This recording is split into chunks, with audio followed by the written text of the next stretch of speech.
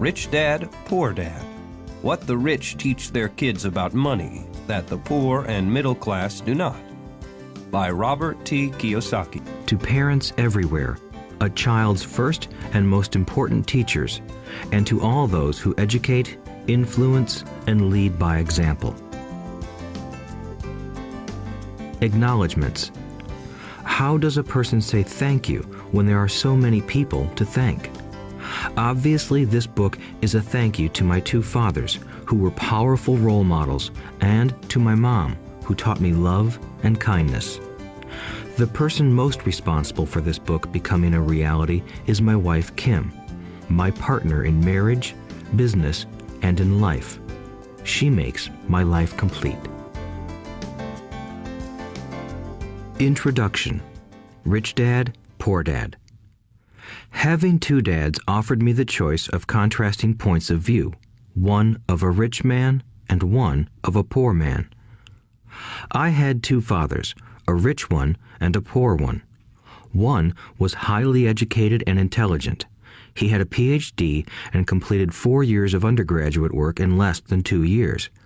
He then went on to Stanford University, the University of Chicago, and Northwestern University to do his advanced studies, all on full financial scholarships. The other father never finished the 8th grade. Both men were successful in their careers, working hard all their lives. Both earned substantial incomes, yet one always struggled financially. The other would become one of the richest men in Hawaii. One died, leaving tens of millions of dollars to his family, charities, and his church. The other left bills to be paid. Both men were strong, charismatic, and influential. Both men offered me advice, but they did not advise the same things. Both men believed strongly in education, but did not recommend the same course of study. If I had had only one dad, I would have had to accept or reject his advice. Having two dads offered me the choice of contrasting points of view, one of a rich man and one of a poor man. Instead of simply accepting or rejecting one or the other, I found myself thinking more, comparing, and then choosing for myself. The problem was that the rich man was not rich yet, and the poor man was not yet poor. Both were just starting out on their careers, and both were struggling with money and families. But they had very different points of view about money. For example, one dad would say, "The love of money is the root of all evil." The other said, "The lack of money is the root of all evil." As a young boy, having two strong fathers, both influencing me, was difficult. I wanted to be a good son and listen, but the two fathers did not say the same things. The contrast in their points of view, particularly about money, was so extreme that I grew curious and intrigued. I began to start thinking for long periods of time about what each was saying. Much of my private time was spent reflecting, asking myself questions such as, "Why does he say that?" and then asking the same question of the other dad's statement. It would have been much easier to simply say, "Yeah, he's right, I agree with that," or to simply reject the point of view by saying, "The old man doesn't know what he's talking about." Instead, having two dads whom I loved forced me to think and ultimately choose a way of thinking for myself. As a process, choosing for myself turned out to be much more valuable in the long run than simply accepting or rejecting a single point of view. One of the reasons the rich get richer, the poor get poorer, and the middle class struggles in debt is that the subject of money is taught at home, not in school. Most of us learn about money from our parents, so what can poor parents tell their child about money? They simply say, "Stay in school and study hard." The child may graduate with excellent grades, but with a poor person's financial programming and mindset. Sadly, money is not taught in schools. Schools focus on scholastic and professional skills, but not on financial skills. This explains how smart bankers, doctors, and accountants who earned excellent grades may struggle financially all of their lives. Our staggering national debt is due in large part to highly educated politicians and government officials making financial decisions with little or no training in the subject of money. Today, I often wonder what will soon happen when we have millions of people who need financial and medical assistance. They will be dependent upon their families or the government for financial support. What will happen when Medicare and Social Security run out of money? How will a nation survive if teaching children about money continues to be left to parents, most of whom will be, or already are, poor? Because I had two influential fathers, I learned from both of them. I had to think about each dad's advice, and in doing so, I gained valuable insight into the power and effect of one's thoughts on one's life. For example, one dad had a habit of saying, "I can't afford it." The other dad forbade those words to be used. He insisted I ask, "How can I afford it?" One is a statement, and the other is a question. One lets you off the hook, and the other forces you to think. My soon-to-be rich dad would explain that by automatically saying the words, "I can't afford it," your brain stops working. By asking the question, "How can I afford it?" your brain is put to work. He did not mean that you should buy everything you want. He was fanatical about exercising your mind, the most powerful computer in the world. He'd say, "My brain gets stronger every day because I exercise it. The stronger it gets, the more money I can make."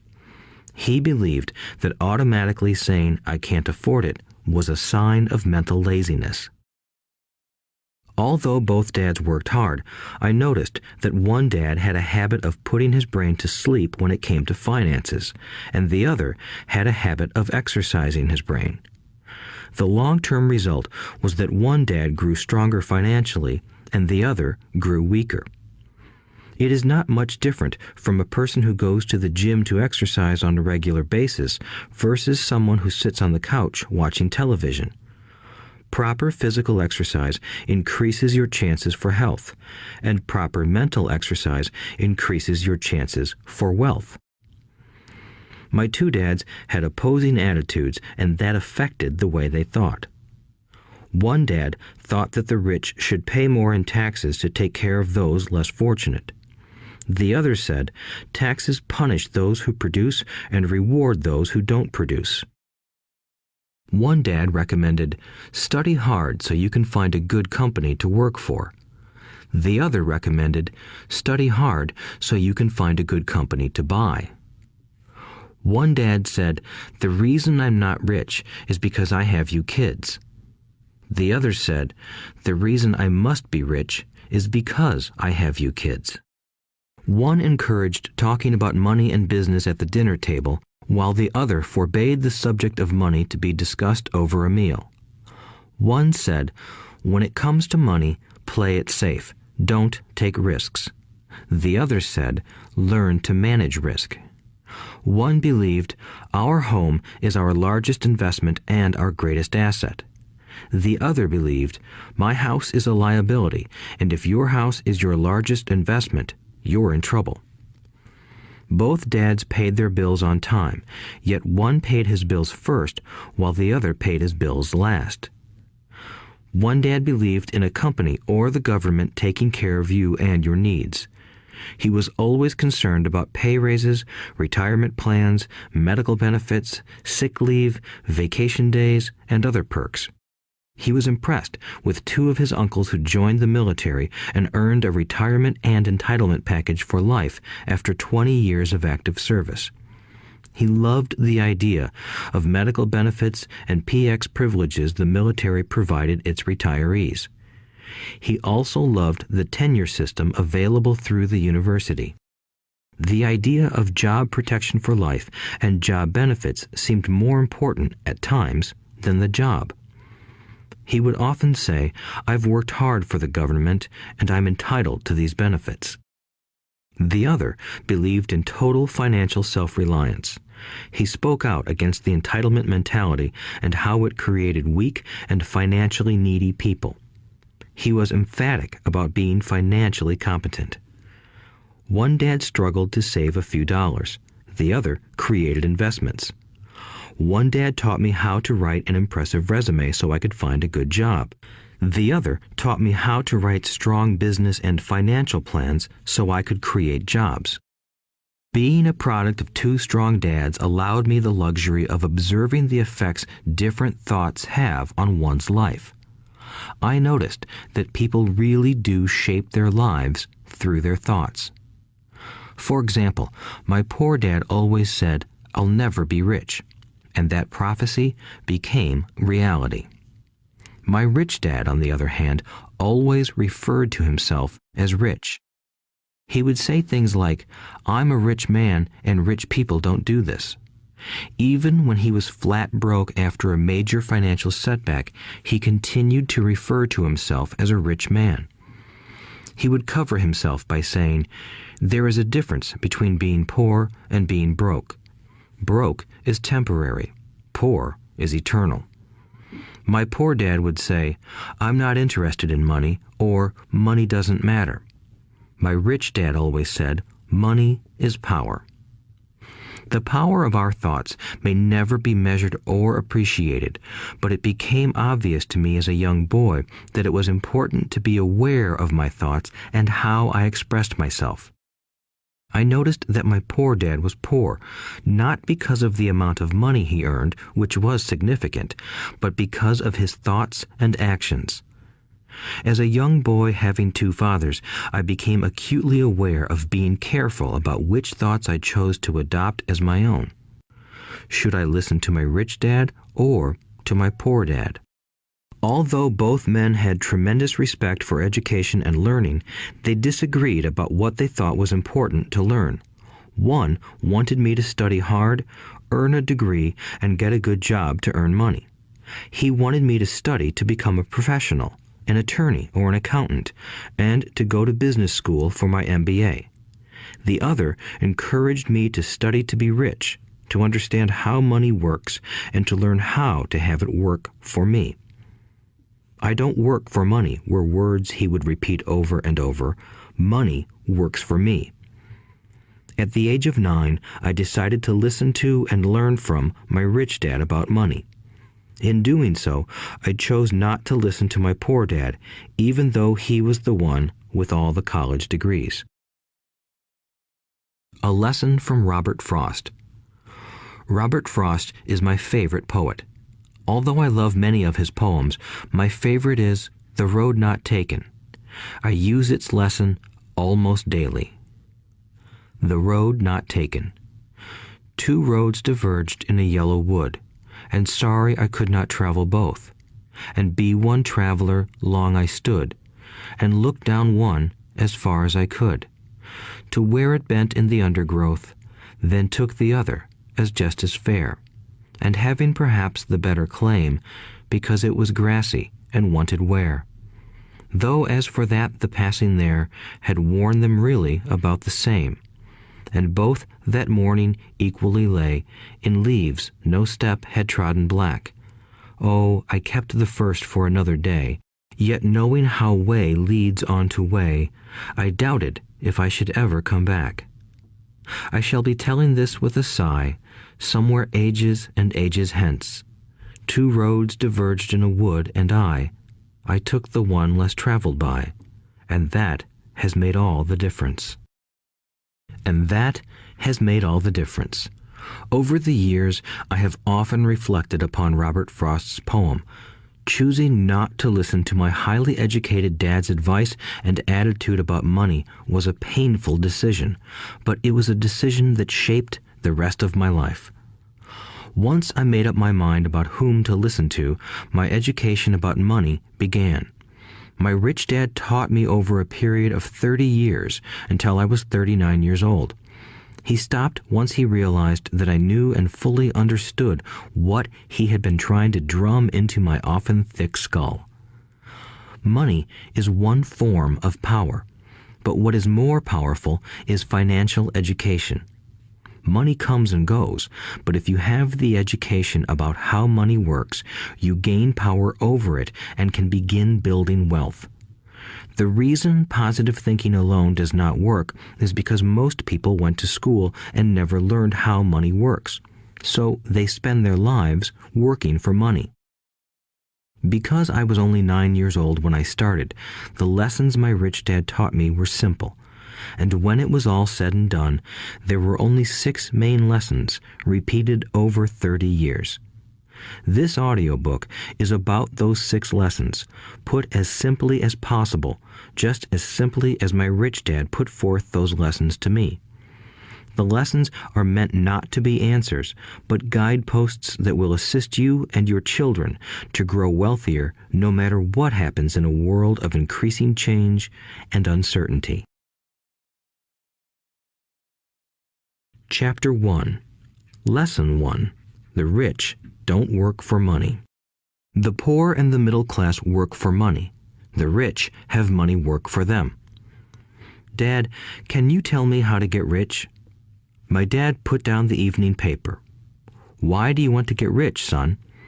Because today Jimmy's mom drove up in their new Cadillac and they were going to their beach house for the weekend. He took 3 of his friends, but Mike and I weren't invited. They told us we weren't invited because we were poor kids. They did? My dad asked incredulously. Yeah, they did, I replied in a hurt tone. My dad silently shook his head, pushed his glasses up the bridge of his nose, and went back to reading the paper. I stood waiting for an answer. The year was 1956. I was 9 years old. By some twist of fate, I attended the same public school where the rich people sent their kids. We were primarily a sugar plantation town. The managers of the plantation and the other affluent people, such as doctors, business owners, and bankers, sent their children to this elementary school. After grade 6, their children were generally sent off to private schools. Because my family lived on one side of the street, I went to this school. Had I lived on the other side of the street, I would have gone to a different school with kids from families more like mine. After grade 6, these kids and I would go on to the public intermediate and high school. There was no private school for them or for me. My dad finally put down the paper. I could tell he was thinking. Well, son, he began slowly, if you want to be rich, you have to learn to make money. How do I make money? I asked. Well, use your head, son, he said, smiling. Even then, I knew that really meant, that's all I'm going to tell you, or, I don't know the answer, so don't embarrass me. A partnership is formed. The next morning, I told my best friend, Mike, what my dad had said. As best as I could tell, Mike and I were the only poor kids in this school. Mike was also in this school by a twist of fate. Someone had drawn a jog in the line for the school district, and we wound up in school with the rich kids. We weren't really poor, but we felt as if we were because all the other boys had new baseball gloves, new bicycles, new everything. Mom and Dad provided us with the basics, like food and shelter and clothes, but that was about it. My dad used to say, if you want something, work for it. We wanted things, but there was not much work available for 9-year-old boys. So what do we do to make money? Mike asked. I don't know, I said, but do you want to be my partner? He agreed, and so on that Saturday morning, Mike became my first business partner. We spent all morning coming up with ideas on how to make money. Occasionally, we talked about all the cool guys at Jimmy's beach house having fun. It hurt a little, but that hurt was good, because it inspired us to keep thinking of a way to make money. Finally, that afternoon, a bolt of lightning struck. It was an idea Mike got from a science book he had read. Excitedly, we shook hands, and the partnership now had a business. For the next several weeks, Mike and I ran around our neighborhood, knocking on doors and asking our neighbors if they would save their toothpaste tubes for us. With puzzled looks, most adults consented with a smile. Some asked us what we were doing, to which we replied, "We can't tell you. It's a business secret." My mom grew distressed as the weeks wore on. We had selected a site next to her washing machine as the place we would stockpile our raw materials. In a brown cardboard box that at one time held ketchup bottles, our little pile of used toothpaste tubes began to grow. Finally, my mom put her foot down. The sight of her neighbor's messy, crumpled used toothpaste tubes had gotten to her. "What are you boys doing?" she asked, "and I don't want to hear again that it's a business secret. Do something with this mess or I'm going to throw it out." Mike and I pleaded and begged, explaining that we would soon have enough and then we would begin production. We informed her that we were waiting on a couple of neighbors to finish their toothpaste so we could have their tubes. Mom granted us a 1-week extension. The date to begin production was moved up, and the pressure was on. My first partnership was already being threatened with an eviction notice by my own mom. It became Mike's job to tell the neighbors to quickly use up their toothpaste, saying their dentist wanted them to brush more often anyway.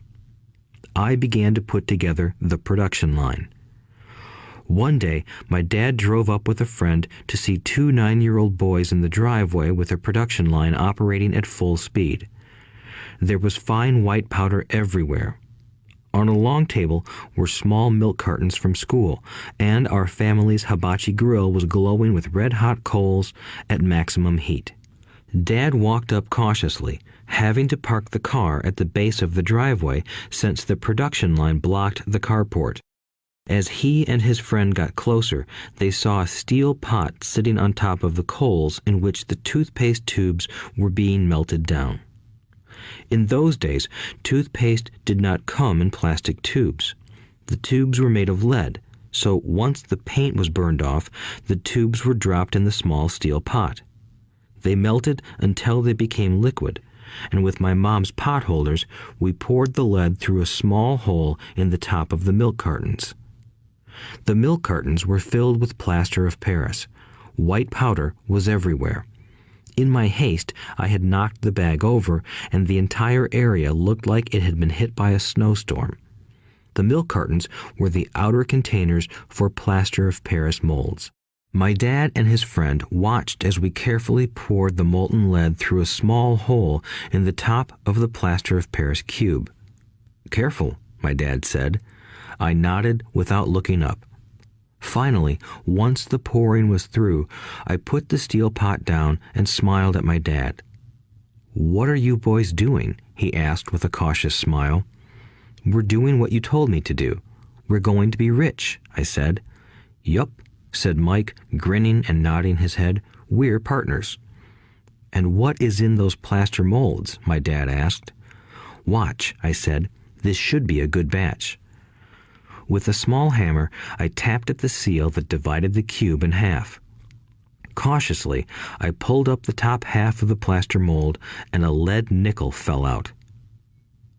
"Oh my God," my dad said, "you're casting nickels out of lead." "That's right," Mike said. "We're doing as you told us to do. We're making money." My dad's friend turned and burst into laughter. My dad smiled and shook his head. Along with a fire and a box of spent toothpaste tubes, in front of him were 2 little boys covered with white dust, smiling from ear to ear. He asked us to put everything down and sit with him on the front step of our house. With a smile, he gently explained what the word counterfeiting meant. Our dreams were dashed. "You mean this is illegal?" asked Mike in a quivering voice. "Let them go," my dad's friend said. "They might be developing a natural talent." My dad glared at him. "Yes, it is illegal," my dad said gently, "but you boys have shown great creativity and original thought. Keep going. I'm really proud of you."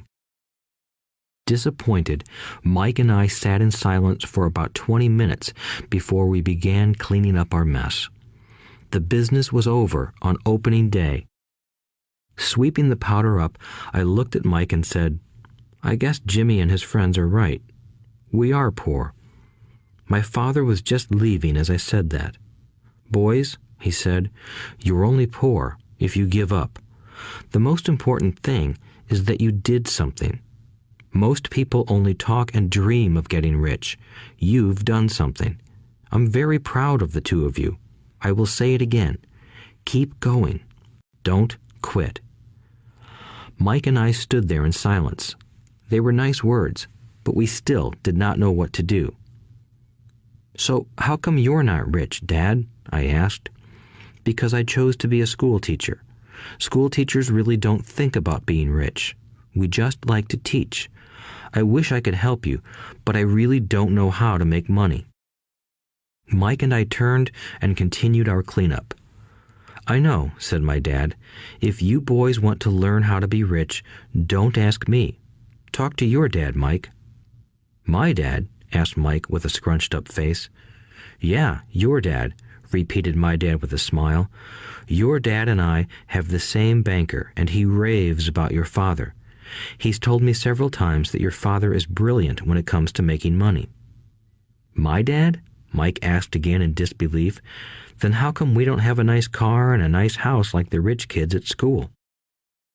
"A nice car and a nice house don't necessarily mean you're rich or you know how to make money," my dad replied. "Jimmy's dad works for the sugar plantation. He's not much different from me. He works for a company and I work for the government. The company buys the car for him. The sugar company is in financial trouble, and Jimmy's dad may soon have nothing. Your dad is different, Mike. He seems to be building an empire, and I suspect in a few years he will be a very rich man." With that, Mike and I got excited again. With new vigor, we began cleaning up the mess caused by our now defunct first business. As we were cleaning, we made plans for how and when to talk to Mike's dad. The problem was that Mike's dad worked long hours and often did not come home until late. His father owned warehouses, a construction company, a chain of stores, and 3 restaurants. It was the restaurants that kept him out late. Mike caught the bus home after we had finished cleaning up. He was going to talk to his dad when he got home that night and ask him if he would teach us how to become rich. Mike promised to call as soon as he had talked to his dad, even if it was late. The phone rang at 8:30 p.m. "Okay," I said, "next Saturday." I put the phone down. Mike's dad had agreed to meet with us. On Saturday, I caught the 7:30 a.m. bus to the poor side of town. The lessons begin. Mike and I met with his dad that morning at 8 o'clock. He was already busy, having been at work for more than an hour. His construction supervisor was just leaving in his pickup truck as I walked up to his simple, small, and tidy home. Mike met me at the door. "Dad's on the phone, and he said to wait on the back porch," Mike said as he opened the door. The old wooden floor creaked as I stepped across the threshold of the aging house. There was a cheap mat just inside the door. The mat was there to hide the years of wear from countless footsteps that the floor had supported. Although clean, it needed to be replaced. I felt claustrophobic as I entered the narrow living room that was filled with old, musty, overstuffed furniture that today would be collector's items. Sitting on the couch were 2 women, both a little older than my mom. Across from the women sat a man in workman's clothes.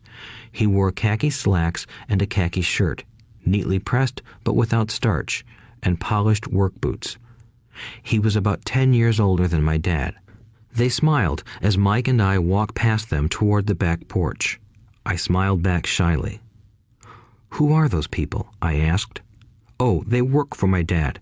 The older man runs his warehouses, and the women are the managers of the restaurants. And as you arrived, you saw the construction supervisor who was working on a road project about 50 miles from here. His other supervisor, who was building a track of houses, left before you got here." "Does this go on all the time?" I asked. "Not always, but quite often," said Mike, smiling as he pulled up a chair to sit down next to me. "I asked my dad if he would teach us to make money," Mike said. "Oh, and what did he say to that?" I asked with cautious curiosity. "Well, he had a funny look on his face at first, and then he said he would make us an offer." "Oh," I said, rocking my chair back against the wall. I sat there, perched on two rear legs of the chair. Mike did the same thing. "Do you know what the offer is?" I asked. "No, but we'll soon find out." Suddenly, Mike's dad burst through the rickety screen door and onto the porch. Mike and I jumped to our feet, not out of respect, but because we were startled. "Ready, boys?" he asked as he pulled up a chair to sit down with us. We nodded our heads as we pulled our chairs away from the wall to sit in front of him. He was a big man, about 6 feet tall and 200 pounds. My dad was taller, about the same weight, and 5 years older than Mike's dad. They sort of looked alike, though not of the same ethnic makeup. Maybe their energy was similar. "Mike says you want to learn to make money. Is that correct, Robert?" I nodded my head quickly, but with a little trepidation. He had a lot of power behind his words and smile. "Okay, here's my offer. I'll teach you, but I won't do it classroom style. You work for me, I'll teach you. You don't work for me, I won't teach you. I can teach you faster if you work, and I'm wasting my time if you just want to sit and listen like you do in school. That's my offer. Take it or leave it." May I ask a question first?" I asked. "No. Take it or leave it. I've got too much work to do to waste my time. If you can't make up your mind decisively, then you'll never learn to make money anyway. Opportunities come and go. Being able to know when to make quick decisions is an important skill. You have the opportunity that you asked for. School is beginning, or it's over in 10 seconds, Mike's dad said with a teasing smile. "Take it," I said. "Take it," said Mike. "Good," said Mike's dad. "Mrs. Martin will be by in 10 minutes. After I'm through with her, you'll ride with her to my superette and you can begin working. I'll pay you 10 cents an hour and you'll work 3 hours every Saturday." "But I have a softball game today," I said. Mike's dad lowered his voice to a stern tone. "Take it or leave it," he said. "I'll take it," I replied, choosing to work and learn instead of playing. 30 cents later. By 9 a.m. that day, Mike and I were working for Mrs. Martin. She was a kind and patient woman. She always said that Mike and I reminded her of her 2 grown sons. Although kind, she believed in hard work and kept us moving. We spent 3 hours taking canned goods off the shelves, brushing each can with a feather duster to get the dust off, and then restacking them neatly. It was excruciatingly boring work. Mike's dad, whom I called my rich dad, owned 9 of these little superettes, each with a large parking lot. They were the early version of the 7-Eleven convenience stores, little neighborhood grocery stores where people bought items such as milk, bread, butter, and cigarettes. The problem was that this was Hawaii before air conditioning was widely used, and the stores could not close their doors because of the heat. On 2 sides of the store, the doors had to be wide open to the road and parking lot. Every time a car drove by or pulled into the parking lot, dust would swirl and settle in the store. We knew we had a job as long as there was no air conditioning. For 3 weeks, Mike and I reported to Mrs. Martin and worked our 3 hours. By noon, our work was over, and she dropped 3 little dimes in each of our hands. Now, even at the age of 9 in the mid-1950s, 30 cents was not too exciting. Comic books cost 10 cents back then, so I usually spent my money on comic books and went home. By Wednesday of the 4th week, I was ready to quit. I had agreed to work only because I wanted to learn to make money from Mike's dad, and now I was a slave for 10 cents an hour. On top of that, I had not seen Mike's dad since that first Saturday. "I'm quitting," I told Mike at lunchtime. School was boring, and now I did not even have my Saturdays to look forward to. But it was the 30 cents that really got to me. This time, Mike smiled. "What are you laughing at?" I asked with anger and frustration. "Dad said this would happen. He said to meet with him when you were ready to quit." "What?" I said indignantly. "He's been waiting for me to get fed up?" Sort of, Mike said. Dad's kind of different. He doesn't teach like your dad. Your mom and dad lecture a lot. My dad is quiet and a man of few words. You just wait till this Saturday. I'll tell him you're ready. You mean I've been set up? No, not really. But maybe. Dad will explain on Saturday. Waiting in line on Saturday. I was ready to face Mike's dad. Even my real dad was angry with him. My real dad, the one I called the poor one, thought that my rich dad was violating child labor laws and should be investigated. My educated poor dad told me to demand what I deserve, at least 25 cents an hour. My poor dad told me that if I did not get a raise, I was to quit immediately. You don't need that damn job anyway, said my poor dad with indignation. At 8 o'clock Saturday morning, I walked through the door of Mike's house when Mike's dad opened it. Take a seat and wait in line, he said as I entered. He turned and disappeared into his little office next to a bedroom. I looked around the room and didn't see Mike anywhere. Feeling awkward, I cautiously sat down next to the same two women who were there 4 weeks earlier. They smiled and slid down the couch to make room for me. 45 minutes went by, and I was steaming.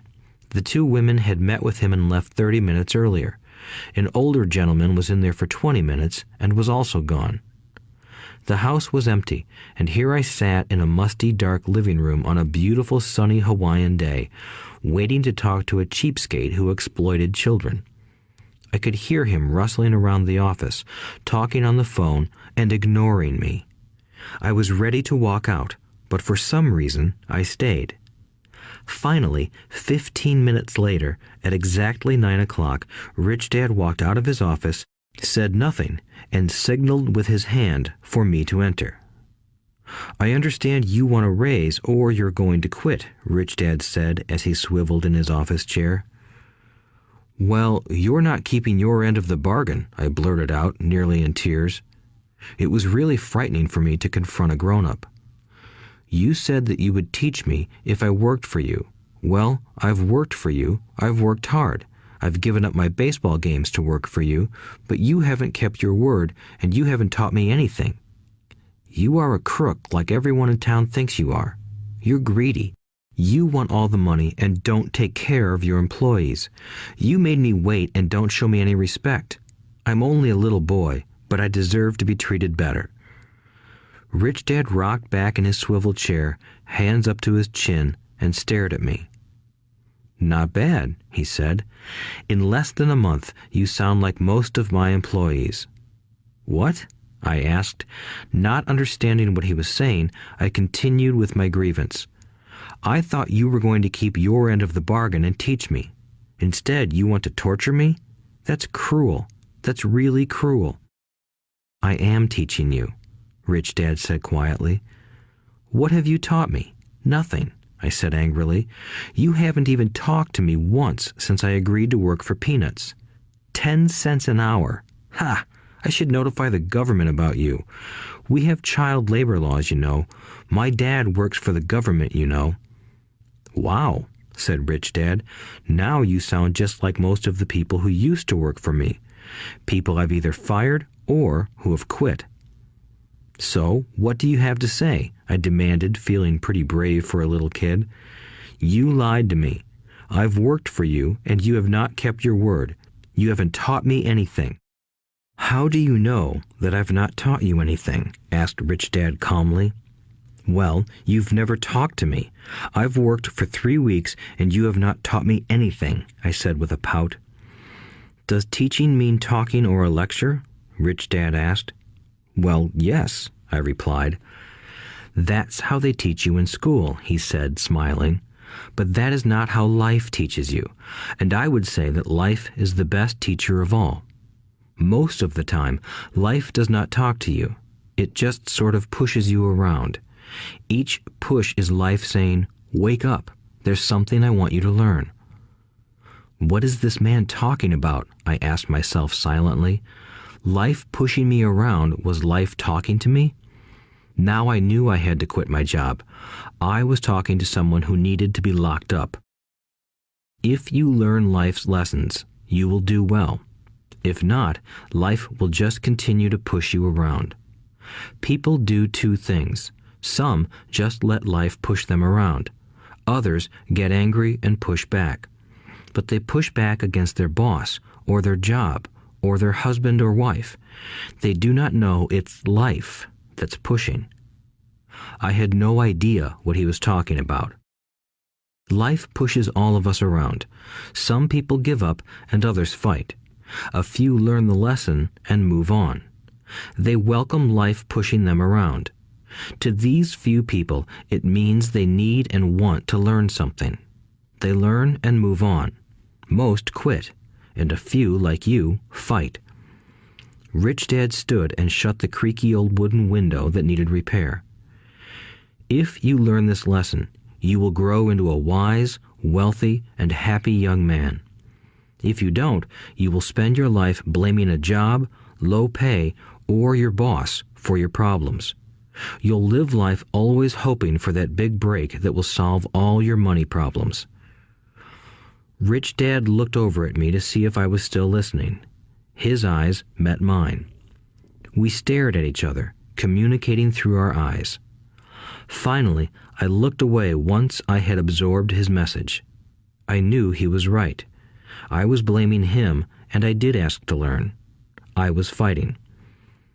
Rich Dad continued, "Or, if you are the kind of person who has no guts, you just give up every time life pushes you. If you are that kind of person, you'll live all your life playing it safe, doing the right things, saving yourself for some event that never happens. Then you die a boring old man. You'll have lots of friends who really like you because you were such a nice, hard-working guy. But the truth is that you let life push you into submission. Deep down, you were terrified of taking risks.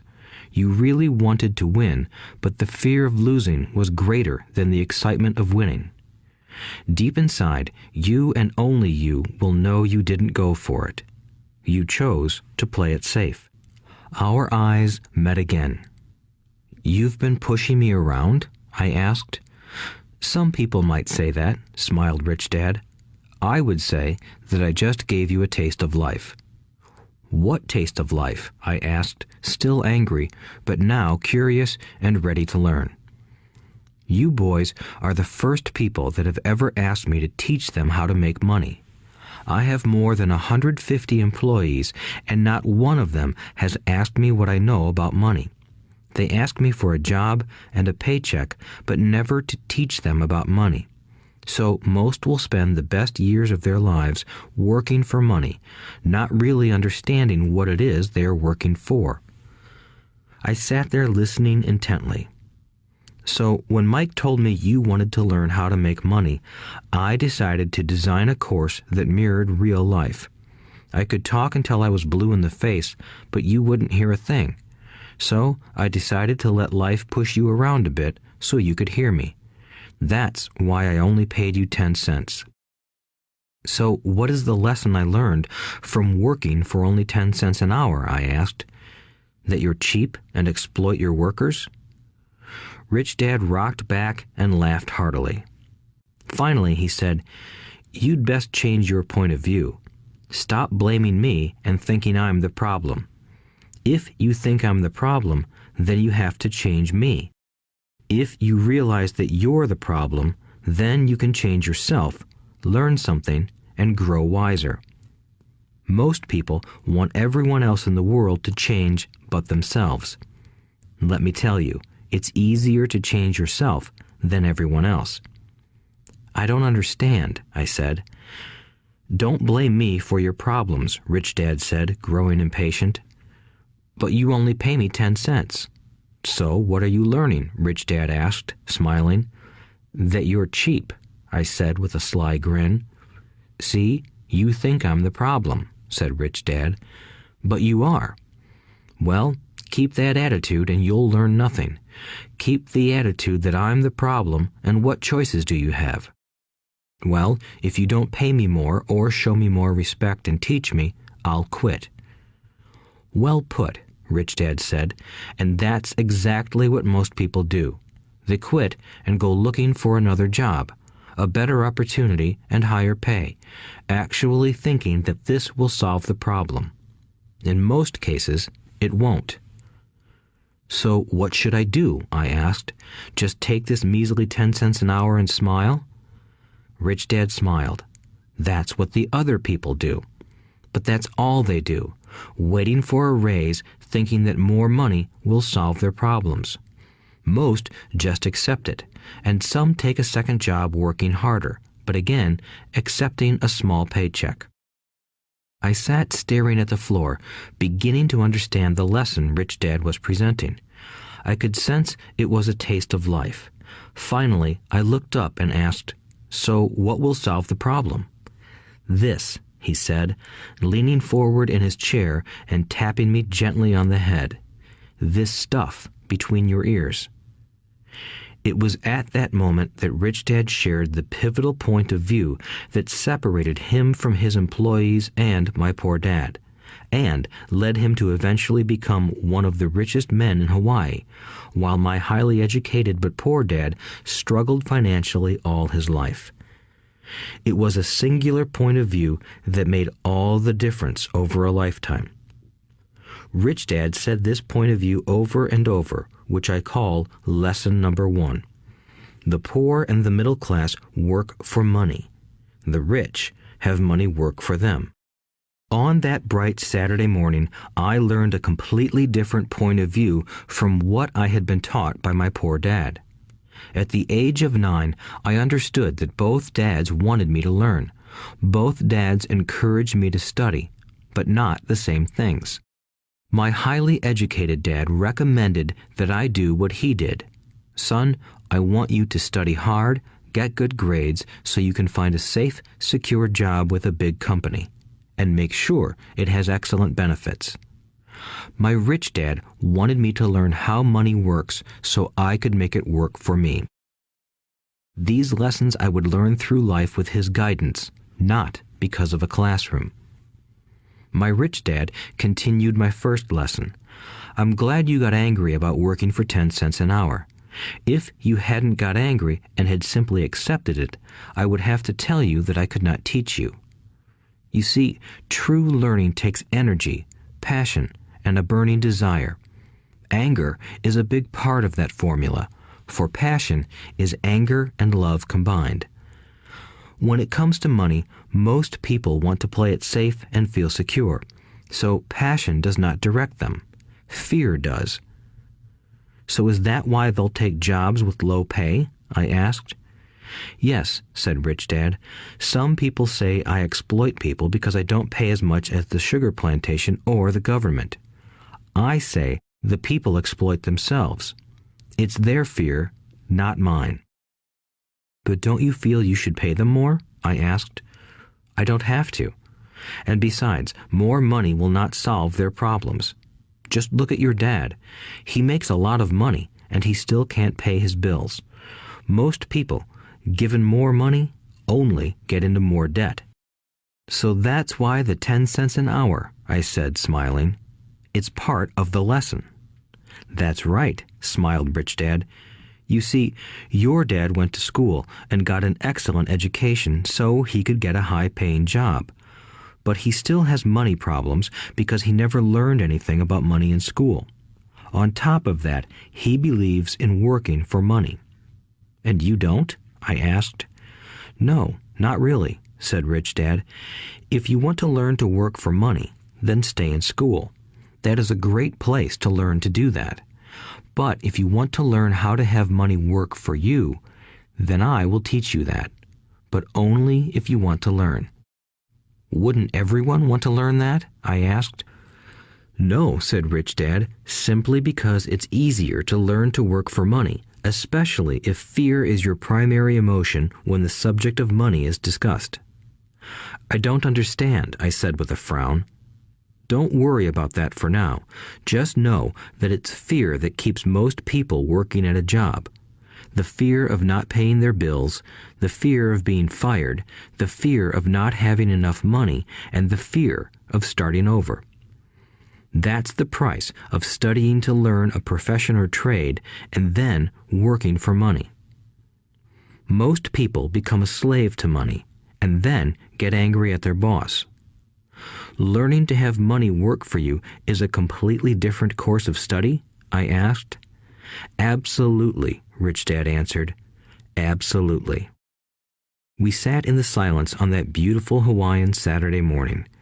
My friends had just started their Little League baseball game, but for some reason I was now thankful I had decided to work for 10 cents an hour. I sensed that I was about to learn something my friends wouldn't learn in school. Ready to learn? Asked Rich Dad. Absolutely, I said with a grin. I have kept my promise. I've been teaching you from afar, my Rich Dad said. At 9 years old, you've gotten a taste of what it feels like to work for money. Just multiply your last month by 50 years, and you will have an idea of what most people spend their life doing. I don't understand, I said. How did you feel waiting in line to see me, once to get hired and once to ask for more money? Terrible, I said. If you choose to work for money, that is what life will be like, said Rich Dad. And how did you feel when Mrs. Martin dropped 3 dimes in your hand for 3 hours of work? I felt like it wasn't enough. It seemed like nothing. I was disappointed, I said. And that is how most employees feel when they look at their paychecks, especially after all the tax and other deductions are taken out. At least you got 100%. You mean most workers don't get paid everything? I asked with amazement. Heavens no, said Rich Dad. The government always takes its share first. How do they do that? I asked. Taxes, said Rich Dad. You're taxed when you earn. You're taxed when you spend. You're taxed when you save. You're taxed when you die. Why do people let the government do that to them? The rich don't, said Rich Dad with a smile.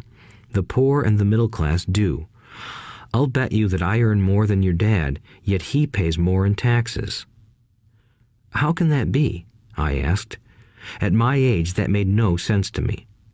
Why would someone let the government do that to them? Rich Dad rocked slowly and silently in his chair, just looking at me. Ready to learn? He asked. I nodded my head slowly.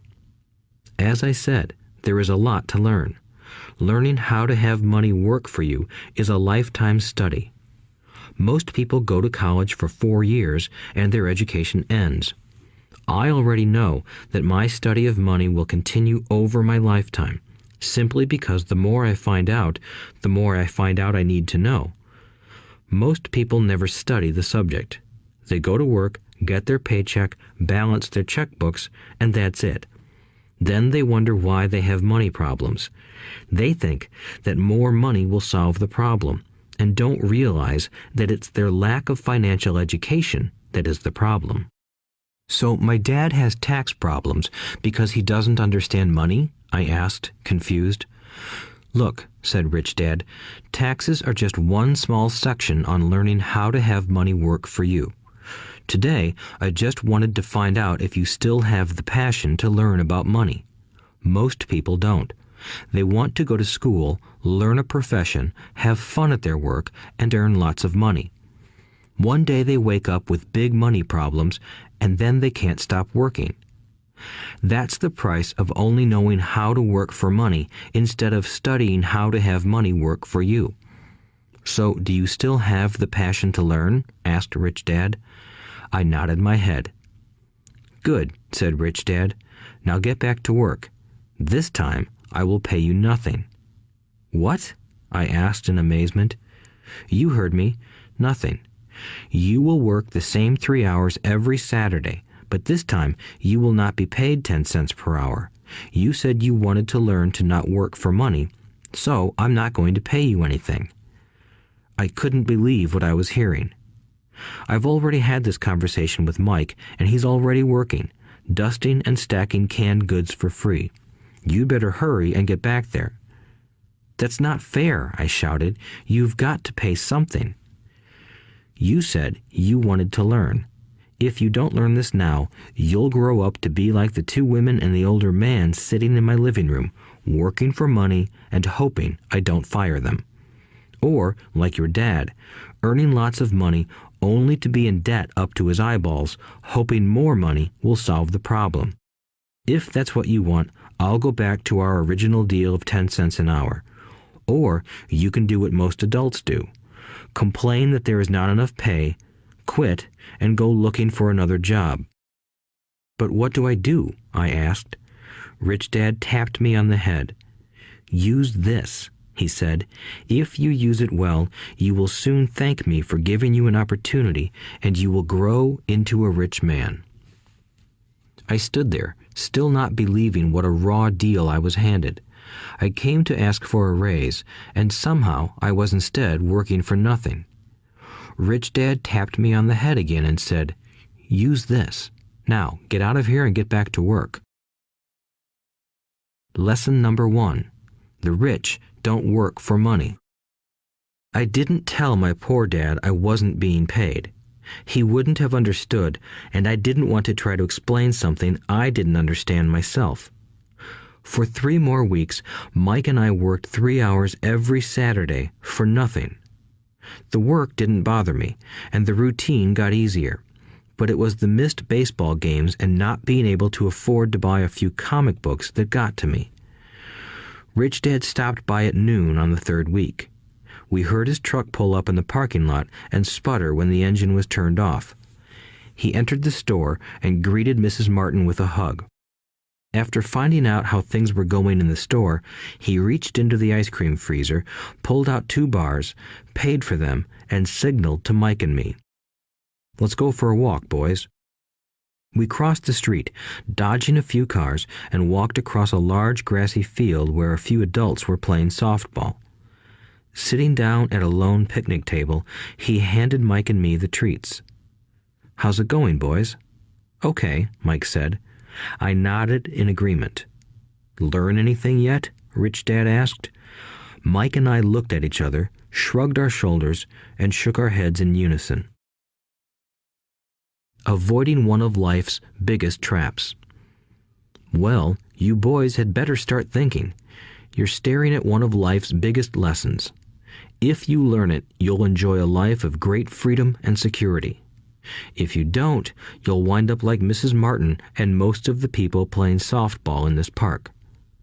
They work very hard for little money, clinging to the illusion of job security and looking forward to a 3-week vacation each year and maybe a skimpy pension after 45 years of service. If that excites you, I'll give you a raise to 25 cents an hour. But these are good, hard-working people. Are you making fun of them? I demanded. A smile came over Rich Dad's face. Mrs. Martin is like a mother to me. I would never be that cruel. I may sound unkind because I'm doing my best to point something out to the two of you. I want to expand your point of view so you can see something most people never have the benefit of seeing because their vision is too narrow. Most people never see the trap they are in. Mike and I sat there, uncertain of his message. He sounded cruel, yet we could sense he was trying to drive home a point. With a smile, Rich Dad said, "Doesn't that 25 cents an hour sound good? Doesn't it make your heart beat a little faster?" I shook my head no, but it really did. 25 cents an hour would be big bucks to me. "Okay, I'll pay you $1 an hour," Rich Dad said, with a sly grin. Now my heart started to race. My brain was screaming, "Take it, take it." I could not believe what I was hearing. Still, I said nothing. "Okay, $2 an hour."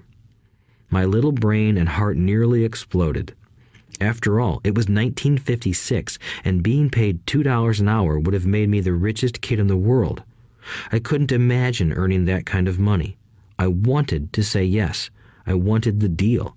I could picture a new bicycle, new baseball glove, and the adoration of my friends when I flashed some cash. On top of that, Jimmy and his rich friends could never call me poor again. But somehow, my mouth stayed shut. The ice cream had melted and was running down my hand. Rich Dad was looking at two boys staring back at him, eyes wide open and brains empty.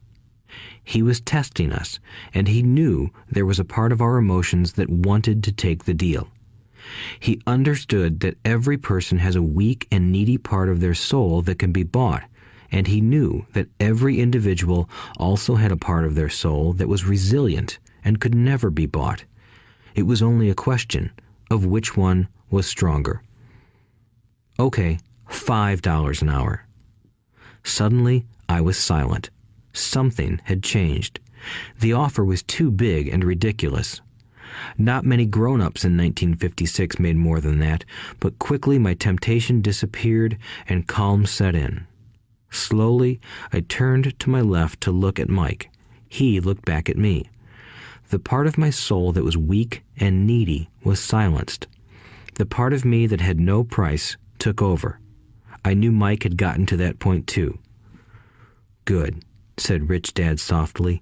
"Most people have a price, and they have a price because of human emotions named fear and greed. First, the fear of being without money motivates us to work hard, and then, once we get that paycheck, greed or desire starts us thinking about all the wonderful things money can buy. The pattern is then set." "What pattern?" I asked. "The pattern of get up, go to work, pay bills, get up, go to work, pay bills." People's lives are forever controlled by two emotions, fear and greed. Offer them more money, and they continue the cycle by increasing their spending. This is what I call the rat race. "There is another way?" Mike asked. "Yes," said Rich Dad slowly, "but only a few people find it." "And what is that way?" Mike asked. "That's what I hope you boys will learn as you work and study with me. That is why I took away all forms of pay." "Any hints?" Mike asked. "We're kind of tired of working hard, especially for nothing." "Well, the first step is telling the truth," said Rich Dad. "We haven't been lying," I said. "I did not say you were lying. I said to tell the truth," Rich Dad retorted. "The truth about what?" I asked. "How you're feeling," Rich Dad said. "You don't have to say it to anyone else. Just admit it to yourself." "You mean the people in this park, the people who work for you, Mrs. Martin, they don't do that?" I asked. "I doubt it," said Rich Dad. "Instead, they feel the fear of not having money. They don't confront it logically. They react emotionally instead of using their heads," Rich Dad said. "Then they get a few bucks in their hands, and again, the emotions of joy, desire, and greed take over. And again they react instead of think."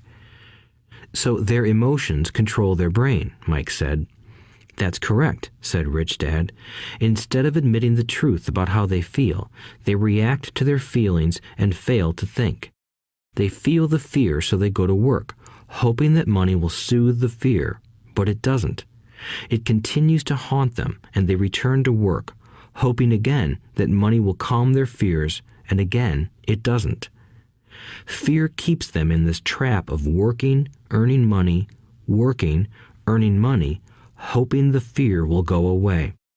But every day they get up, and that old fear wakes up with them. For millions of people, that old fear keeps them awake all night, causing a night of turmoil and worry.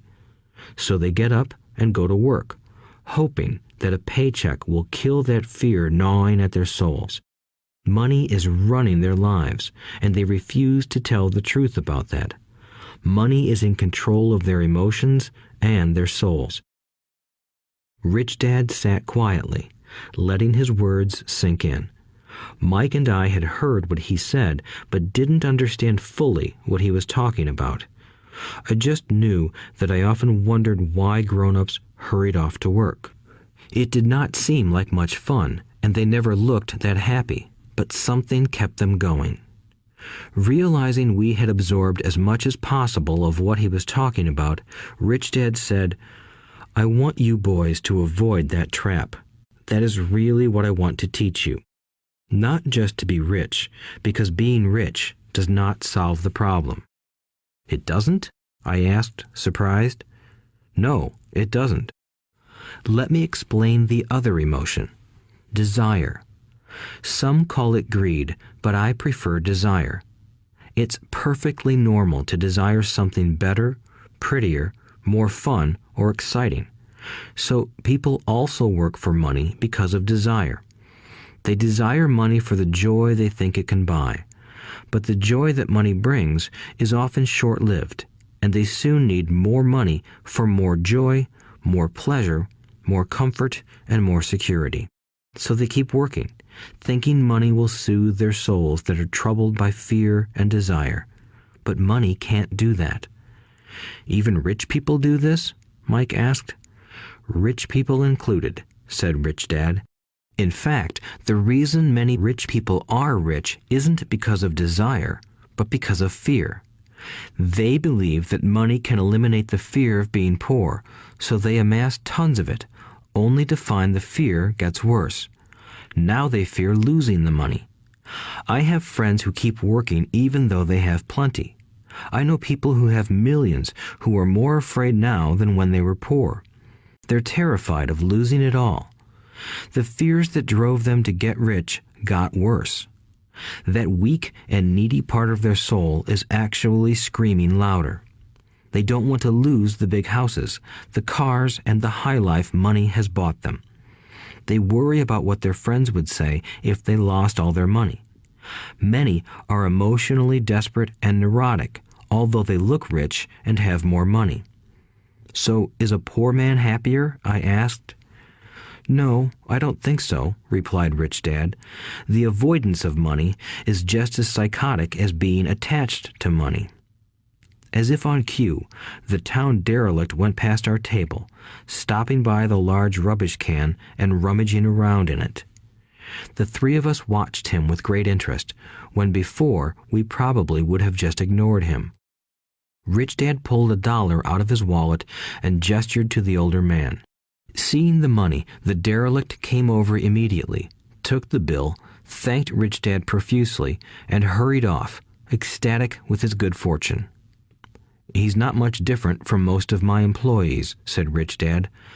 I've met so many people who say, "Oh, I'm not interested in money," yet they'll work at a job for 8 hours a day. That's a denial of truth. If they weren't interested in money, then why are they working? That kind of thinking is probably more psychotic than a person who hoards money. As I sat there listening to my Rich Dad, my mind flashed back to the countless times my own dad said, "I'm not interested in money." He said those words often. He also covered himself by always saying, "I work because I love my job." So, what do we do? I asked.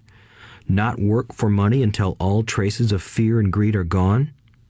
No, that would be a waste of time, said Rich Dad. Emotions are what make us human. The word emotion stands for energy in motion. Be truthful about your emotions and use your mind and emotions in your favor, not against yourself. Whoa, said Mike. Don't worry about what I just said. It will make more sense in years to come.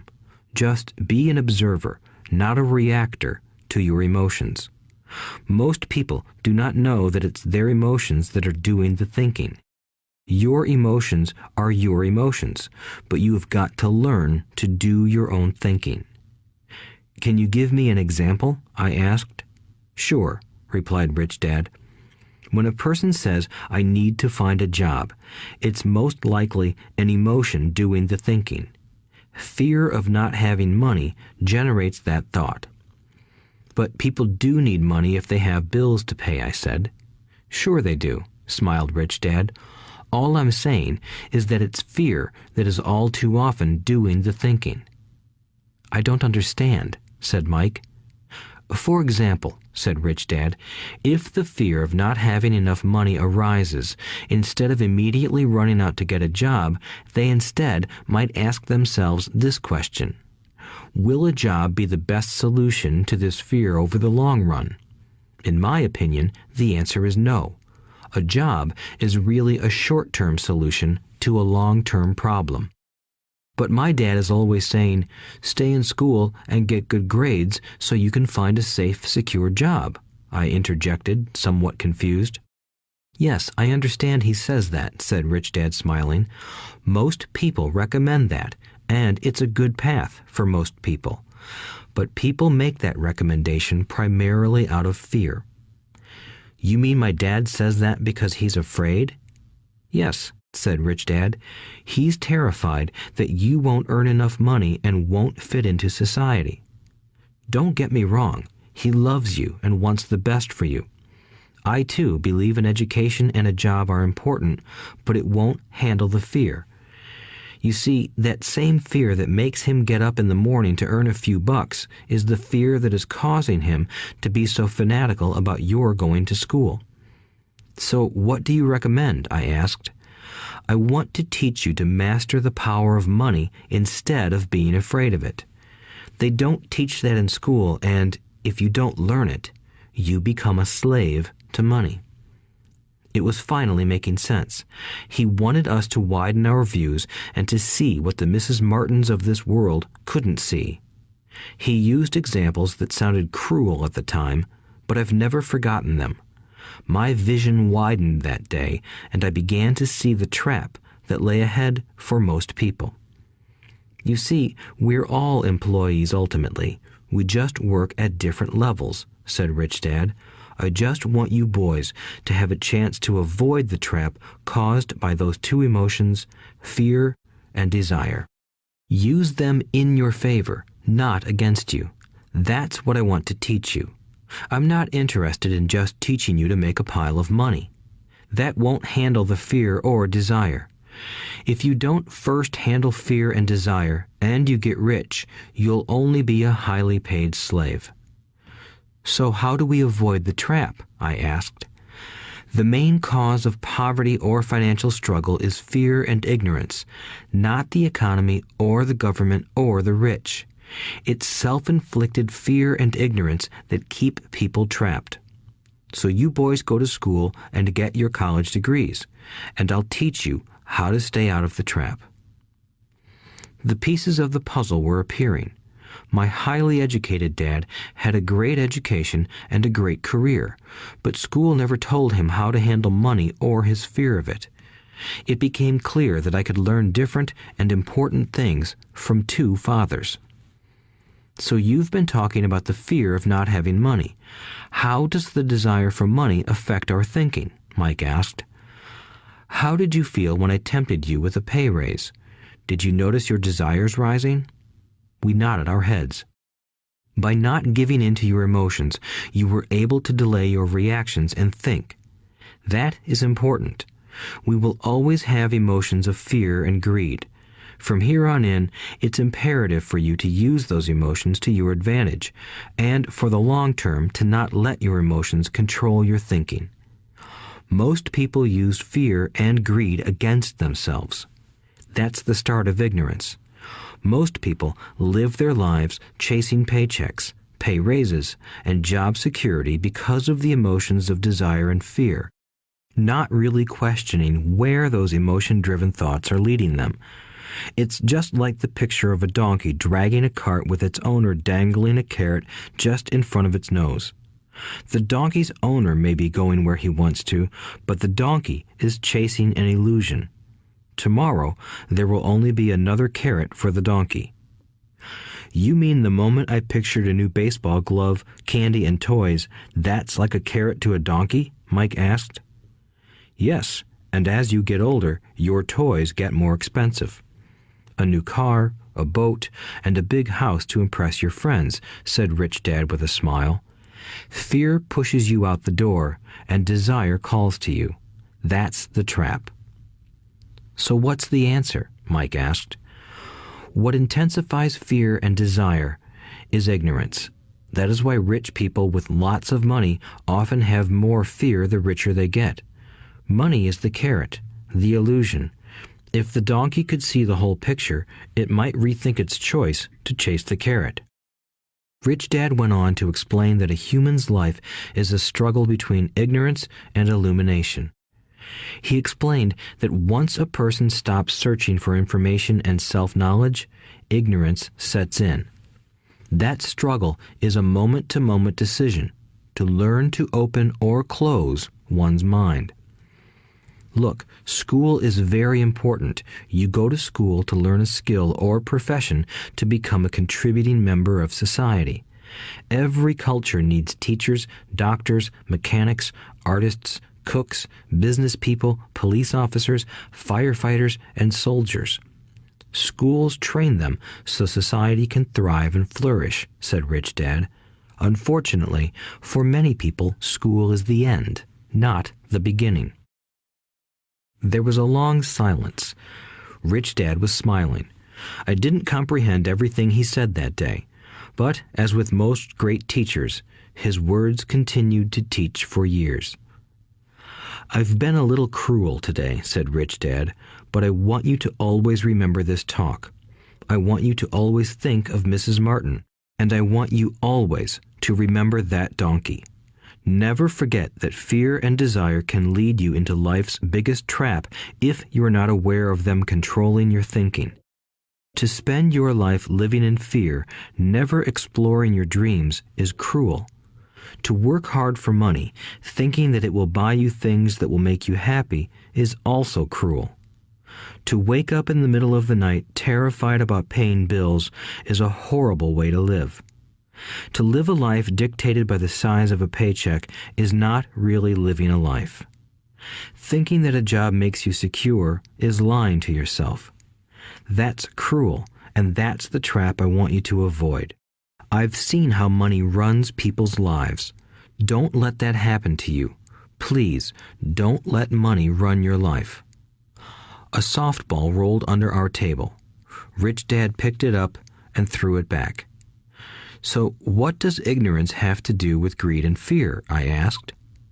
Because it is ignorance about money that causes so much greed and fear, said Rich Dad. Let me give you some examples. A doctor, wanting more money to better provide for his family, raises his fees. By raising his fees, it makes healthcare more expensive for everyone. It hurts the poor people the most, so they have worse health than those with money. Because the doctors raise their fees, the attorneys raise their fees. Because the attorneys' fees have gone up, school teachers want a raise, which raises our taxes, and on and on and on.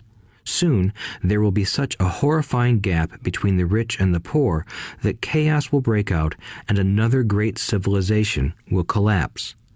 History proves that great civilizations collapse when the gap between the haves and have-nots is too great. Sadly, America is on that same course because we haven't learned from history. We only memorize historical dates and names, not the lesson. Aren't prices supposed to go up? I asked. In an educated society with a well-run government, prices should actually come down. Of course, that is often only true in theory. Prices go up because of greed and fear caused by ignorance. If schools taught people about money, there would be more money and lower prices. But schools focus only on teaching people to work for money, not how to harness money's power. But don't we have business schools? Mike asked. And haven't you encouraged me to go for my MBA? Yes, said Rich Dad, but all too often business schools train employees to become sophisticated bean counters. Heaven forbid a bean counter takes over a business. All they do is look at the numbers, fire people, and kill the business. I know this because I hire bean counters. All they think about is cutting costs and raising prices, which cause more problems. Bean counting is important. I wish more people knew it, but it, too, is not the whole picture, added Rich Dad angrily. So, is there an answer? Asked Mike. Yes, said Rich Dad. Learn to use your emotions to think, not think with your emotions. When you boys mastered your emotions by agreeing to work for free, I knew there was hope. When you again resisted your emotions when I tempted you with more money, you were again learning to think in spite of being emotionally charged. That's the first step. Why is that step so important? I asked. Well, that's up to you to find out.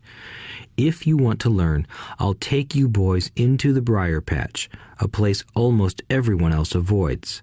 If you go with me, you'll let go of the idea of working for money and instead learn to have money work for you. And what will we get if we go with you? What if we agree to learn from you? What will we get? I asked. The same thing Brer Rabbit got, said Rich Dad, referring to the classic children's story. Is there a briar patch? I asked. Yes, said Rich Dad. The briar patch is our fear and greed. Confronting fear, weaknesses, and neediness by choosing our own thoughts is the way out. Choosing our thoughts? Mike asked, puzzled. Yes, choosing what we think rather than reacting to our emotions. Instead of just getting up and going to work because not having the money to pay your bills is scaring you, ask yourself, is working harder at this the best solution to this problem? Most people are too afraid to rationally think things through and instead run out the door to a job they hate. The tar baby is in control. That's what I mean by choosing your thoughts. And how do we do that? Mike asked. That's what I will teach you. I'll teach you to have a choice of thoughts rather than a knee-jerk reaction, like gulping down your morning coffee and running out the door. Remember what I said before. A job is only a short-term solution to a long-term problem. Most people have only one problem in mind, and it's short-term. It's the bills at the end of the month, the tar baby. Money controls their lives, or should I say the fear and ignorance about money controls it. So they do as their parents did. They get up every day and go work for money, not taking the time to ask the question, is there another way? Their emotions now control their thinking, not their heads. Can you tell the difference between emotions thinking and the head thinking? Mike asked. Oh yes, I hear it all the time, said Rich Dad. I hear things like, well, everyone has to work, or the rich are crooks, or I'll get another job, I deserve this raise, you can't push me around, or I like this job because it's secure. No one asks, is there something I'm missing here? Which would break through the emotional thought and give you time to think clearly. As we headed back to the store, Rich Dad explained that the rich really did make money. They did not work for it. He went on to explain that when Mike and I were casting 5-cent pieces out of lead, thinking we were making money, we were very close to thinking the way the rich think. The problem was that creating money is legal for the government and banks to do, but illegal for us to do. There are legal ways to create money from nothing, he told us. Rich Dad went on to explain that the rich know that money is an illusion, truly like the carrot for the donkey. It's only out of fear and greed that the illusion of money is held together by billions of people who believe that money is real. It's not. Money is really made up. It is only because of the illusion of confidence and the ignorance of the masses that this house of cards stands. He talked about the gold standard that America was on, and that each dollar bill was actually a silver certificate.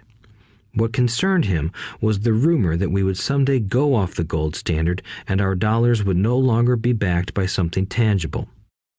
If that happens, boys, all hell will break loose.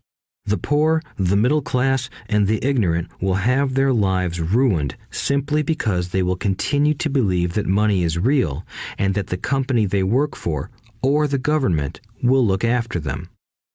We really did not understand what he was saying that day, but over the years, it made more and more sense. Seeing what others miss. As he climbed into his pickup truck outside his convenience store, Rich Dad said, "Keep working, boys, but the sooner you forget about needing a paycheck, the easier your adult life will be. Keep using your brain, work for free, and soon your mind will show you ways of making money far beyond what I could ever pay you. You will see things that other people never see. Most people never see these opportunities because they're looking for money and security, so that's all they get. The moment you see one opportunity, you'll see them for the rest of your life. The moment you do that, I'll teach you something else. Learn this, and you'll avoid one of life's biggest traps. Mike and I picked up our things from the store and waved goodbye to Mrs. Martin. We went back to the park, to the same picnic bench, and spent several more hours thinking and talking. We spent the next week at school thinking and talking too. For 2 more weeks, we kept thinking, talking, and working for free. At the end of the second Saturday, I was again saying goodbye to Mrs. Martin and looking at the comic book stand with a longing gaze. The hard thing about not even getting 30 cents every Saturday was that I didn't have any money to buy comic books. Suddenly, as Mrs. Martin said goodbye to Mike and me, I saw her do something I'd never seen her do before. Mrs. Martin was cutting the front page of the comic book in half. She kept the top half of the comic book cover and threw the rest of the book into a large cardboard box. When I asked her what she did with the comic books, she said, "I throw them away. I give the top half of the cover back to the comic book distributor for credit when he brings in the new comics. He's coming in an hour." Mike and I waited for an hour. Soon the distributor arrived, and I asked him if we could have the comic books. To my delight, he said, "You can have them if you work for this store and do not resell them." Remember our old business partnership? Well, Mike and I revived it. Using a spare room in Mike's basement, we began piling hundreds of comic books in that room. Soon, our comic book library was open to the public. We hired Mike's younger sister, who loved to study, to be head librarian. She charged each child 10 cents admission to the library, which was open from 2:30 p.m. to 4:30 p.m. every day after school. The customers, the children of the neighborhood, could read as many comics as they wanted in 2 hours. It was a bargain for them since a comic cost 10 cents each, and they could read 5 or 6 in 2 hours. Mike's sister would check the kids as they left to make sure they weren't borrowing any comic books. She also kept the books, logging in how many kids showed up each day, who they were, and any comments they might have. Mike and I averaged $9.50 per week over a 3-month period. We paid his sister $1 a week and allowed her to read the comics for free, which she rarely did since she was always studying. Mike and I kept our agreement by working in the store every Saturday and collecting all the comic books from the different stores. We kept our agreement to the distributor by not selling any comic books. We burned them once they got too tattered. We tried opening a branch office, but we could never quite find someone as trustworthy and dedicated as Mike's sister. At an early age, we found out how hard it was to find good staff.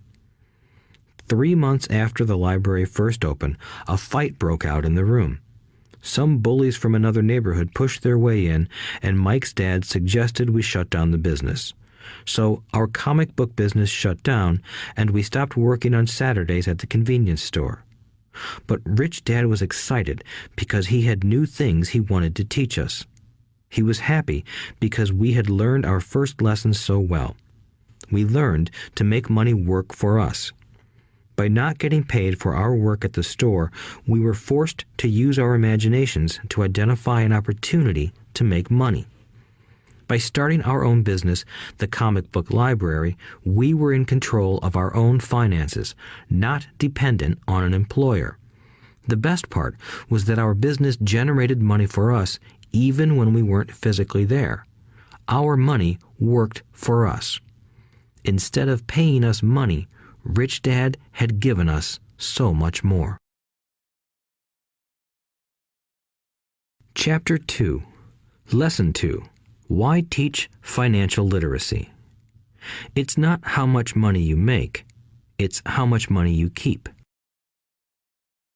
In 1990, Mike took over his father's empire and is, in fact, doing a better job than his dad did. We see each other once or twice a year on the golf course. He and his wife are wealthier than you can imagine. Rich Dad's empire is in great hands, and Mike is now grooming his son to take his place, as his dad had groomed us. In 1994, I retired at the age of 47, and my wife Kim was 37. Retirement does not mean not working. For us, it means that, barring unforeseen cataclysmic changes, we can work or not work, and our wealth grows automatically, staying ahead of inflation. Our assets are large enough to grow by themselves. It's like planting a tree. You water it for years, and then one day it doesn't need you anymore. Its roots are implanted deep enough. Then the tree provides shade for your enjoyment. Mike chose to run the empire, and I chose to retire. Whenever I speak to groups of people, they often ask what I would recommend that they do. How do I get started? Is there a book you would recommend? What should I do to prepare my children? What is your secret to success? How do I make millions? Whenever I hear one of these questions, I'm reminded of the following story. The Richest Businessmen. In 1923, a group of our greatest leaders and richest businessmen held a meeting at the Edgewater Beach Hotel in Chicago. Among them were Charles Schwab, head of the largest independent steel company; Samuel Insull, president of the world's largest utility; Howard Hobson, head of the largest gas company; Ivar Kruger, president of International Match Company, one of the world's largest companies at that time; Leon Fraser, president of the Bank of International Settlements; Richard Whitney, president of the New York Stock Exchange; Arthur Cotton and Jesse Livermore, two of the biggest stock speculators; and Albert Fall, a member of President Harding's cabinet. 25 years later, 9 of these titans ended their lives as follows.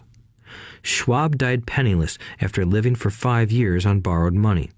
Insull died broke in a foreign land, and Kruger and Cotton also died broke. Hobson went insane. Whitney and Albert Fall were released from prison, and Fraser and Livermore committed suicide. I doubt if anyone can say what really happened to these men.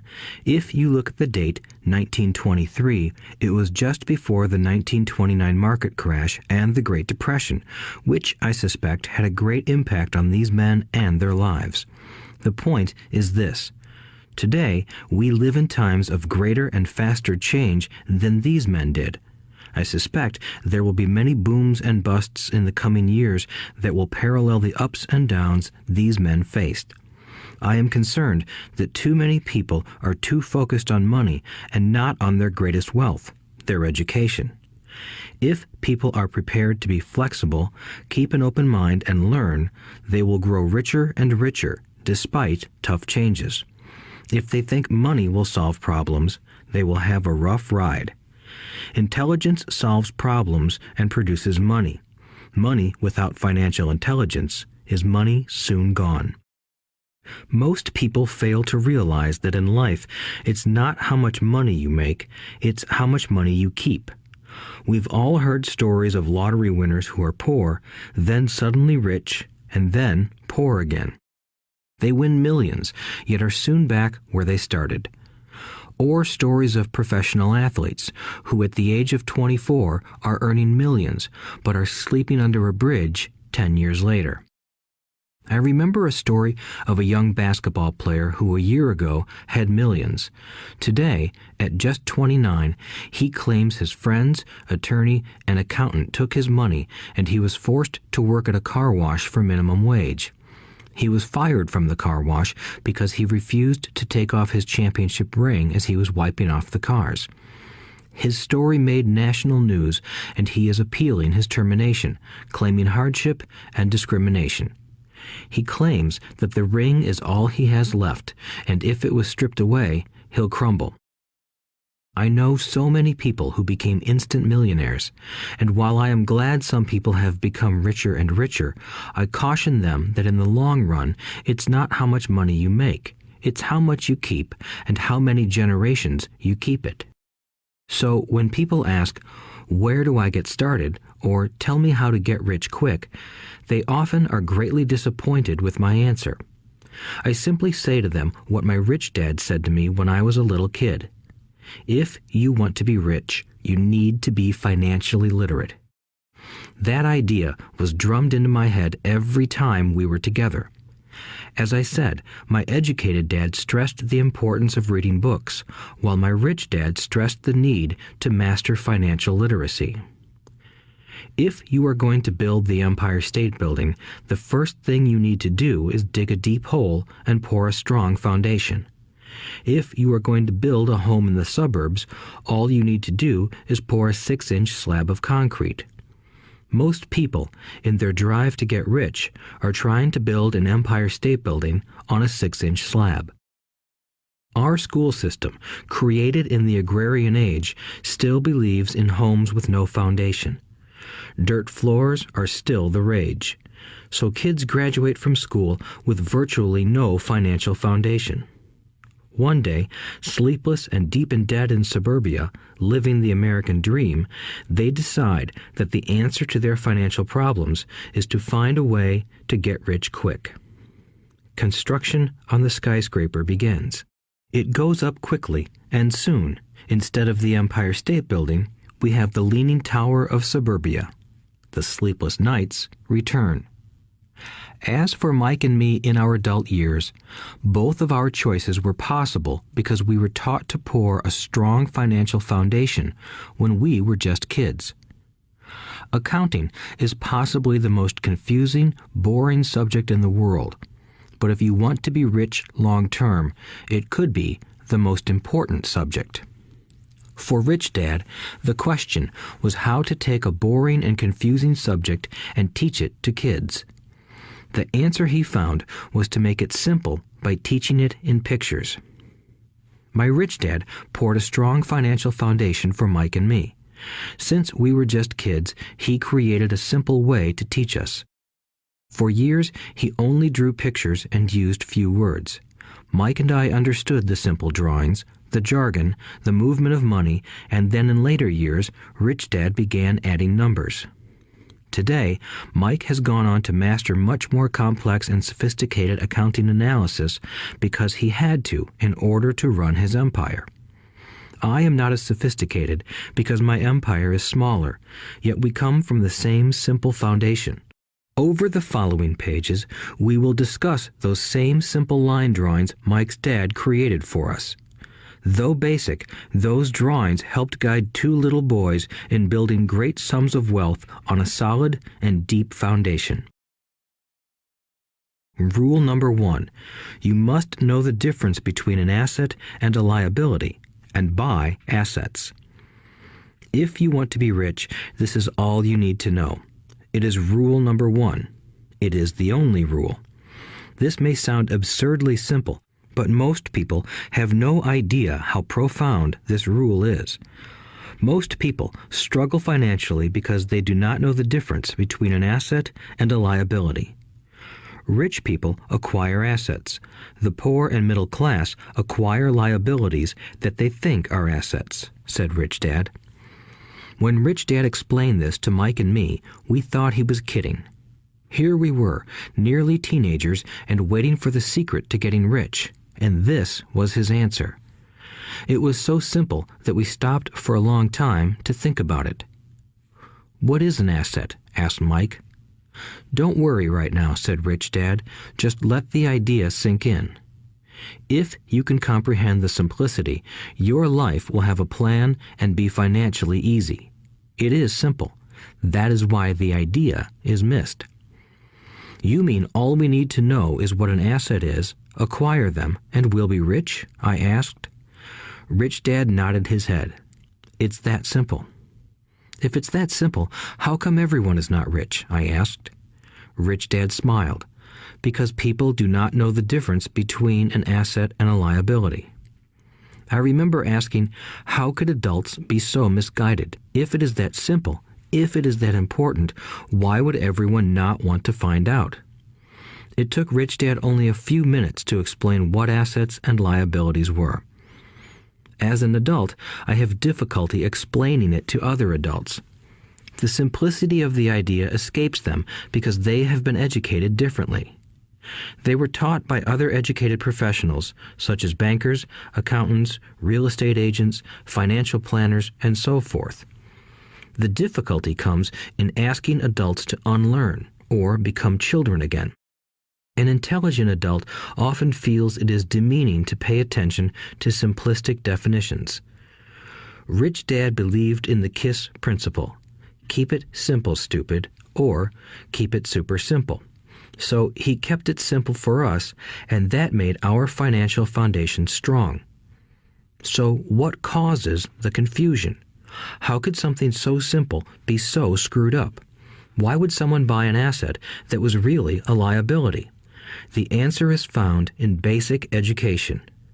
We focus on the word literacy and not financial literacy. What defines something to be an asset or a liability are not words. In fact, if you really want to be confused, look up the words asset and liability in the dictionary. I know the definition may sound good to a trained accountant, but for the average person, it makes no sense. But we adults are often too proud to admit that something does not make sense. To us young boys, Rich Dad said, "What defines an asset are not words, but numbers. And if you can't read the numbers, you can't tell an asset from a hole in the ground." In accounting, Rich Dad would say, it's not the numbers, but what the numbers are telling you. It's just like words. It's not the words, but the story the words are telling you. If you want to be rich, you've got to read and understand numbers. If I heard that once, I heard it 1,000 times from my rich dad.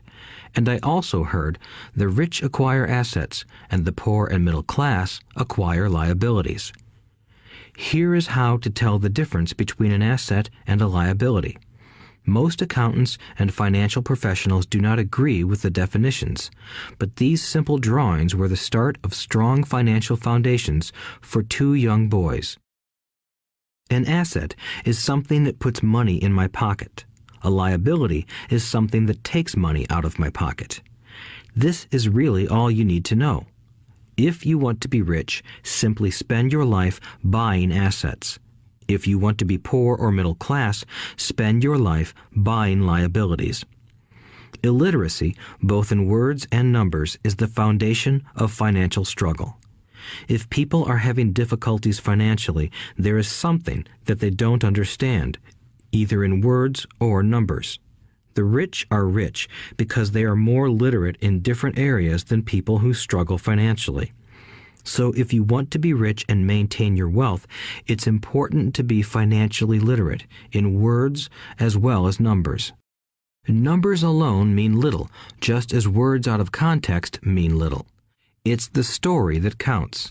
In financial reporting, reading numbers is looking for the plot, the story of where the cash is flowing. In 80% of most families, the financial story paints a picture of hard work to get ahead. However, this effort is for naught because they spend their lives buying liabilities instead of assets. Everyone has living expenses, the need for food, shelter, and clothing. It is the cash flow that tells the story of how a person handles their money. The reason I started with the story of the richest men in America is to illustrate the flaw in believing that money will solve all problems. That is why I cringe whenever I hear people ask me how to get rich quicker or where they should start. I often hear, "I'm in debt, so I need to make more money." But more money will often not solve the problem. In fact, it may compound the problem. Money often makes obvious our tragic human flaws, putting a spotlight on what we don't know. That is why, all too often, a person who comes into a sudden windfall of cash, let's say an inheritance, a pay raise, or lottery winnings, soon returns to the same financial mess, if not worse than the mess they were in before. Money only accentuates the cash flow pattern running in your head. If your pattern is to spend everything you get, most likely an increase in cash will just result in an increase in spending. Thus the saying, "A fool and his money is one big party." I have said many times that we go to school to gain scholastic and professional skills, both of which are important. We learn to make money with our professional skills. In the 1960s, when I was in high school, if someone did well academically, people assumed this bright student would go on to be a medical doctor because it was the profession with the promise of the greatest financial reward. Today, doctors face financial challenges I wouldn't wish on my worst enemy. Insurance companies taking control of the business, managed healthcare, government intervention, and malpractice suits. Today, kids want to be famous athletes, movie stars, rock stars, beauty queens, or CEOs because that is where the fame, money, and prestige are. That is the reason it is so hard to motivate kids in school today. They know that professional success is no longer solely linked to academic success, as it once was. Because students leave school without financial skills, millions of educated people pursue their profession successfully, but later find themselves struggling financially. They work harder, but don't get ahead. What is missing from their education is not how to make money, but how to manage money. It's called financial aptitude, what you do with the money once you make it, how to keep people from taking it from you, how to keep it longer, and how to make that money work hard for you. Most people don't understand why they struggle financially because they don't understand cash flow. A person can be highly educated, professionally successful, and financially illiterate. These people often work harder than they need to because they learned how to work hard, but not how to have their money work hard for them. The story of how the quest for a financial dream turns into a financial nightmare. The classic story of hardworking people has set a pattern. Recently married, the happy, highly educated young couple moves into one of their cramped, rented apartments. Immediately, they realize that they are saving money because two can live as cheaply as one. The problem is the apartment is cramped. They decide to save money to buy their dream home so they can have kids. They now have two incomes, and they begin to focus on their careers. Their incomes begin to increase. As their incomes go up, their expenses go up as well. The number one expense for most people is taxes. Many people think it's income tax, but for most Americans, their highest tax is Social Security. As an employee, it appears as if the Social Security tax combined with the Medicare tax rate is roughly 7.5%, but it's really 15% since the employer must match the Social Security amount. In essence, it is money the employer can't pay you. On top of that, you still have to pay income tax on the amount deducted from your wages for Social Security tax. Income you never received because it went directly to Social Security through withholding. Going back to the young couple, as a result of their incomes increasing, they decide to buy the house of their dreams. Once in their house, they have a new tax called property tax. Then they buy a new car, new furniture, and new appliances to match their new house. All of a sudden, they wake up and their liabilities column is full of mortgage and credit card debt. Their liabilities go up.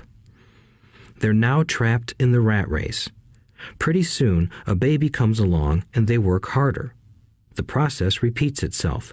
Higher incomes cause higher taxes, also called bracket creep. A credit card comes in the mail. They use it. It maxes out. A loan company calls and says their greatest asset, their home, has appreciated in value. Because their credit is so good, the company offers a bill consolidation loan and tells them the intelligent thing to do is clear off the high-interest consumer debt by paying off their credit card. And besides, interest on their home is a tax deduction. They go for it and pay off those high-interest credit cards. They breathe a sigh of relief. Their credit cards are paid off. They've now folded their consumer debt into their home mortgage. Their payments go down because they extend their debt over 30 years. It is the smart thing to do. Their neighbor calls to invite them to go shopping. The Memorial Day sale is on. They promise themselves they'll just window shop, but they take a credit card, just in case. I run into this young couple all the time. Their names change, but their financial dilemma is the same. They come to one of my talks to hear what I have to say. They ask me, "Can you tell us how to make more money?" They don't understand that their trouble is really how they choose to spend the money they do have. It is caused by financial illiteracy and not understanding the difference between an asset and a liability. More money seldom solves someone's money problems. Intelligence solves problems. There is a saying a friend of mine says over and over to people in debt. If you find you have dug yourself into a hole, stop digging. As a child, my dad often told us that the Japanese were aware of 3 powers: the power of the sword, the jewel, and the mirror. The sword symbolizes the power of weapons. America has spent trillions of dollars on weapons, and because of this is a powerful military presence in the world. The jewel symbolizes the power of money. There is some degree of truth to the saying, "Remember the golden rule. He who has the gold makes the rules." The mirror symbolizes the power of self-knowledge. This self-knowledge, according to Japanese legend, was the most treasured of the 3. All too often, the poor and middle class allow the power of money to control them. By simply getting up and working harder, failing to ask themselves if what they do makes sense, they shoot themselves in the foot as they leave for work every morning. By not fully understanding money, the vast majority of people allow its awesome power to control them. If they used the power of the mirror, they would have asked themselves, "Does this make sense?" All too often, instead of trusting their inner wisdom, that genius inside, most people follow the crowd. They do things because everybody else does them. They conform rather than question. Often, they mindlessly repeat what they have been told. Diversify. Your home is an asset. Your home is your biggest investment. You get a tax break for going into greater debt. Get a safe job. Don't make mistakes. Don't take risks. It is said that the fear of public speaking is a fear greater than death for most people. According to psychiatrists, the fear of public speaking is caused by the fear of ostracism, the fear of standing out, the fear of criticism, the fear of ridicule, and the fear of being an outcast. The fear of being different prevents most people from seeking new ways to solve their problems. That is why my educated dad said the Japanese valued the power of the mirror the most, for it is only when we look into it that we find truth. Fear is the main reason that people say, "Play it safe." That goes for anything, be it sports, relationships, careers, or money. It is that same fear, the fear of ostracism, that causes people to conform to, and not question, commonly accepted opinions or popular trends. Your home is an asset. Get a bill consolidation loan and get out of debt. Work harder. It's a promotion. Someday I'll be a vice president. Save money. When I get a raise, I'll buy us a bigger house. Mutual funds are safe. Many financial problems are caused by trying to keep up with the Joneses. Occasionally, we all need to look in the mirror and be true to our inner wisdom rather than our fears. By the time Mike and I were 16 years old, we began to have problems in school. We were not bad kids. We just began to separate from the crowd. We worked for Mike's dad after school and on weekends. Mike and I often spent hours after work just sitting at a table with his dad while he held meetings with his bankers, attorneys, accountants, brokers, investors, managers, and employees. Here was a man who had left school at 13, who was now directing, instructing, ordering, and asking questions of educated people. They came at his beck and call and cringed when he didn't approve of them. Here was a man who had not gone along with the crowd.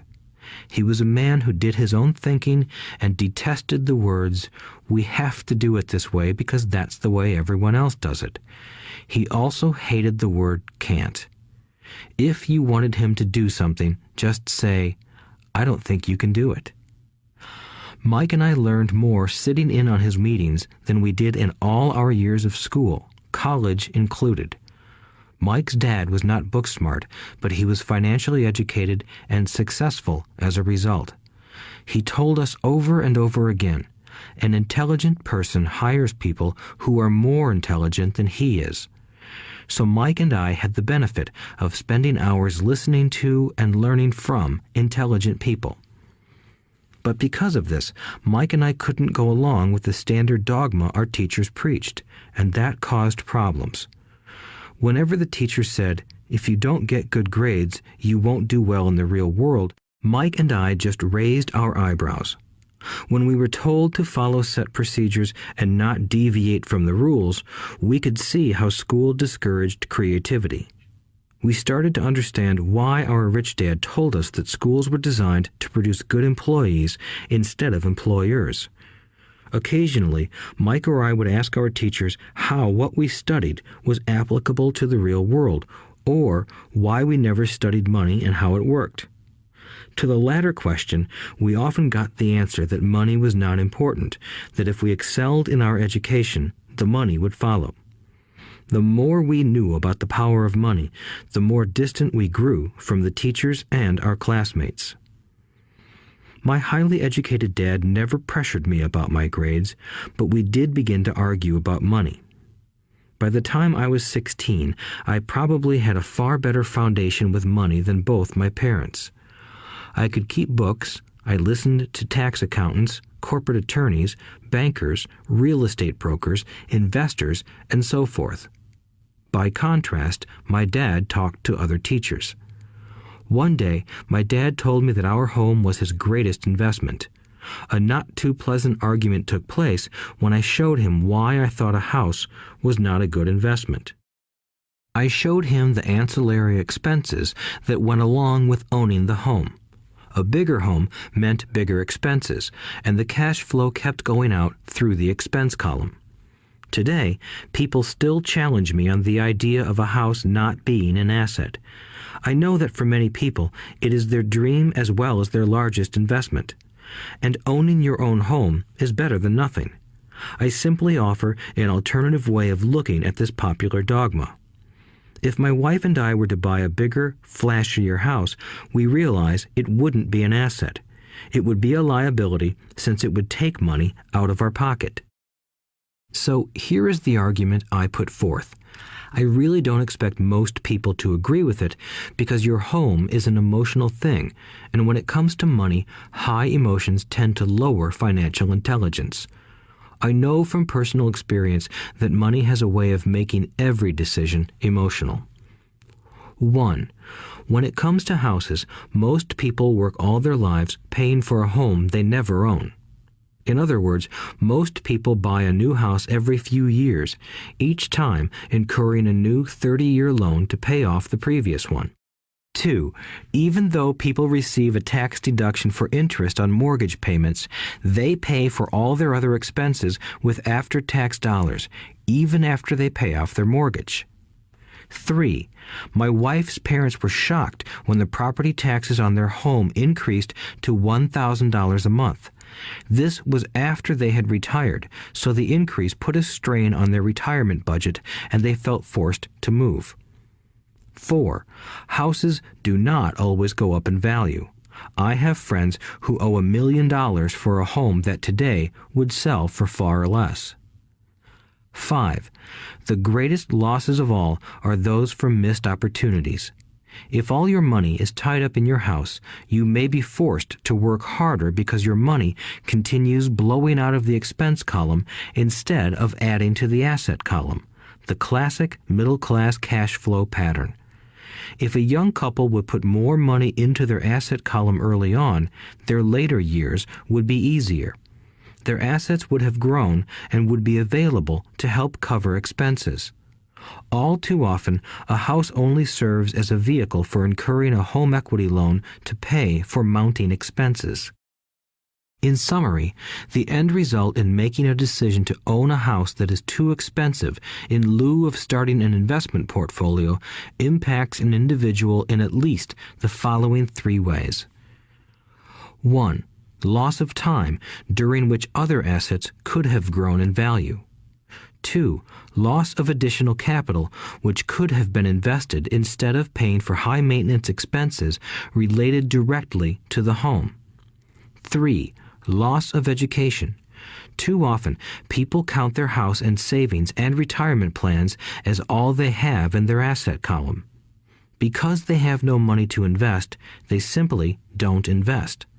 This costs them investment experience.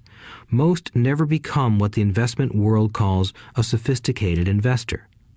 And the best investments are usually first sold to sophisticated investors, who then turn around and sell them to the people playing it safe. I am not saying don't buy a house. What I'm saying is that you should understand the difference between an asset and a liability. When I want a bigger house, I first buy assets that will generate the cash flow to pay for the house. My educated dad's personal financial statement best demonstrates the life of someone caught in the rat race. His expenses match his income, never allowing him enough left over to invest in assets. As a result, his liabilities are larger than his assets. Why the rich get richer. A review of my rich dad's financial statement shows why the rich get richer. The asset column generates more than enough income to cover expenses, with the balance reinvested into the asset column. The asset column continues to grow, and therefore the income it produces grows with it. The result is that the rich get richer. Why the middle class struggle. The middle class finds itself in a constant state of financial struggle. Their primary income is through their salary. As their wages increase, so do their taxes. Their expenses tend to increase in proportion to their salary increase, hence the phrase, the rat race. They treat their home as their primary asset instead of investing in income-producing assets. This pattern of treating your home as an investment and the philosophy that a pay raise means you can buy a larger home or spend more is the foundation of today's debt-ridden society. Increased spending throws families into greater debt and into more financial uncertainty, even though they may be advancing in their jobs and receiving raises on a regular basis. This is high-risk living caused by weak financial education. The massive loss of jobs in recent times proves how shaky the middle class really is financially. Company pension plans are being replaced by 401k plans. Social Security is obviously in trouble and can't be relied upon as a source for retirement. Panic has set in for the middle class. Today, mutual funds are popular because they supposedly represent safety. Average mutual fund buyers are too busy working to pay taxes and mortgages, save for their children's college, and pay off credit cards. They do not have time to study investing, so they rely on the expertise of the manager of a mutual fund. Also, because the mutual fund includes many different types of investments, they feel their money is safer because it is diversified. This educated middle class subscribes to the dogma put out by mutual fund brokers and financial planners. Play it safe, avoid risk. The real tragedy is that the lack of early financial education is what creates the risk faced by average middle class people. The reason they have to play it safe is because their financial positions are tenuous at best. Their balance sheets are not balanced. Instead, they are loaded with liabilities and have no real assets that generate income. Typically, their only source of income is their paycheck. Their livelihood becomes entirely dependent on their employer. So when genuine deals of a lifetime come along, these people can't take advantage of them because they are working so hard, are taxed to the max, and are loaded with debt. As I said at the start of this section, the most important rule is to know the difference between an asset and a liability. Once you understand the difference, concentrate your efforts on buying income-generating assets. That's the best way to get started on a path to becoming rich. Keep doing that and your asset column will grow. Keep liabilities and expenses down so more money is available to continue pouring into the asset column. Soon, the asset base will be so deep that you can afford to look at more speculative investments. Investments that may have returns of 100% to infinity. $5,000 investments that are soon turned into $1 million or more. Investments that the middle class calls too risky. The investment is not risky for the financially literate. As an employee who is also a homeowner, your working efforts are generally as follows. 1. You work for the company. Employees make their business owner or the shareholders rich, not themselves. Your efforts and success will help provide for the owner's success and retirement. 2. You work for the government. The government takes its share from your paycheck before you even see it.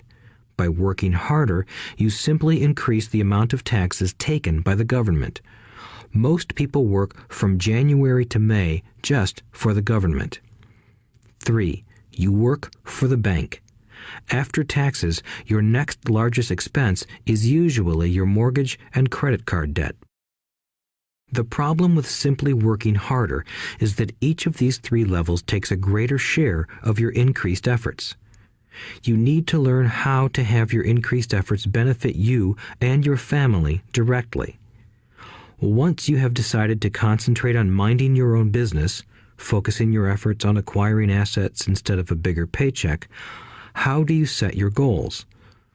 Most people must keep their job and rely on their wages to fund their acquisition of assets. As their assets grow, how do they measure the extent of their success? When does someone know that they are rich, that they have wealth? As well as having my own definitions for assets and liabilities, I also have my own definition for wealth.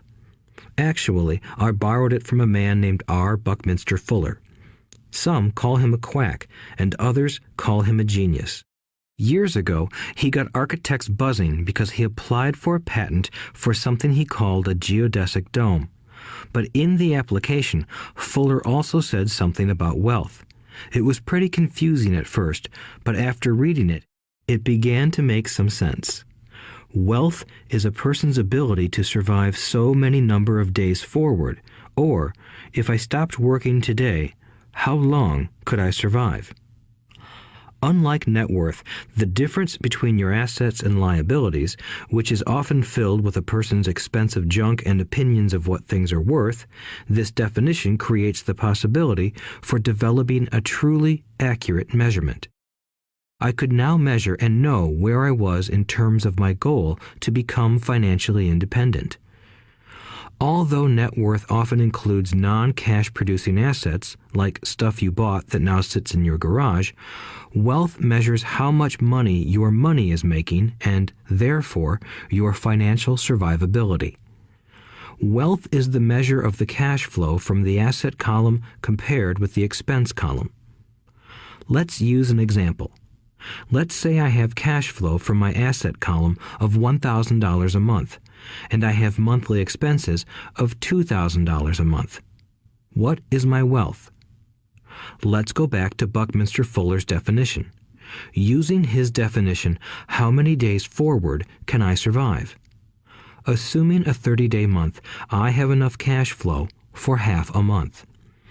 When I achieve $2,000 a month cash flow from my assets, then I will be wealthy. So, while I'm not yet rich, I am wealthy.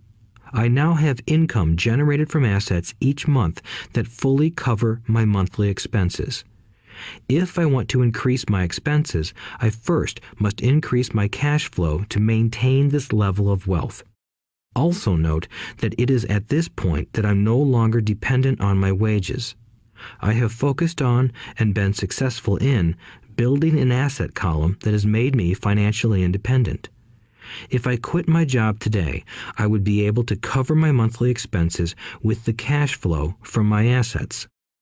My next goal would be to have the excess cash flow from my assets reinvested into the asset column. The more money that goes into my asset column, the more my asset column grows. The more my assets grow, the more my cash flow grows. And as long as I keep my expenses less than the cash flow from these assets, I grow richer with more and more income from sources other than my physical labor.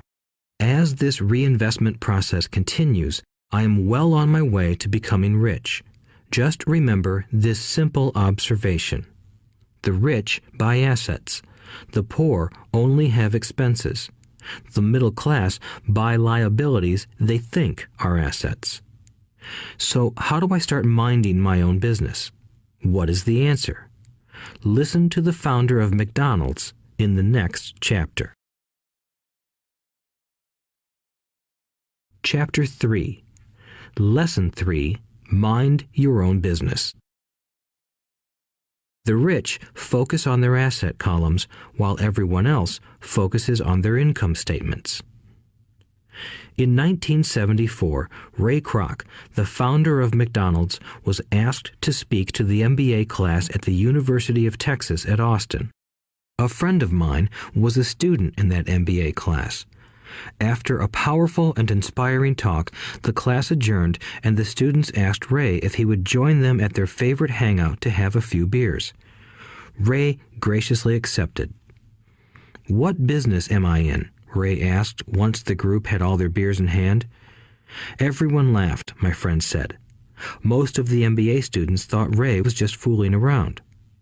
No one answered, so Ray asked again. "What business do you think I'm in?"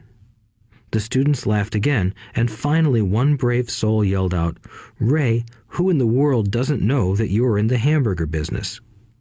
Ray chuckled. "That's what I thought you would say." He paused and then quickly added, "Ladies and gentlemen, I'm not in the hamburger business. My business is real estate." As my friend tells the story, Ray spent a good amount of time explaining his viewpoint. In his business plan, Ray knew that the primary business focus was to sell hamburger franchises, but what he never lost sight of was the location of each franchise. He knew that the land and its location were the most significant factors in the success of each franchise. Basically, the person who bought the franchise was also buying the real estate under the franchise for Ray Kroc's organization. Today, McDonald's is the largest single owner of real estate in the world, owning even more than the Catholic Church. McDonald's owns some of the most valuable intersections and street corners in America and around the globe. My friend considers this as one of the most important lessons in his life. Today, he owns car washes, but his business is the real estate under those car washes. The previous chapter presented that most people work for everyone but themselves. They work first for the owners of the company, then for the government through taxes, and finally for the bank that owns their mortgage. When I was a young boy, we did not have a McDonald's nearby. Yet my rich dad was responsible for teaching Mike and me the same lesson that Ray Kroc talked about at the University of Texas. It is secret number 3 of the rich. The secret is mind your own business. Financial struggle is often directly the result of people working all their lives for someone else. Many people will simply have nothing at the end of their working days to show for their efforts. Our current educational system focuses on preparing today's youth to get good jobs by developing scholastic skills. Their lives will revolve around their wages or, as described earlier, their income column. Many will study further to become engineers, scientists, cooks, police officers, artists, writers, and so on. These professional skills allow them to enter the workforce and work for money. But there is a big difference between your profession and your business. Often I ask people, "What is your business?" And they will say, "Oh, I'm a banker." Then I ask them if they own the bank, and they usually respond, "No, I work there." In that instance, they have confused their profession with their business. Their profession may be a banker, but they still need their own business. A problem with school is that you often become what you study. So if you study cooking, you become a chef. If you study the law, you become an attorney. And a study of auto mechanics makes you a mechanic. The mistake in becoming what you study is that too many people forget to mind their own business. They spend their lives minding someone else's business and making that person rich. To become financially secure, a person needs to mind their own business. Your business revolves around your asset column, not your income column.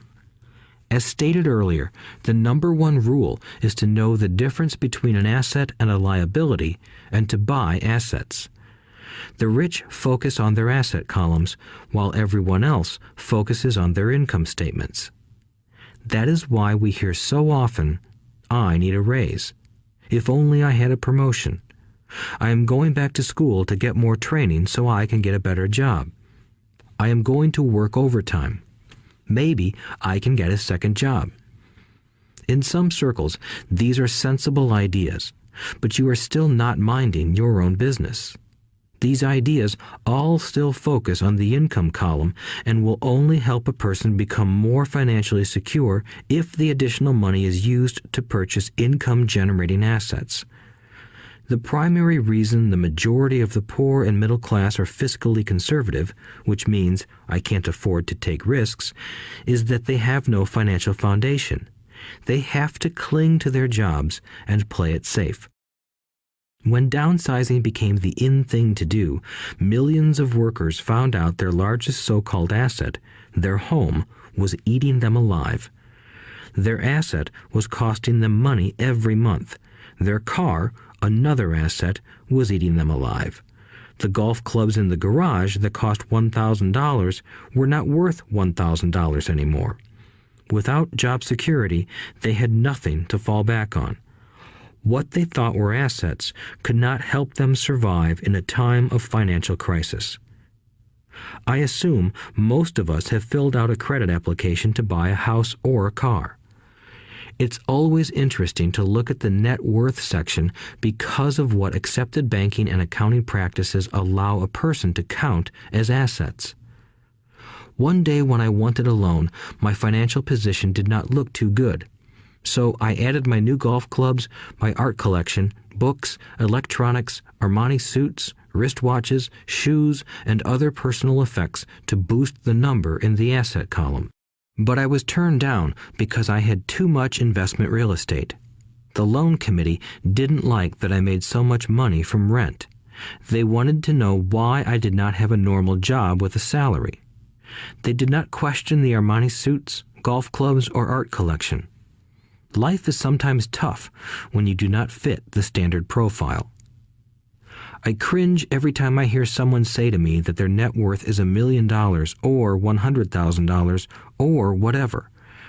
One of the main reasons net worth is not accurate is simply because the moment you begin selling your assets, you are taxed for any gains. So many people have put themselves in deep financial trouble when they run short of income. To raise cash, they sell their assets, but their personal assets can generally be sold for only a fraction of the value that is listed on their personal balance sheet. Or, if there is a gain on the sale of the assets, they are taxed on the gain. So again, the government takes its share, thus reducing the amount available to help them out of debt. That is why I say someone's net worth is often worth less than they think. Start minding your own business. Keep your daytime job, but start buying real assets, not liabilities or personal effects that have no real value once you get them home. A new car loses nearly 25% of the price you pay for it the moment you drive it off the lot. It is not a true asset even if your banker lets you list it as one. My $400 new titanium driver was worth $150 the moment I teed off. Keep expenses low, reduce liabilities, and diligently build a base of solid assets. For young people who have not yet left home, it is important for parents to teach them the difference between an asset and a liability. Get them to start building a solid asset column before they leave home, get married, buy a house, have kids, and get stuck in a risky financial position, clinging to a job and buying everything on credit. I see so many young couples who get married and trap themselves into a lifestyle that will not let them get out of debt for most of their working years. For many people, just as the last child leaves home, the parents realize they have not adequately prepared for retirement and they begin to scramble to put some money away. Then their own parents become ill and they find themselves with new responsibilities. So, what kind of assets am I suggesting that you or your children acquire? In my world, real assets fall into the following categories. Businesses that do not require my presence. I own them, but they are managed or run by other people. If I have to work there, it's not a business. It becomes my job. Stocks, bonds, income-generating real estate, notes, IOUs, royalties from intellectual property such as music, scripts, and patents. Anything else that has value, produces income, or appreciates, and has a ready market. As a young boy, my educated dad encouraged me to find a safe job, but my rich dad encouraged me to begin acquiring assets that I loved. If you don't love it, you won't take care of it. I collect real estate simply because I love buildings and land. I love shopping for them, and I could look at them all day long. When problems arise, the problems aren't so bad that it changes my love for real estate. For people who hate real estate, they shouldn't buy it. I also love stocks of small companies, especially startups, because I am an entrepreneur, not a corporate person. In my early years, I worked in large organizations such as Standard Oil of California, the U.S. Marine Corps, and Xerox Corporation. I enjoyed my time with those organizations and have fond memories, but I know deep down I am not a company man. I like starting companies, not running them. So my stock buys are usually of small companies. Sometimes I even start the company and take it public. Fortunes are made in new stock issues, and I love the game. Many people are afraid of small cap companies and call them risky, and they are. But that risk is diminished if you love what the investment is, understand it, and know the game. With small companies, my investment strategy is to be out of the stock in a year.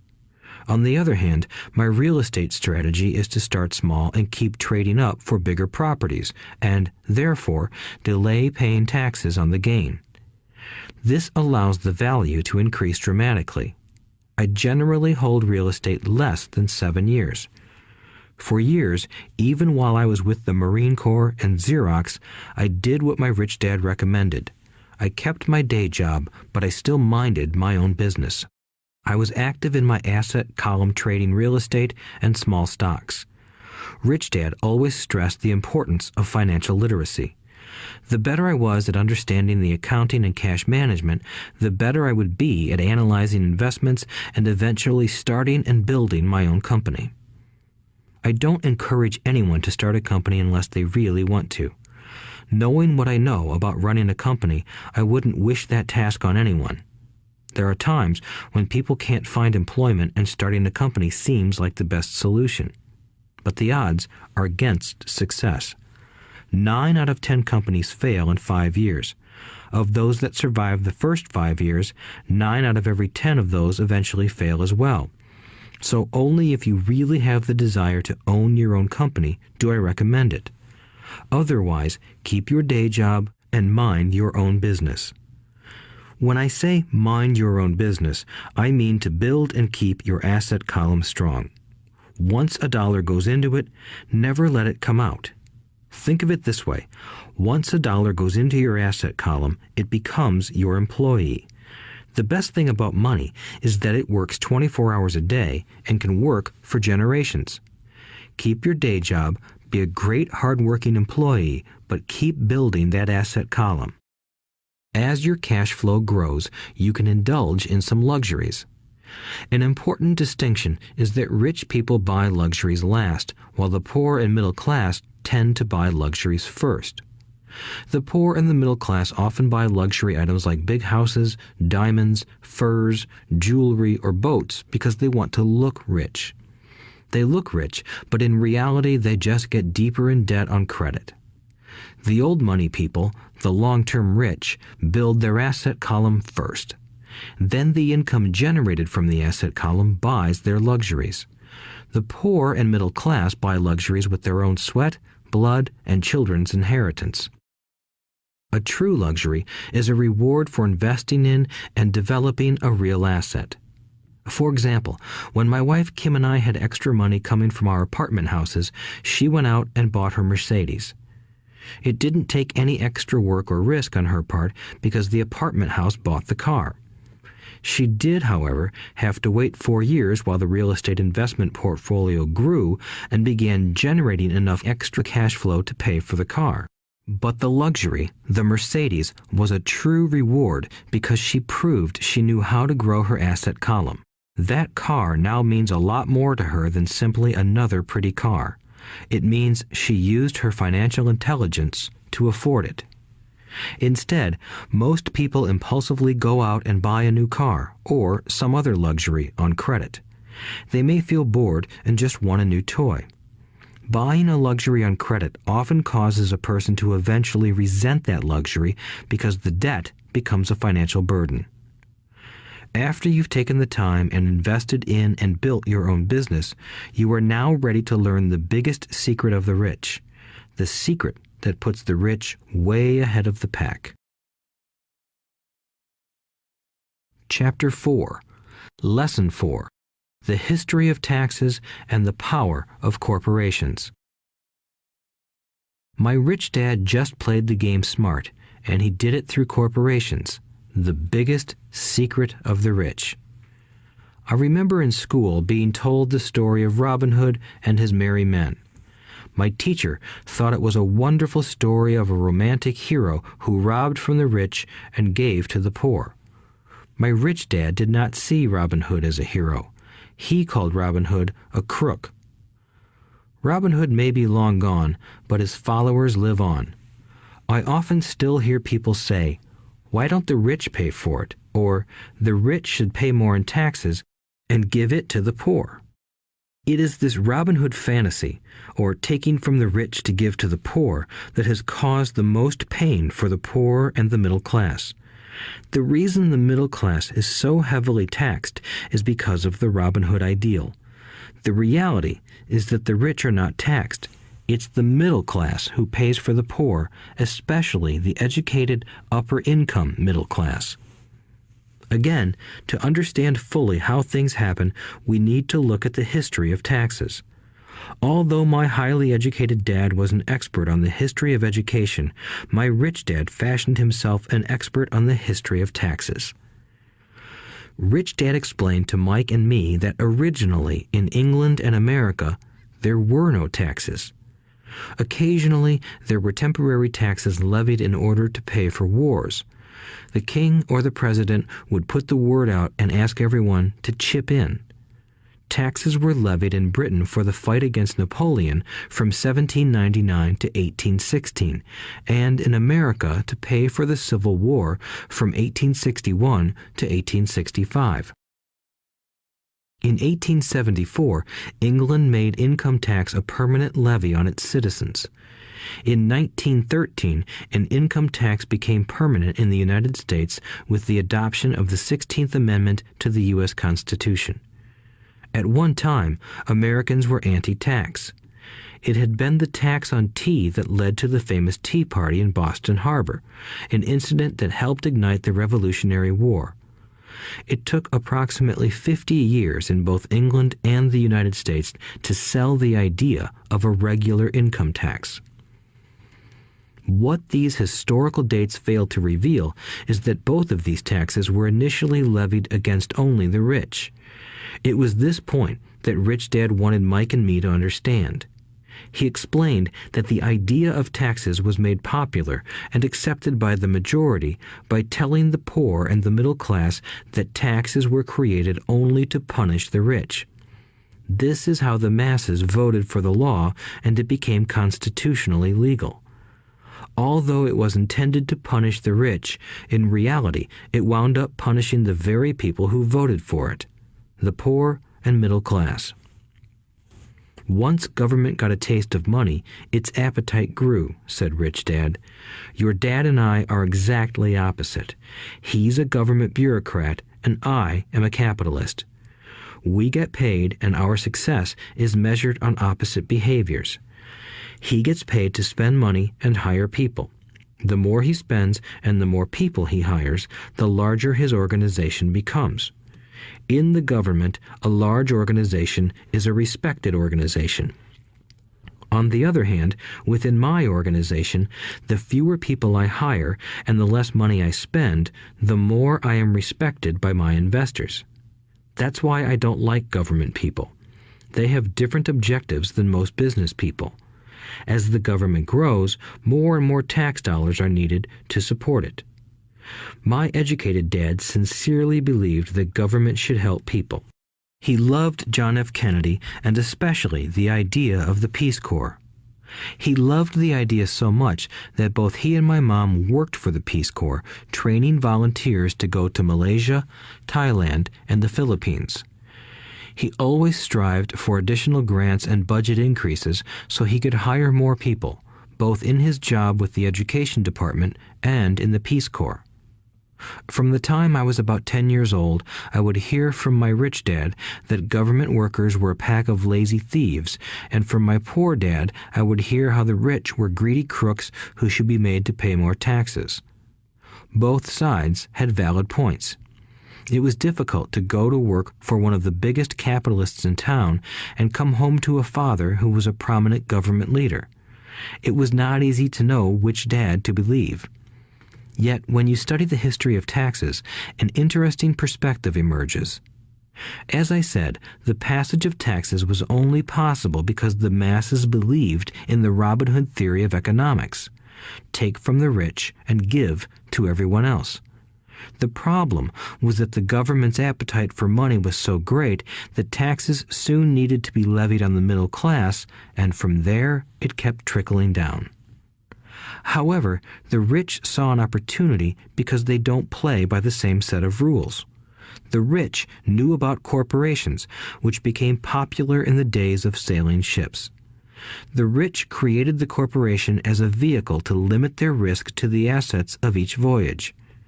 The rich put their money into a corporation to finance the voyage. The corporation would then hire a crew to sail to the New World to look for treasure. If the ship was lost, the crew lost their lives, but the loss to the rich would be limited only to the money they invested for that particular voyage.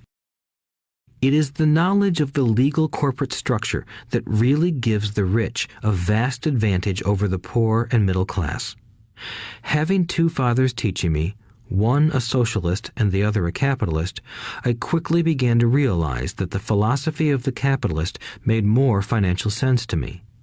It seemed to me that the socialists ultimately penalized themselves due to their lack of financial education.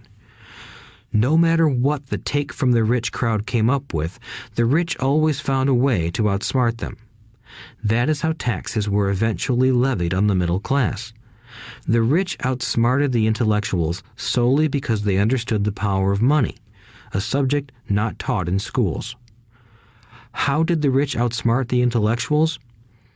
Once the take from the rich tax was passed, cash started flowing into government coffers. Initially, people were happy. Money was handed out to government workers and the rich. It went to government workers in the form of jobs and pensions, and it went to the rich via their factories receiving government contracts. The government received a large pool of money, but the problem was the fiscal management of that money. The government ideal is to avoid having excess money. If you fail to spend your allotted funds, you risk losing it in the next budget. You would certainly not be recognized for being efficient. Business people, on the other hand, are rewarded for having excess money and are applauded for their efficiency. As this cycle of growing government spending continued, the demand for money increased, and the tax the rich idea was adjusted to include lower income levels down to the very people who voted it in, the poor and the middle class. True capitalists used their financial knowledge to simply find an escape. They headed back to the protection of a corporation. But what many people who have never formed a corporation don't know is that a corporation is not really a thing. A corporation is merely a file folder with some legal documents in it, sitting in some attorney's office and registered with a state government agency. It's not a big building or a factory or a group of people. A corporation is merely a legal document that creates a legal body without a soul. Using it, the wealth of the rich was once again protected. It was popular because the income tax rate of a corporation is less than the individual income tax rates. In addition, certain expenses could be paid by a corporation with pre-tax dollars. This war between the haves and have-nots has raged for hundreds of years. The battle is waged whenever and wherever laws are made, and it will go on forever. The problem is that the people who lose are the uninformed, the ones who get up every day and diligently go to work and pay taxes. If they only understood the way the rich play the game, they could play it too. Then they would be on their way to their own financial independence. This is why I cringe every time I hear a parent advise their children to go to school so they can find a safe, secure job. An employee with a safe, secure job without financial aptitude has no escape. Average Americans today work 5 to 6 months for the government just to cover their taxes. In my opinion, that is simply too long. The harder you work, the more you pay the government. That is why I believe that the idea of take from the rich backfired on the very people who voted it in. Every time people try to punish the rich don't simply comply. They react. They have the money, power, and intent to change things. They don't just sit there and voluntarily pay more taxes. Instead, they search for ways to minimize their tax burden. They hire smart attorneys and accountants and persuade politicians to change laws or create legal loopholes. They use their resources to effect change.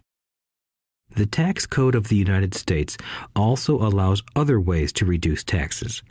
Most of these vehicles are available to anyone, but it is the rich who find them because they are minding their own business.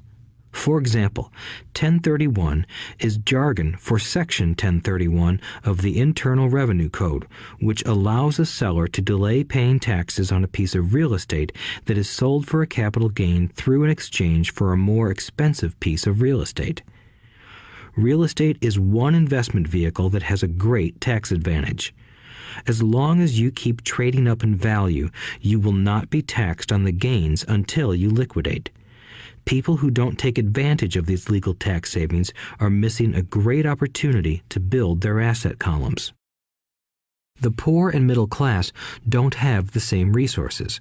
They sit there and let the government's needles enter their arm and allow the blood donation to begin. Today, I am constantly shocked at the number of people who pay more taxes or take fewer deductions simply because they are afraid of the government. I have friends who have had their businesses shut down and destroyed, only to find out it was a mistake on the part of the government. I realize all that, but the price of working from January to May is a high price to pay for that intimidation. My poor dad never fought back. My rich dad didn't either. He just played the game smarter, and he did it through corporations, the biggest secret of the rich. You may remember the first lesson I learned from my rich dad. I was a little boy of 9 who had to sit and wait for him to choose to talk to me. I sat in his office waiting for him to get to me. He was ignoring me on purpose. He wanted me to recognize his power and to desire to have that power for myself one day. During all the years I studied and learned from him, he always reminded me that knowledge is power. and with money comes great power that requires the right knowledge to keep it and make it multiply. Without that knowledge, the world pushes you around.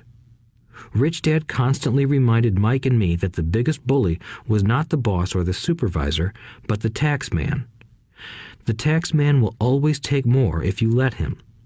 The first lesson of having money work for you, as opposed to you working for money, is all about power. If you work for money, you give the power to your employer.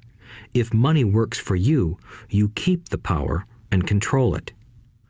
Once we had this knowledge of the power of money working for us, he wanted us to be financially smart and not let anyone or anything push us around. If you're ignorant, it's easy to be bullied. If you know what you're talking about, you have a fighting chance. That is why he paid so much for smart tax accountants and attorneys. It was less expensive to pay them than to pay the government. His best lesson to me was, be smart and you won't be pushed around as much. He knew the law because he was a law-abiding citizen and because it was expensive to not know the law. If you know you're right, you're not afraid of fighting back, even if you are taking on Robin Hood and his band of merry men. My highly educated dad always encouraged me to land a good job with a strong corporation. He spoke of the virtues of working your way up the corporate ladder. He didn't understand that, by relying solely on a paycheck from a corporate employer, I would be a docile cow ready for milking. When I told my rich dad of my father's advice, he only chuckled. "Why not own the ladder?" was all he said. As a young boy, I did not understand what Rich Dad meant by owning my own corporation. It was an idea that seemed impossible and intimidating. Although I was excited by the idea, my inexperience wouldn't let me envision the possibility that grown-ups would someday work for a company I would own. The point is that, if not for my rich dad, I would have probably followed my educated dad's advice. It was merely the occasional reminder of my rich dad that kept the idea of owning my own corporation alive and kept me on a different path. By the time I was 15 or 16, I knew I wasn't going to continue down the path my educated dad recommended. I didn't know how I was going to do it, but I was determined not to head in the direction most of my classmates were heading. That decision changed my life. It was not until my mid-20s that my rich dad's advice began to make more sense to me. I was just out of the Marine Corps and working for Xerox. I was making a lot of money, but every time I looked at my paycheck, I was disappointed. The deductions were so large, and the more I worked, the greater they became. As I became more successful, my bosses talked about promotions and raises. It was flattering, but I could hear my rich dad asking in my ear, "Who are you working for? Who are you making rich?"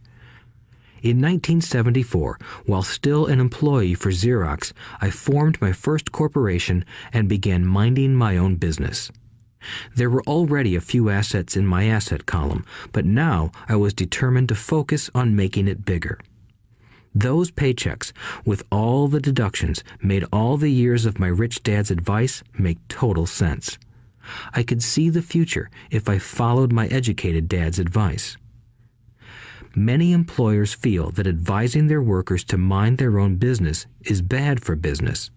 But for me, focusing on my own business and developing assets made me a better employee because I now had a purpose. I came in early and worked diligently, amassing as much money as possible so I could invest in real estate. Hawaii was just set to boom, and there were fortunes to be made. The more I realized that we were in the beginning stages of a boom, the more Xerox machines I sold. The more I sold, the more money I made, and, of course, the more deductions came out of my paycheck. It was inspiring. I wanted out of the employee trap so badly that I worked even harder so I could invest more. By 1978, I was consistently one of the top 5 salespeople at the company. I badly wanted out of the rat race. In less than 3 years, I was making more in my real estate holding corporation than I was making at Xerox, and the money I was making in my asset column in my own corporation was money working for me, not me pounding on doors selling copiers. My rich dad's advice made much more sense. Soon, the cash flow from my properties were so strong that my company bought me my first Porsche. My fellow Xerox salespeople thought I was spending my commissions. I wasn't. I was investing my commissions in assets. My money was working hard to make more money. Each dollar in my asset column was a great employee, working hard to make more employees and buy the boss a new Porsche with before tax dollars. I began to work harder for Xerox. The plan was working, and my Porsche was the proof. By using the lessons I learned from my rich dad, I was able to get out of the proverbial rat race at an early age. It was made possible because of the strong financial knowledge I had acquired through Rich Dad's lessons. Without this financial knowledge, which I call financial intelligence or financial IQ, my road to financial independence would have been much more difficult. I now teach others in the hope that I may share my knowledge with them. I remind people that financial IQ is made up of knowledge from 4 broad areas of expertise. 1. Accounting. Accounting is financial literacy or the ability to read numbers. This is a vital skill if you want to build an empire. The more money you are responsible for, the more accuracy is required, or the house comes tumbling down. This is the left brain side, or the details. Financial literacy is the ability to read and understand financial statements, which allows you to identify the strengths and weaknesses of any business. 2. Investing. Investing is the science of money making money. This involves strategies and formulas which use the creative right brain side. 3. Understanding markets. Understanding markets is the science of supply and demand. You need to know the technical aspects of the market, which are emotion-driven, in addition to the fundamental or economic aspects of an investment. Does an investment make sense or does it not make sense based on current market conditions? 4. The law. A corporation wrapped around the technical skills of accounting, investing, and markets can contribute to explosive growth. A person who understands the tax advantages and protections provided by a corporation can get rich so much faster than someone who is an employee or a small business sole proprietor. It's like the difference between someone walking and someone flying. The difference is profound when it comes to long-term wealth. Tax advantages. A corporation can do many things that an employee cannot, like pay expenses before paying taxes. That is a whole area of expertise that is very exciting. Employees earn and get taxed, and then try to live on what is left. A corporation earns, spends everything it can, and is taxed on anything that is left. It's one of the biggest legal tax loopholes that the rich use. They're easy to set up and are not expensive if you own investments that are producing good cash flow. For example, by owning your own corporation, your vacations can be board meetings in Hawaii. Car payments, insurance, repairs, and health club memberships are company expenses. Most restaurant meals are partial expenses and on. But it's done legally with pre-tax dollars.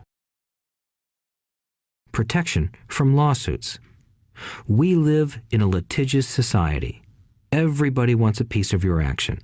The rich hide much of their wealth using vehicles such as corporations and trusts to protect their assets from creditors. When someone sues a wealthy individual, they are often met with layers of legal protection and often find that the wealthy person actually owns nothing.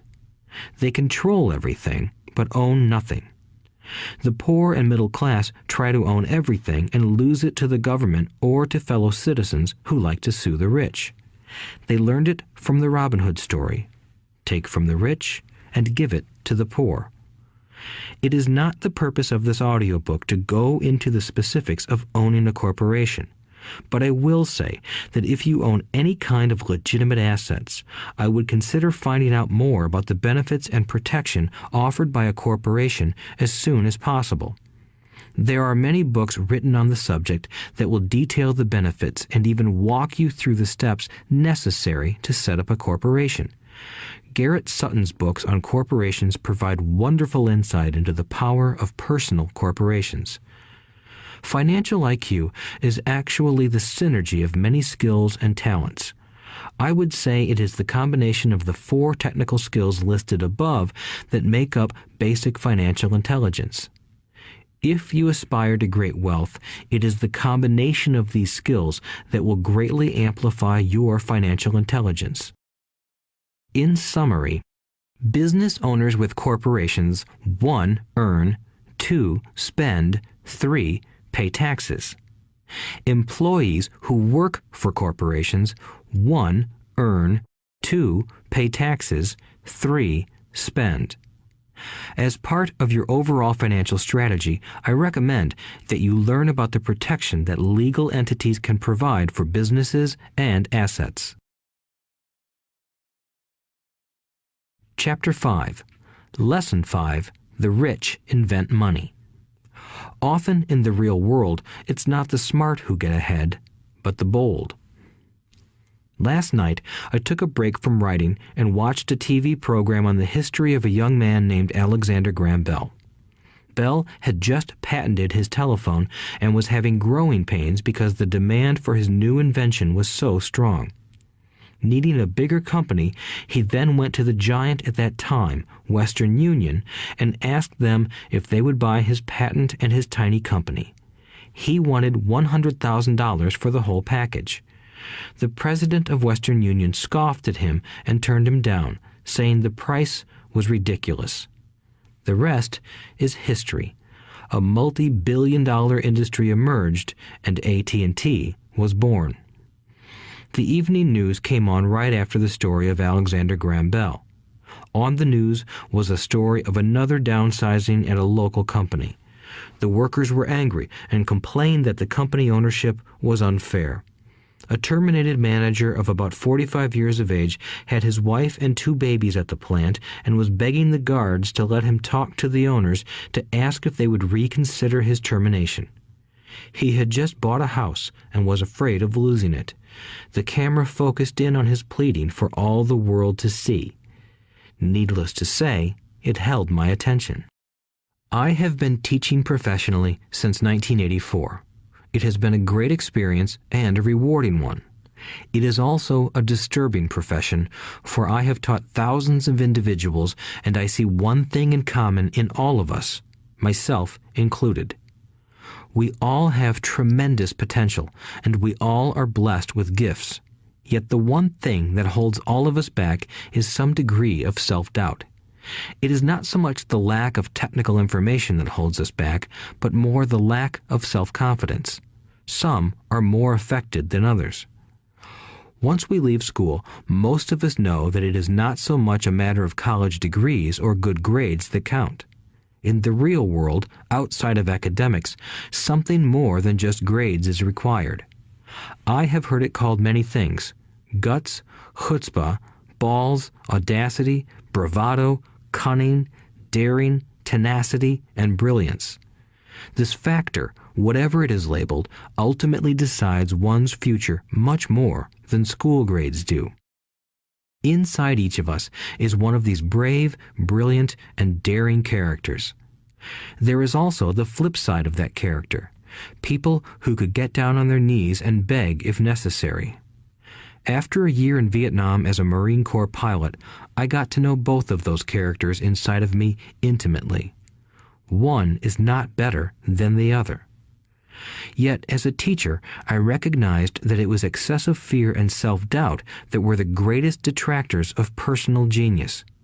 It broke my heart to see students know the answers, yet lack the courage to act on the answer. Often in the real world, it's not the smart who get ahead, but the bold. In my personal experience, your financial genius requires both technical knowledge as well as courage. If fear is too strong, the genius is suppressed. In my classes, I strongly urge students to learn to take risks, to be bold, and to let their genius convert that fear into power and brilliance. It works for some and just terrifies others. I have come to realize that for most people, when it comes to the subject of money, they would rather play it safe. I have had to field questions such as, why take risks?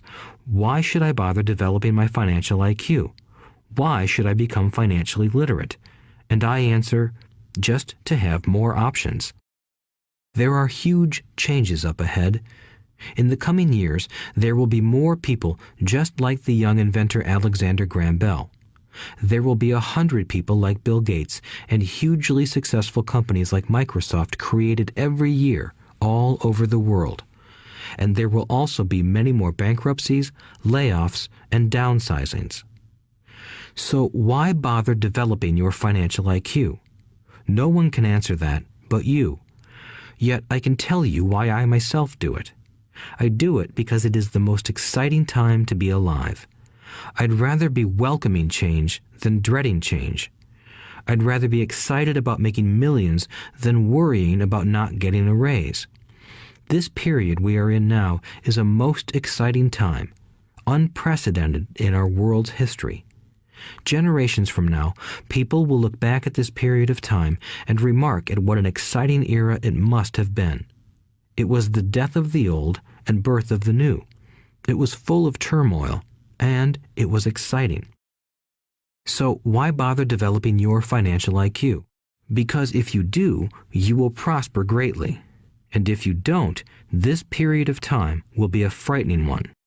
It will be a time of watching some people move boldly forward while others cling to worn-out life preservers. Land was wealth 300 years ago, so the person who owned the land owned the wealth.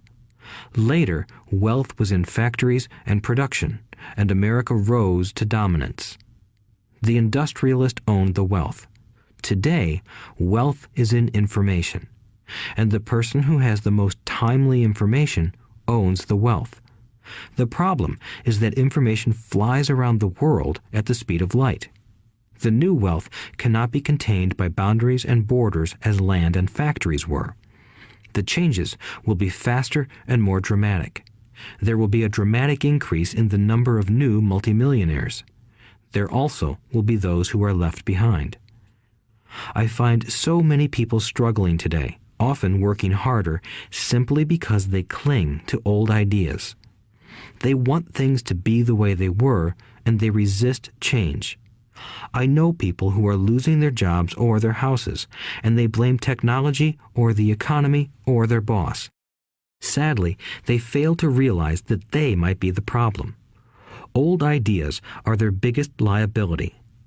It is a liability simply because they fail to realize that while that idea or way of doing something was an asset yesterday, yesterday is gone. One afternoon, I was teaching how to invest using a board game I had invented, Cash Flow, as a teaching tool. A friend had brought someone along to attend the class. This friend of a friend was recently divorced, had been badly burned in the divorce settlement, and was now searching for some answers.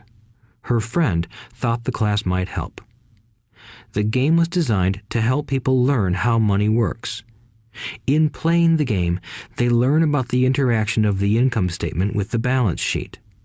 They learn how cash flows between the two and how the road to wealth is through striving to increase your monthly cash flow from the asset column to the point that it exceeds your monthly expenses. Once you accomplish this, you are able to get out of the rat race and out onto the fast track. As I have said, some people hate the game, some love it, and others miss the point.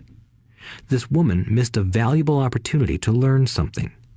In the opening round, she drew a doodad card with the boat on it. At first, she was happy. "Oh, I've got a boat." Then, as her friend tried to explain how the numbers worked on her income statement and balance sheet, she got frustrated because she had never liked math. The rest of her table waited while her friend continued explaining the relationship between the income statement, balance sheet, and monthly cash flow.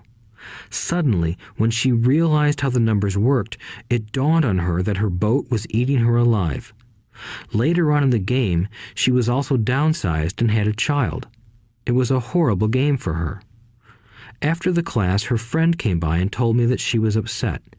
She had come to the class to learn about investing and did not like the idea that it took so long to play a silly game.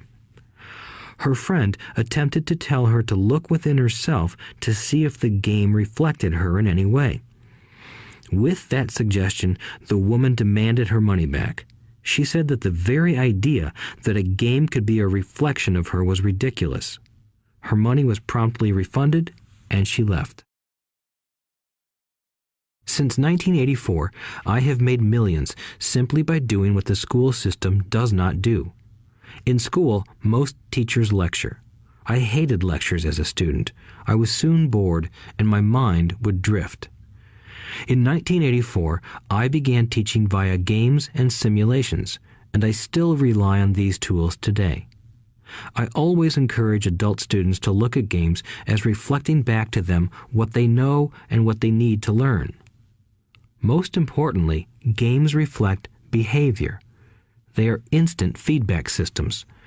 Instead of the teacher lecturing you, the game is giving you a personalized lecture, one that is custom-made just for you. The friend of the woman who left later called to give me an update. She said her friend was fine and had calmed down. In her cooling off period, she could see some slight relationship between the game and her life. Although she and her husband did not own a boat, they did own everything else imaginable. She was angry after their divorce, both because he had run off with a younger woman and because, after 20 years of marriage, they had accumulated little in the way of assets. There was virtually nothing for them to split. Their 20 years of married life had been incredible fun, but all they had accumulated was a ton of doodads. She realized that her anger at doing the numbers, the income statement and balance sheet, came from her embarrassment about not understanding them. She believed that finances were the man's job. She maintained the house and did the entertaining, and he handled the finances. She was now quite certain that in the last 5 years of their marriage, he had hidden money from her. She was angry at herself for not being more aware of where the money was going, as well as for not knowing about the other woman. Just like a board game, the world is always providing us with instant feedback. We could learn a lot if we tuned in more. One day, not long ago, I complained to my wife that the cleaners must have shrunk my pants. My wife gently smiled and poked me in the stomach to inform me that the pants had not shrunk. Something else had expanded. Me. The cash flow game was designed to give every player personal feedback. Its purpose is to give you options. If you draw the boat card and it puts you into debt, the question is, now what can you do? How many different financial options can you come up with? That is the purpose of the game, to teach players to think and create new and various financial options. Thousands of people throughout the world have played this game. The players who get out of the rat race the quickest are the people who understand numbers and have creative financial minds. They recognize different financial options. Rich people are often creative and take calculated risks. People who take the longest are people who are not familiar with numbers and often do not understand the power of investing. Some people playing cash flow gain lots of money in the game, but they don't know what to do with it. Even though they have money, everyone else seems to be getting ahead of them. And that is true in real life. There are a lot of people who have a lot of money and do not get ahead financially. Limiting your options is the same as hanging on to old ideas. I have a friend from high school who now works at 3 jobs. Years ago, he was the richest of all my classmates. When the local sugar plantation closed, the company he worked for went down with the plantation. In his mind, he had but one option, and that was the old option: work hard. The problem was that he couldn't find an equivalent job that recognized his seniority from the old company. As a result, he is overqualified for the jobs he currently has. so his salary is lower. He now works 3 jobs to earn enough to survive. I have watched people playing cash flow complain that the right opportunity cards are not coming their way, so they sit there. I know people who do that in real life. They wait for the right opportunity. I have watched people get the right opportunity card and then not have enough money. Then they complain that they would have gotten out of the rat race if they had had more money. So they sit there. I know people in real life who do that also. They see all the great deals, but they have no money. And I have seen people pull a great opportunity card, read it out loud, and have no idea that it is a great opportunity. They have the money, the time is right, they have the card, but they can't see the opportunity staring them in the face. They fail to see how it fits into their financial plan for escaping the rat race. And I know more people like that than all the others combined. Most people have an opportunity of a lifetime flash right in front of them, and they fail to see it. A year later, they find out about it, after everyone else got rich. Financial intelligence is simply having more options. If the opportunities aren't coming your way, what else can you do to improve your financial position? If an opportunity lands in your lap and you have no money and the bank won't talk to you, what else can you do to get the opportunity to work in your favor? If your hunch is wrong and what you've been counting on doesn't happen, how can you turn a lemon into millions? That is financial intelligence. It is not so much what happens, but how many different financial solutions you can think of to turn a lemon into millions. It is how creative you are in solving financial problems. Most people only know one solution: work hard, save, and borrow. So why would you want to increase your financial intelligence? Because you want to be the kind of person who creates your own luck. You take whatever happens and make it better. Few people realize that luck is created, just as money is. And if you want to be luckier and create money instead of working hard, then your financial intelligence is important. If you are the kind of person who is waiting for the right thing to happen, you might wait for a long time. It's like waiting for all the traffic lights to be green for 5 miles before you'll start your trip. As young boys, Mike and I were constantly told by my rich dad that money is not real. Rich Dad occasionally reminded us of how close we came to the secret of money on that first day we got together and began making money out of plaster of Paris. The poor and middle class work for money, he would say. The rich make money. The more real you think money is, the harder you will work for it. If you can grasp the idea that money is not real, you will grow richer faster. What is it? Was a question Mike and I often came back with. What is money if it is not real? What we agree it is, was all Rich Dad would say. The single most powerful asset we all have is our mind. If it is trained well, it can create enormous wealth seemingly instantaneously. An untrained mind can also create extreme poverty that can crush a family for generations. In the information age, money is increasing exponentially. A few individuals are getting ridiculously rich from nothing, just ideas and agreements. If you ask many people who trade stocks or other investments for a living, they see it done all the time. Often, millions can be made instantaneously from nothing. And by nothing, I mean no money was exchanged. It is done via agreement, a hand signal in a trading pit, a blip on a trader's screen in Lisbon from a trader's screen in Toronto and back to Lisbon, a call to my broker to buy and a moment later to sell. Money did not change hands. Agreements did. So why develop your financial genius? Only you can answer that. I can tell you why I have been developing this area of my intelligence. I do it because I want to make money fast. Not because I need to, but because I want to. It is a fascinating learning process. I develop my financial IQ because I want to participate in the fastest game and biggest game in the world. And, in my own small way, I would like to be part of this unprecedented evolution of humanity, the era where humans work purely with their minds and not with their bodies. Besides, it is where the action is. It is what is happening. It's hip, it's scary, and it's fun.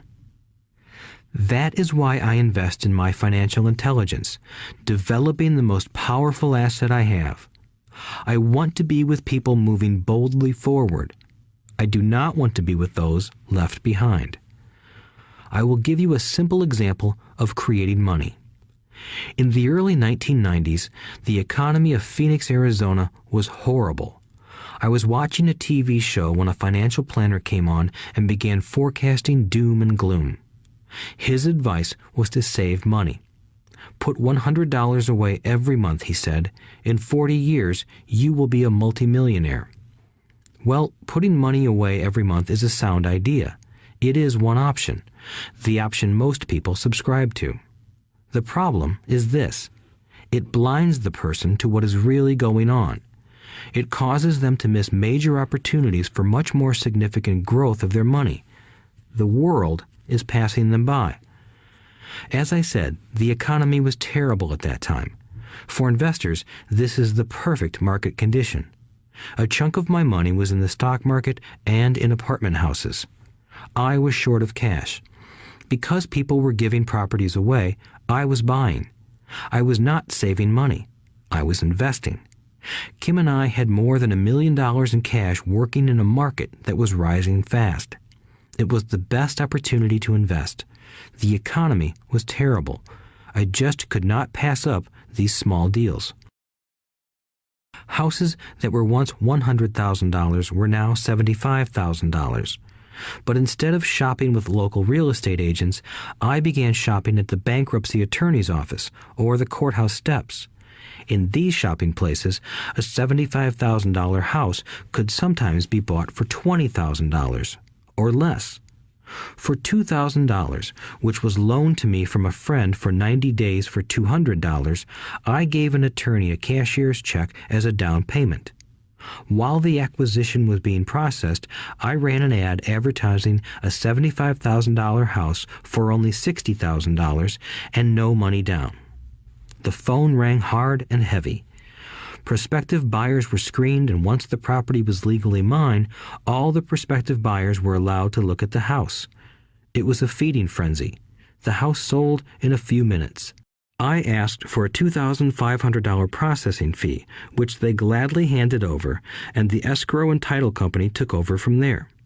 I returned the $2,000 to my friend with an additional $200. He was happy, the home buyer was happy, the attorney was happy, and I was happy. I had sold a house for $60,000 that cost me $20,000. The $40,000 was created from money in my asset column in the form of a promissory note from the buyer. Total working time, 5 hours. So, now that you are on your way to becoming more financially literate and skilled at reading numbers, I will tell you why this is an example of money being invented. During this depressed market, Kim and I were able to do 6 of these simple transactions in our spare time. While the bulk of our money was in larger properties and the stock market, we were able to create more than $190,000 in assets, notes at 10% interest, in those 6 buy, create, and sell transactions. That comes to approximately $19,000 a year income, much of it sheltered through our private corporation. Much of that $19,000 a year goes to pay for our company cars, gas, trips, insurance, dinners with clients, and other things. By the time the government gets a chance to tax that income, it's been spent on legally allowed pre-tax expenses.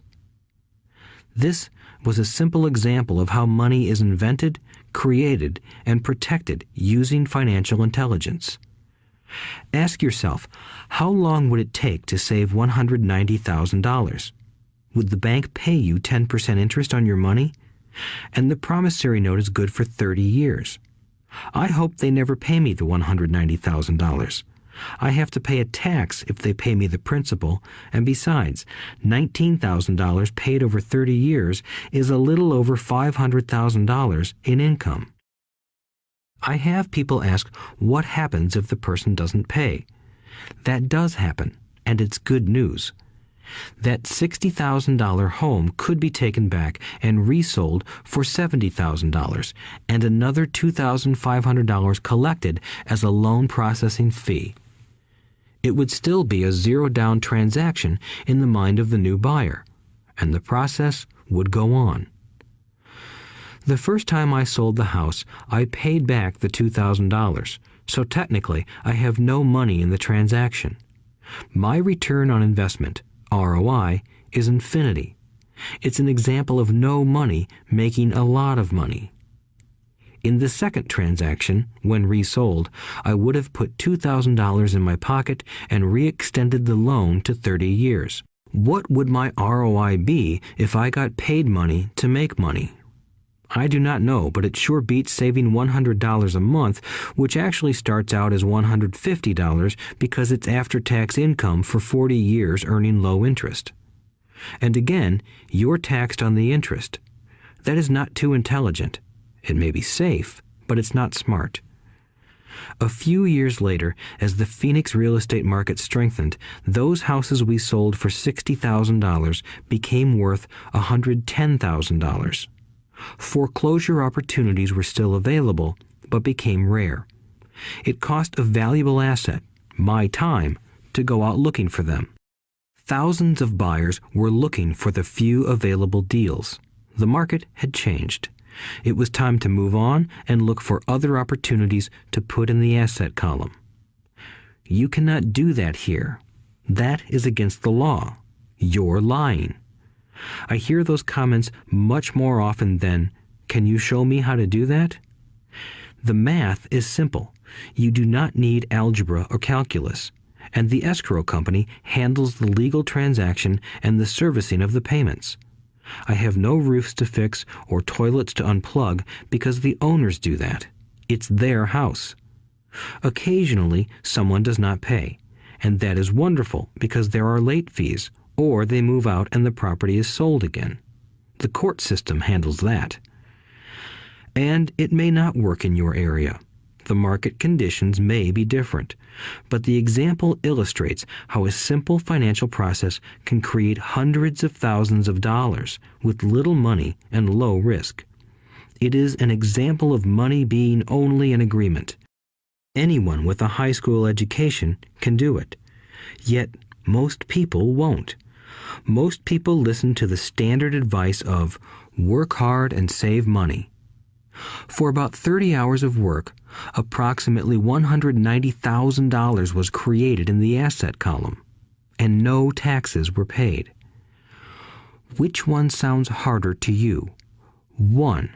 Work hard, pay 50% in taxes, save what is left, your savings, then earn 5%, which is also taxed. Or 2. Take the time to develop your financial intelligence, harness the power of your brain and the asset column. If you use option number 1, be sure to factor in how much time it takes you to save $190,000. Time is one of your greatest assets. Now, you may understand why I silently shake my head when I hear parents say, "My child is doing well in school and receiving a good education." It may be good, but is it adequate? I know the above investment strategy is a small one. It is used to illustrate how small can grow into big. Again, my success reflects the importance of a strong financial foundation, which starts with a strong financial education. I have said it before, but it's worth repeating. Financial intelligence is made up of these 4 main technical skills. 1. Accounting. Accounting is financial literacy, or the ability to read numbers. This is a vital skill if you want to build businesses or investments. 2. Investing. Investing is the science of money making money. 3. Understanding markets. Understanding markets is the science of supply and demand. Alexander Graham Bell gave the market what it wanted. So did Bill Gates. A $75,000 house offered for $60,000 that cost $20,000 was also the result of seizing an opportunity created by the market. Somebody was buying, and someone was selling. 4. The law. The law is the awareness of accounting, corporate, state, and federal regulations. I recommend playing by the rules.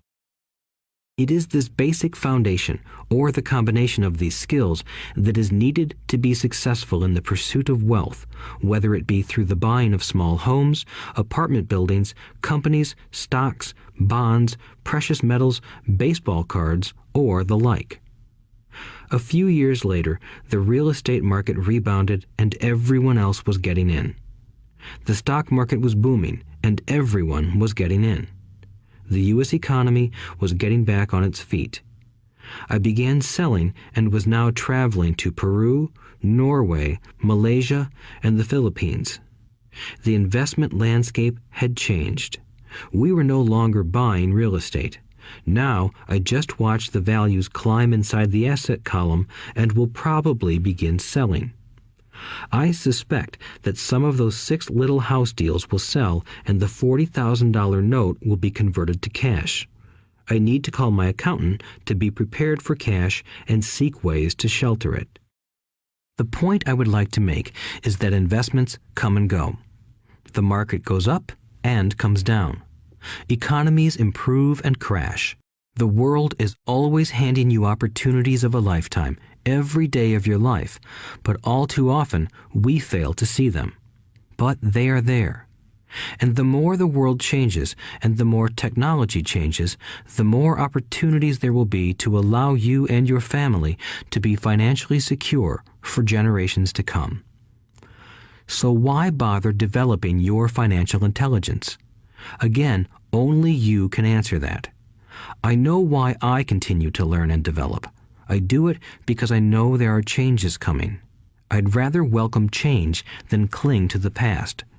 I know there will be market booms and market crashes. I want to continually develop my financial intelligence because at each market change, some people will be on their knees begging for their jobs. Others, meanwhile, will take the lemons that life hands them, and we are all handed lemons occasionally, and turn them into millions. That's financial intelligence. I am often asked about the lemons I have turned into millions. I hesitate using many more examples of personal investments because I am afraid it comes across as bragging or tooting my own horn. That is not my intention. I use the examples only as numerical and chronological illustrations of actual and simple cases. I use the examples because I want you to know that it is easy. And the more familiar you become with the 4 pillars of financial intelligence, the easier it becomes. Personally, I use 2 main vehicles to achieve financial growth: real estate and small cap stocks. I use real estate as my foundation. Day in and day out, my properties provide cash flow and occasional spurts of growth and value. The small cap stocks are used for fast growth. I do not recommend anything that I do. The examples are just that, examples. If the opportunity is too complex and I do not understand the investment, I don't do it. Simple math and common sense are all you need to do well financially. There are 5 reasons for using examples. 1. To inspire people to learn more. 2. To let people know it is easy if the foundation is strong. 3. To show that anyone can achieve great wealth. 4. To show that there are millions of ways to achieve your goals. 5. To show that it's not rocket science. In 1989, I used to jog through a lovely neighborhood in Portland, Oregon. It was a suburb that had little gingerbread houses. They were small and cute. I almost expected to see Little Red Riding Hood skipping down the sidewalk on her way to Granny's. There were for sale signs everywhere.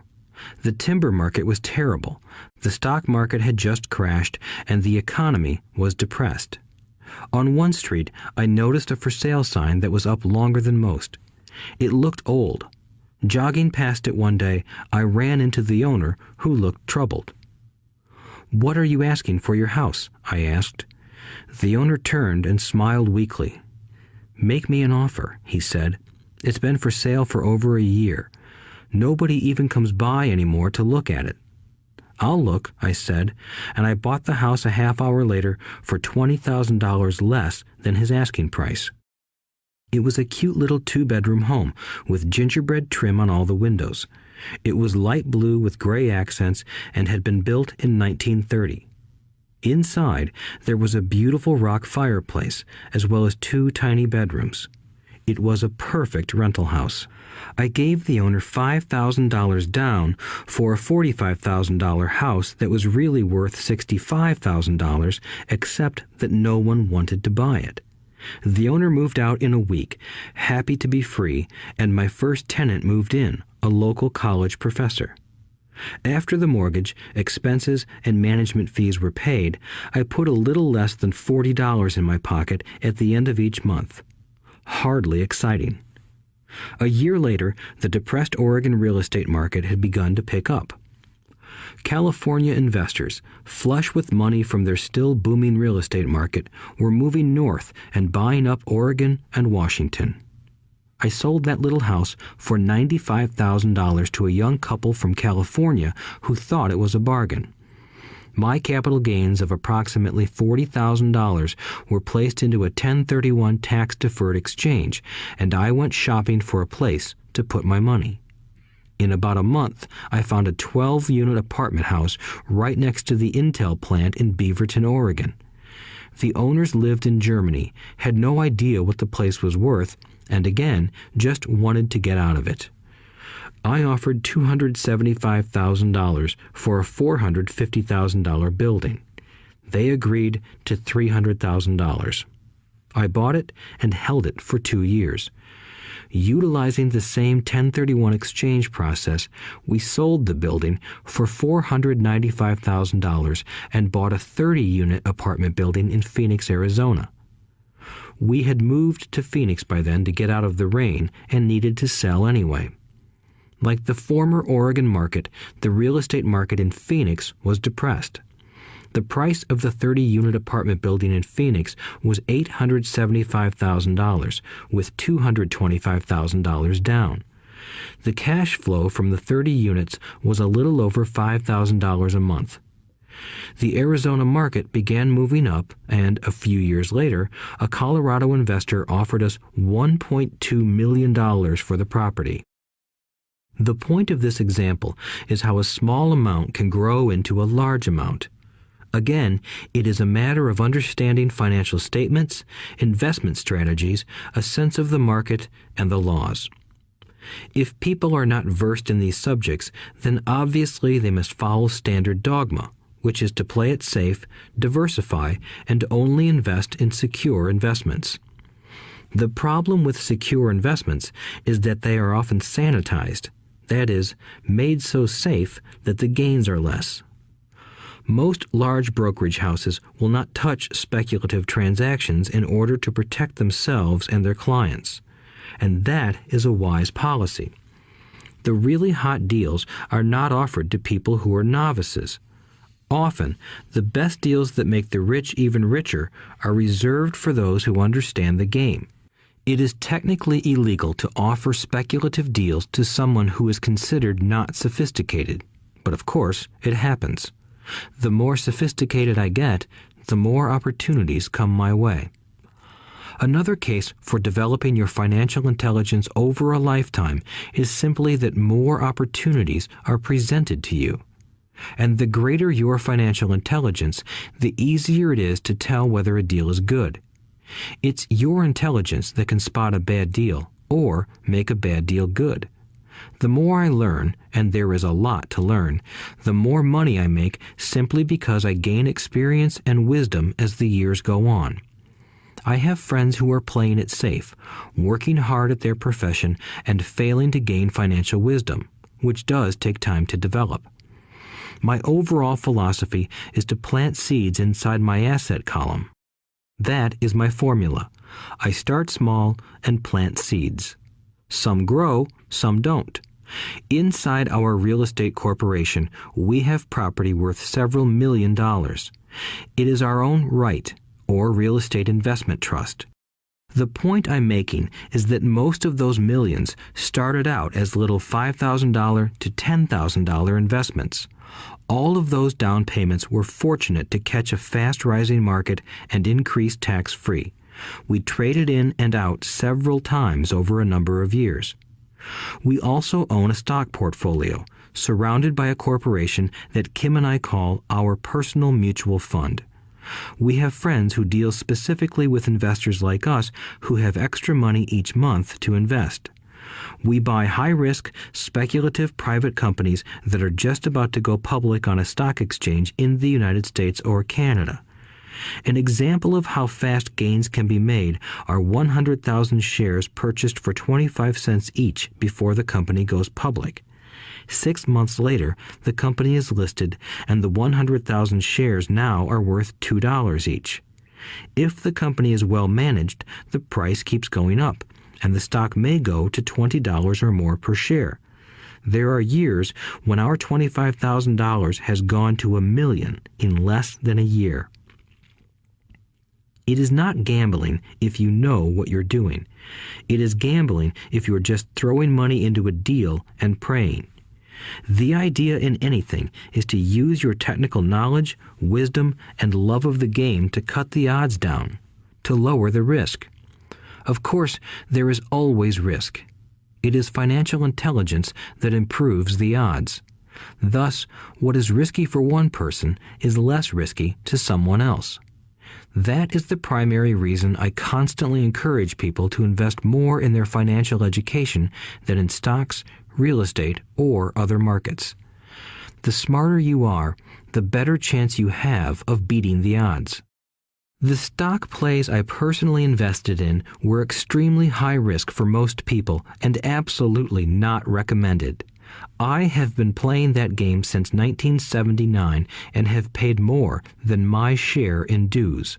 But if you will review why investments such as these are high risk for most people, you may be able to set your life up differently, so that the ability to take $25,000 and turn it into $1 million in a year is low risk for you.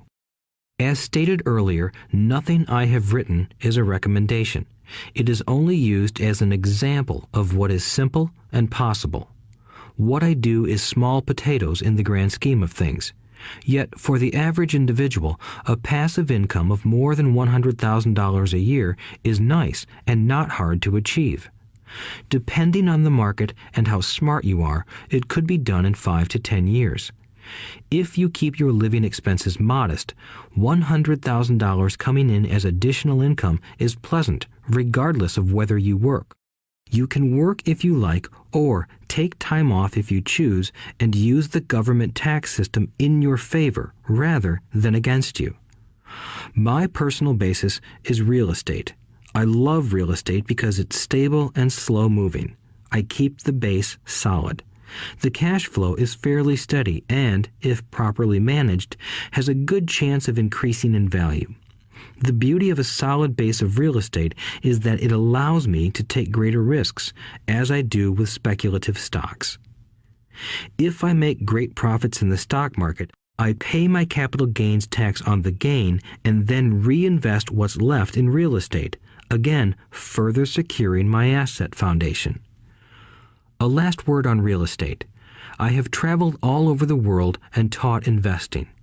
In every city, I hear people say you cannot buy real estate cheap. That is not my experience. Even in New York or Tokyo, or just on the outskirts of the city, prime bargains are overlooked by most people. In Singapore, with their high real estate prices, there are still bargains to be found within a short driving distance. So whenever I hear someone say, "You can't do that here," pointing at me, I remind them that maybe the real statement is, "I don't know how to do that here. Yet." Great opportunities are not seen with your eyes. They are seen with your mind. Most people never get wealthy simply because they are not trained financially to recognize opportunities right in front of them. I am often asked, how do I start? In the final chapter of this audiobook, I offer 10 steps that I followed on the road to my financial freedom.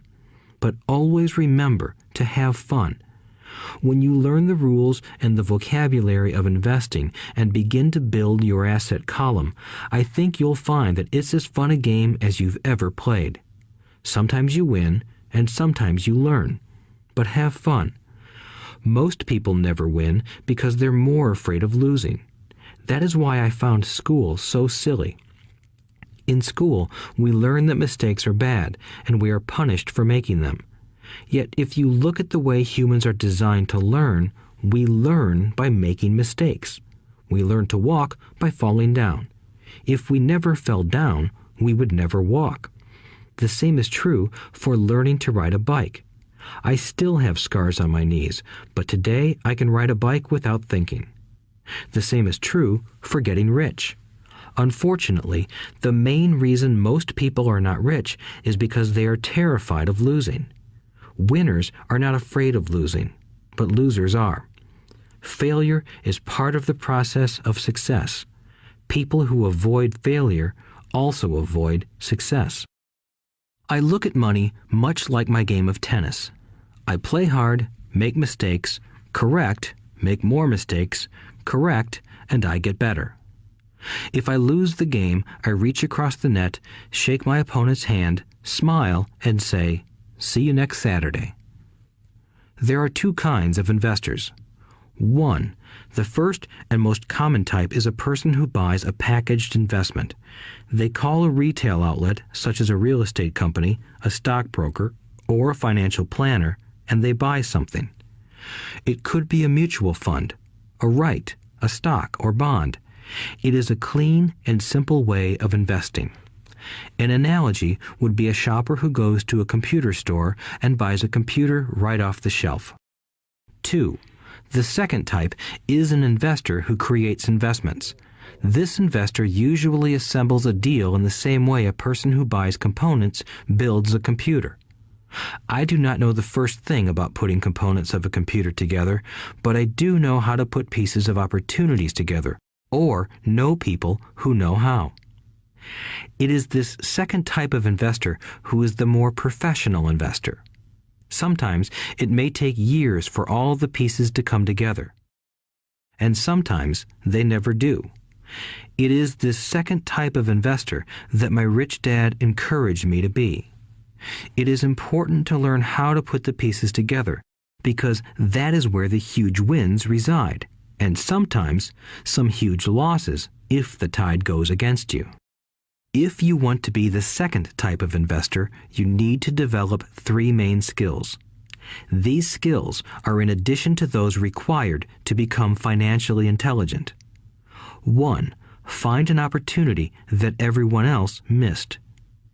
You see with your mind what others miss with their eyes. For example, a friend bought this run-down old house. It was spooky to look at. Everyone wondered why he bought it. What he saw that we did not was that the house came with 4 extra empty lots. He discovered that after going to the title company. After buying the house, he tore the house down and sold the 5 lots to a builder for 3 times what he paid for the entire package. He made $75,000 for 2 months of work. It's not a lot of money, but it sure beats minimum wage, and it's not technically difficult. 2. Raise money. The average person only goes to the bank. This second type of investor needs to know how to raise capital, and there are many ways that don't require a bank. To get started, I learned how to buy houses without a bank. It was the learned skill of raising money more than the houses themselves that was priceless. All too often, I hear people say, "The bank won't lend me money," or "I don't have the money to buy it." If you want to be a Type 2 investor, you need to learn how to do that which stops most people. In other words, a majority of people let their lack of money stop them from making a deal. If you can avoid that obstacle, you will be millions ahead of those who don't learn those skills. There have been many times I have bought a house, a stock, or an apartment building without a penny in the bank. I once bought an apartment house for $1.2 million. I did what is called tying it up with a written contract between seller and buyer. I then raised the $100,000 deposit, which bought me 90 days to raise the rest of the money. Why did I do it? Simply because I knew it was worth $2 million. I never raised the money. Instead, the person who put up the $100,000 gave me $50,000 for finding the deal, took over my position, and I walked away. Total working time? 3 days.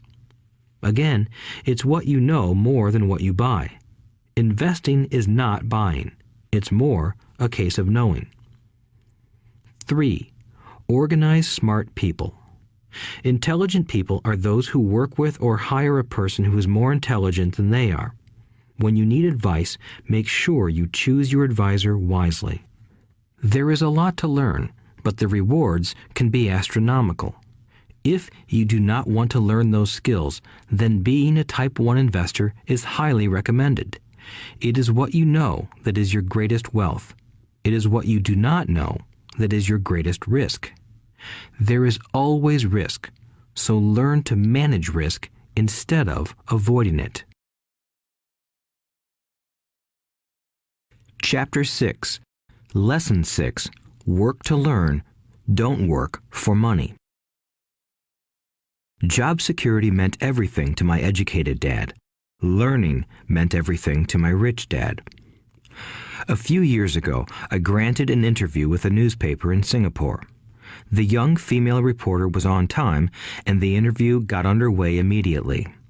We sat in the lobby of a luxurious hotel, sipping coffee and discussing the purpose of my visit to Singapore. I was to share the platform with Zig Ziglar. He was speaking on motivation, and I was speaking on the secrets of the rich. Someday, I would like to be a best-selling author like you, she said. I had seen some of the articles she had written for the paper, and I was impressed. She had a tough, clear style of writing. Her articles held a reader's interest. You have a great style, I said in reply. What holds you back from achieving your dream? My work does not seem to go anywhere, she said quietly. Everyone says that my novels are excellent, but nothing happens. So I keep my job with the paper. At least it pays the bills. Do you have any suggestions? Yes, I do, I said brightly. A friend of mine here in Singapore runs a school that trains people to sell. He runs sales training courses for many of the top corporations here in Singapore, and I think attending one of his courses would greatly enhance your career. She stiffened. Are you saying I should go to school to learn to sell? I nodded. You aren't serious, are you? Again, I nodded. What is wrong with that? I was now backpedaling. She was offended by something, and now I was wishing I had not said anything. In my attempt to be helpful, I found myself defending my suggestion. I have a master's degree in English literature. Why would I go to school to learn to be a salesperson? I am a professional. I went to school to be trained in a profession so I would not have to be a salesperson. I hate salespeople. All they want is money. So tell me why I should study sales. She was packing her briefcase. The interview was over. On the coffee table sat a copy of an earlier best-selling book I wrote. I picked it up as well as the notes she had jotted down on her legal pad. Do you see this? I said, pointing to her notes. She looked down at her notes. What? She said, confused. Again, I pointed deliberately to her notes. On her pad she had written, Robert Kiyosaki, best-selling author. It says best-selling author, not best writing author, I said quietly. Her eyes widened. I am a terrible writer, I said. You are a great writer. I went to sales school. You have a master's degree. Put them together, and you get a best-selling author and a best-writing author. Anger flared from her eyes. I'll never stoop so low as to learn how to sell. People like you have no business writing. I'm a professionally trained writer, and you are a salesman. It is not fair, she fumed. She put the rest of her notes away and hurried out through the large glass doors into the humid Singapore morning. At least she gave me a fair and favorable write-up the next morning. The world is filled with smart, talented, educated, and gifted people. We meet them every day. They are all around us. A few days ago, my car was not running well. I pulled into a garage, and the young mechanic had it fixed in just a few minutes. He knew what was wrong by simply listening to the engine. I was amazed. I am constantly shocked at how little talented people earn. I have met brilliant, highly educated people who earn less than $20,000 a year. A business consultant who specializes in the medical trade was telling me how many doctors, dentists, and chiropractors struggle financially. All this time, I thought that when they graduated, the dollars would pour in. It was this business consultant who gave me the phrase, "They are one skill away from great wealth."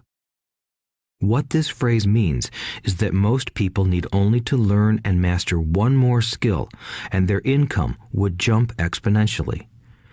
I have mentioned before that financial intelligence is a synergy of accounting, investing, marketing, and law. Combine those 4 technical skills, and making money with money is easier than most people would believe. When it comes to money, the only skill most people know is to work hard. The classic example of a synergy of skills was that young writer for the newspaper. If she diligently learned the skills of sales and marketing, her income would jump dramatically. If I were her, I would take some courses in advertising copywriting as well as sales. Then, instead of working at the newspaper, I would seek a job at an advertising agency. Even if it were a cut in pay, she would learn how to communicate in shortcuts that are used in successful advertising. She also would spend time learning public relations, an important skill. She would learn how to get millions in free publicity. Then, at night and on weekends, she could be writing her great novel.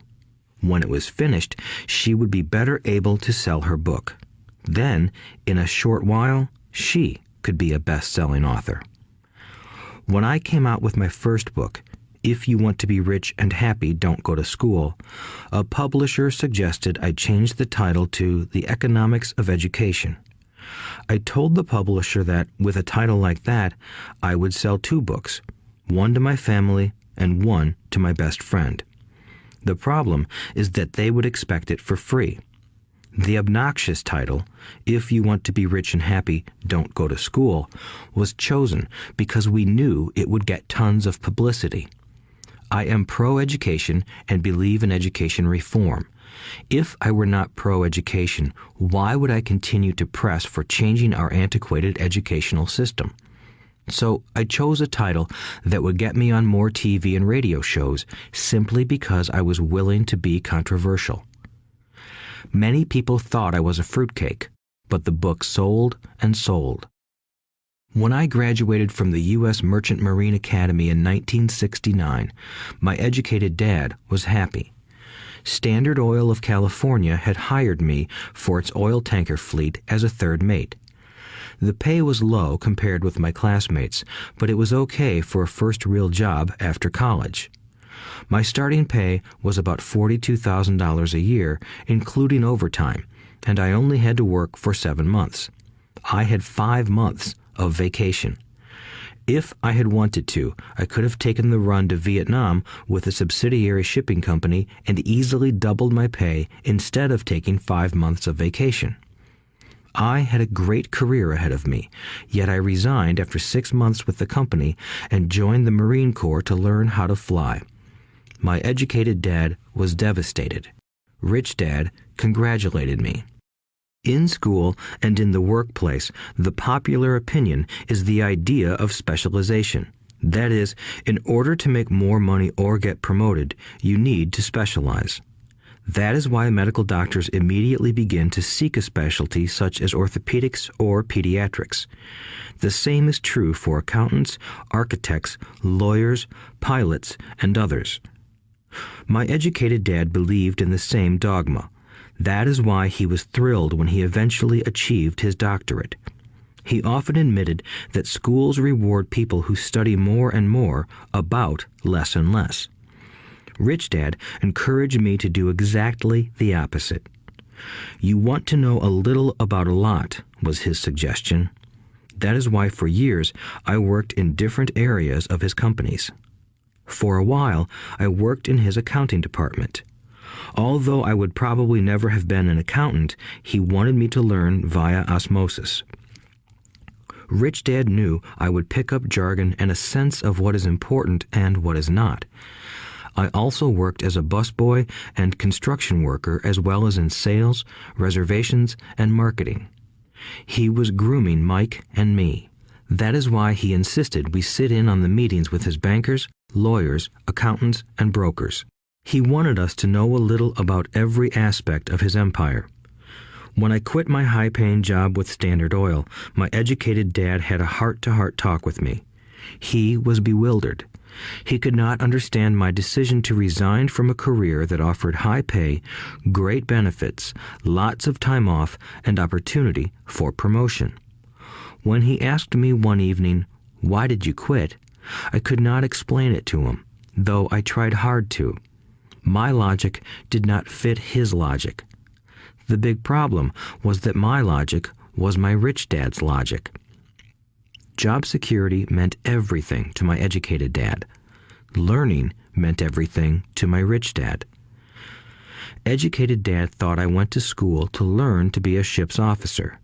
Rich dad knew that I went to school to study international trade. So as a student, I made cargo runs, navigating large freighters, oil tankers, and passenger ships to the Far East and the South Pacific.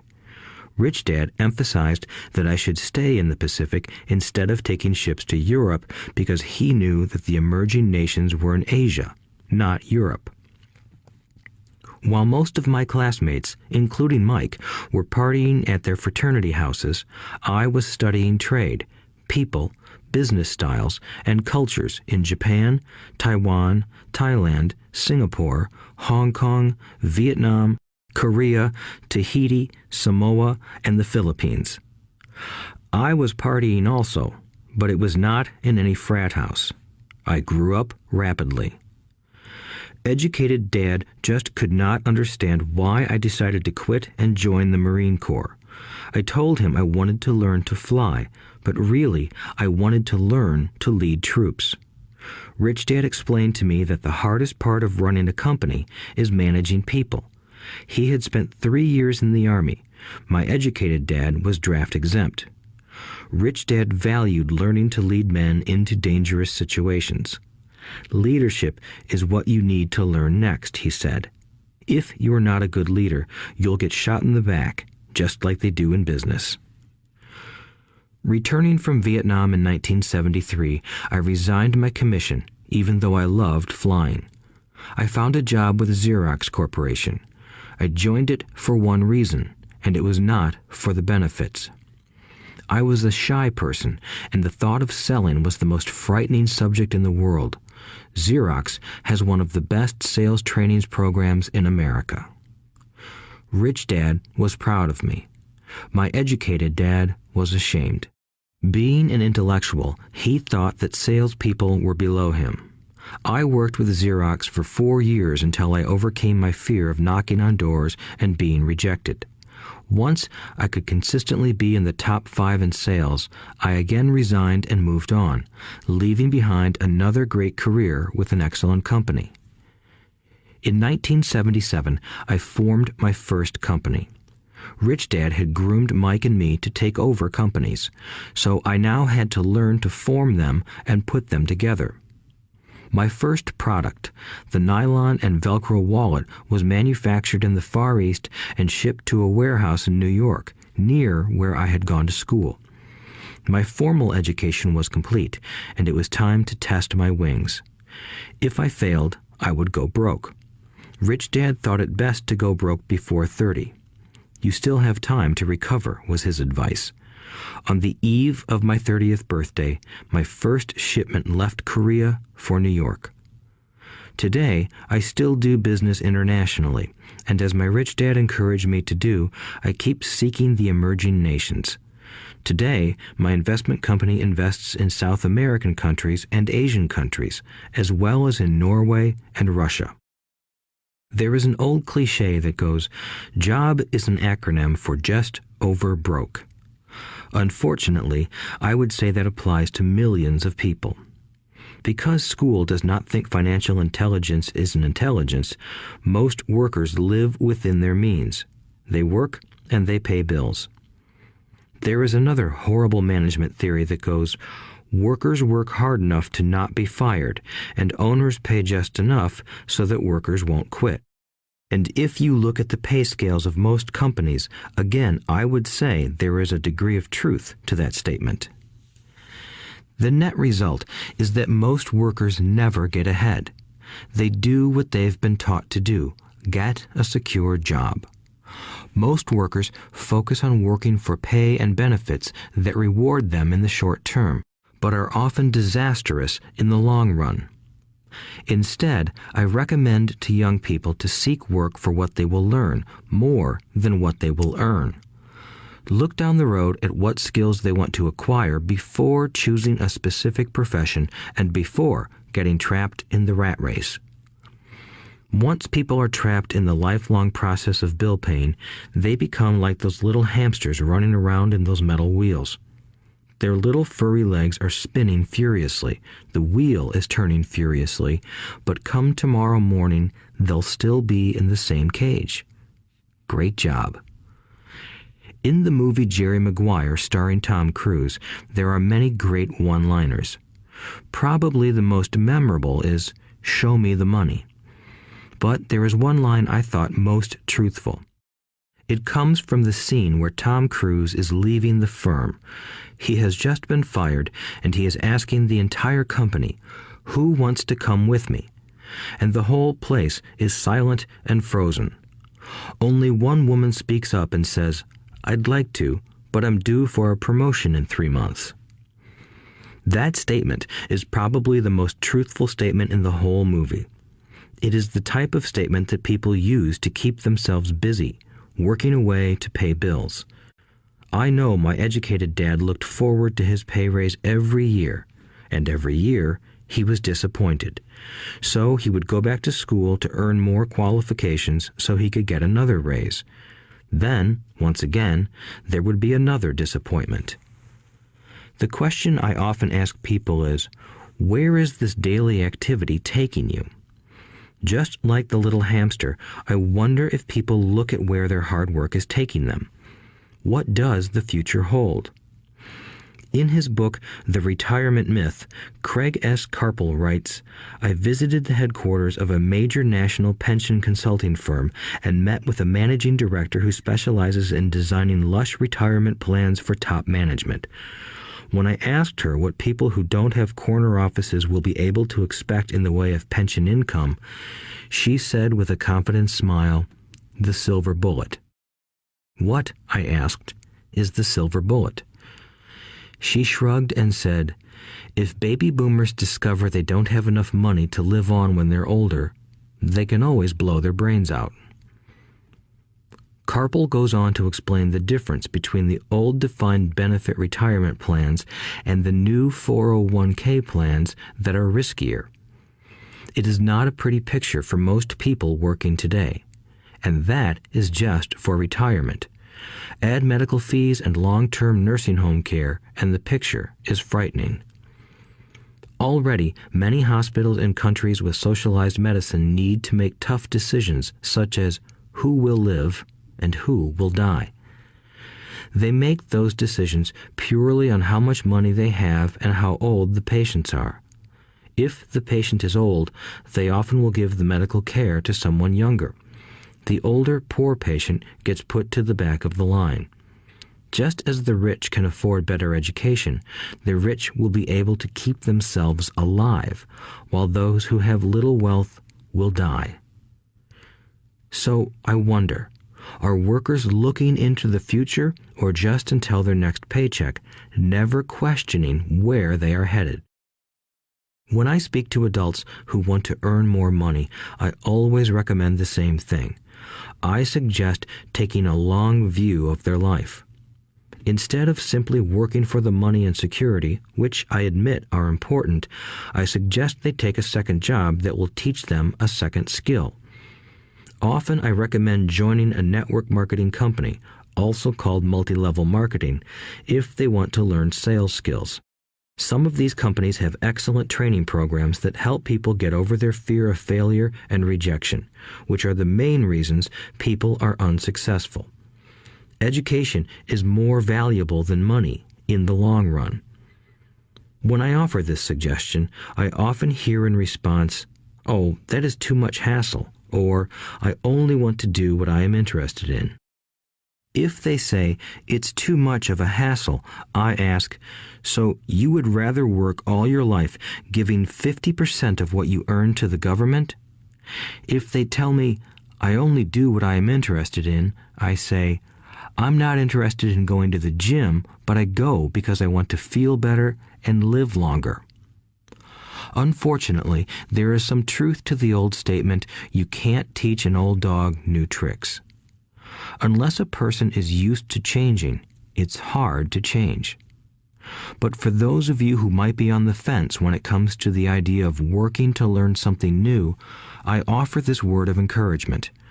Life is much like going to the gym. The most painful part is deciding to go. Once you get past that, it's easy. There have been many days I have dreaded going to the gym, but once I am there and in motion, it is a pleasure. After the workout is over, I am always glad I talked myself into going.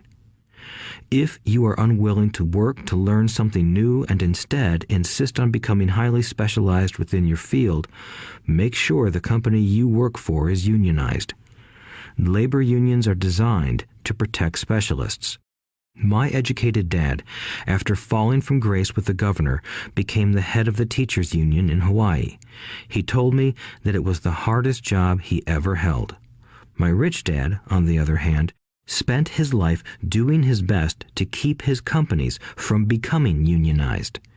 He was successful.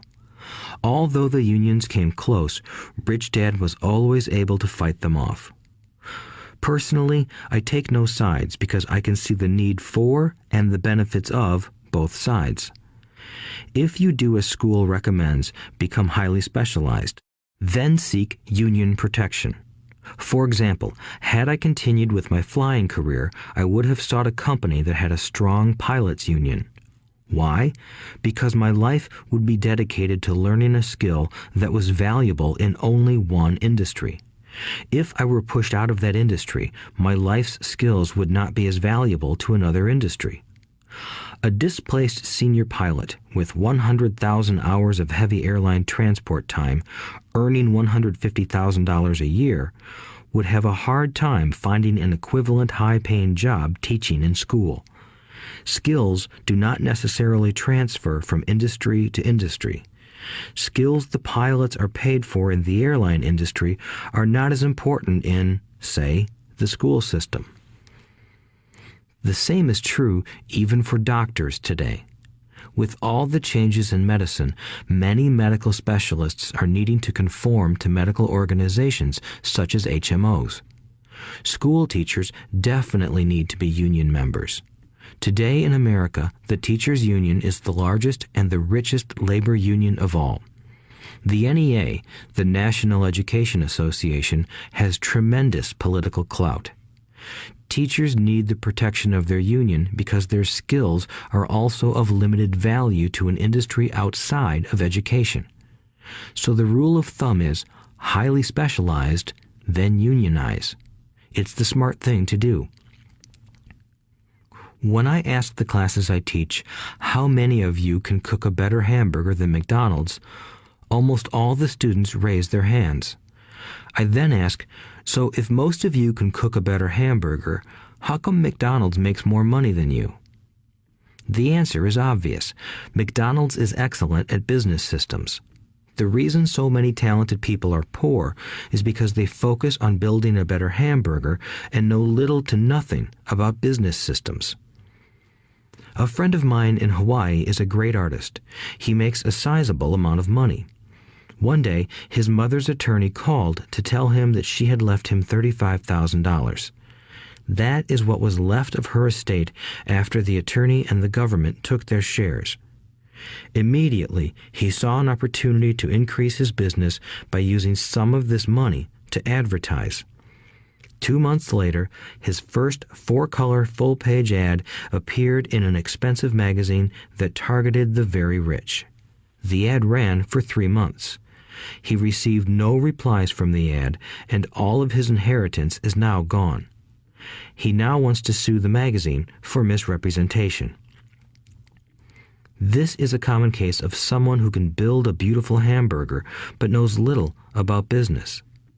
When I asked him what he learned, his only reply was, "Advertising salespeople are crooks." I then asked him if he would be willing to take a course in sales and a course in direct marketing. His reply, "I don't have the time, and I don't want to waste my money." The world is filled with talented poor people.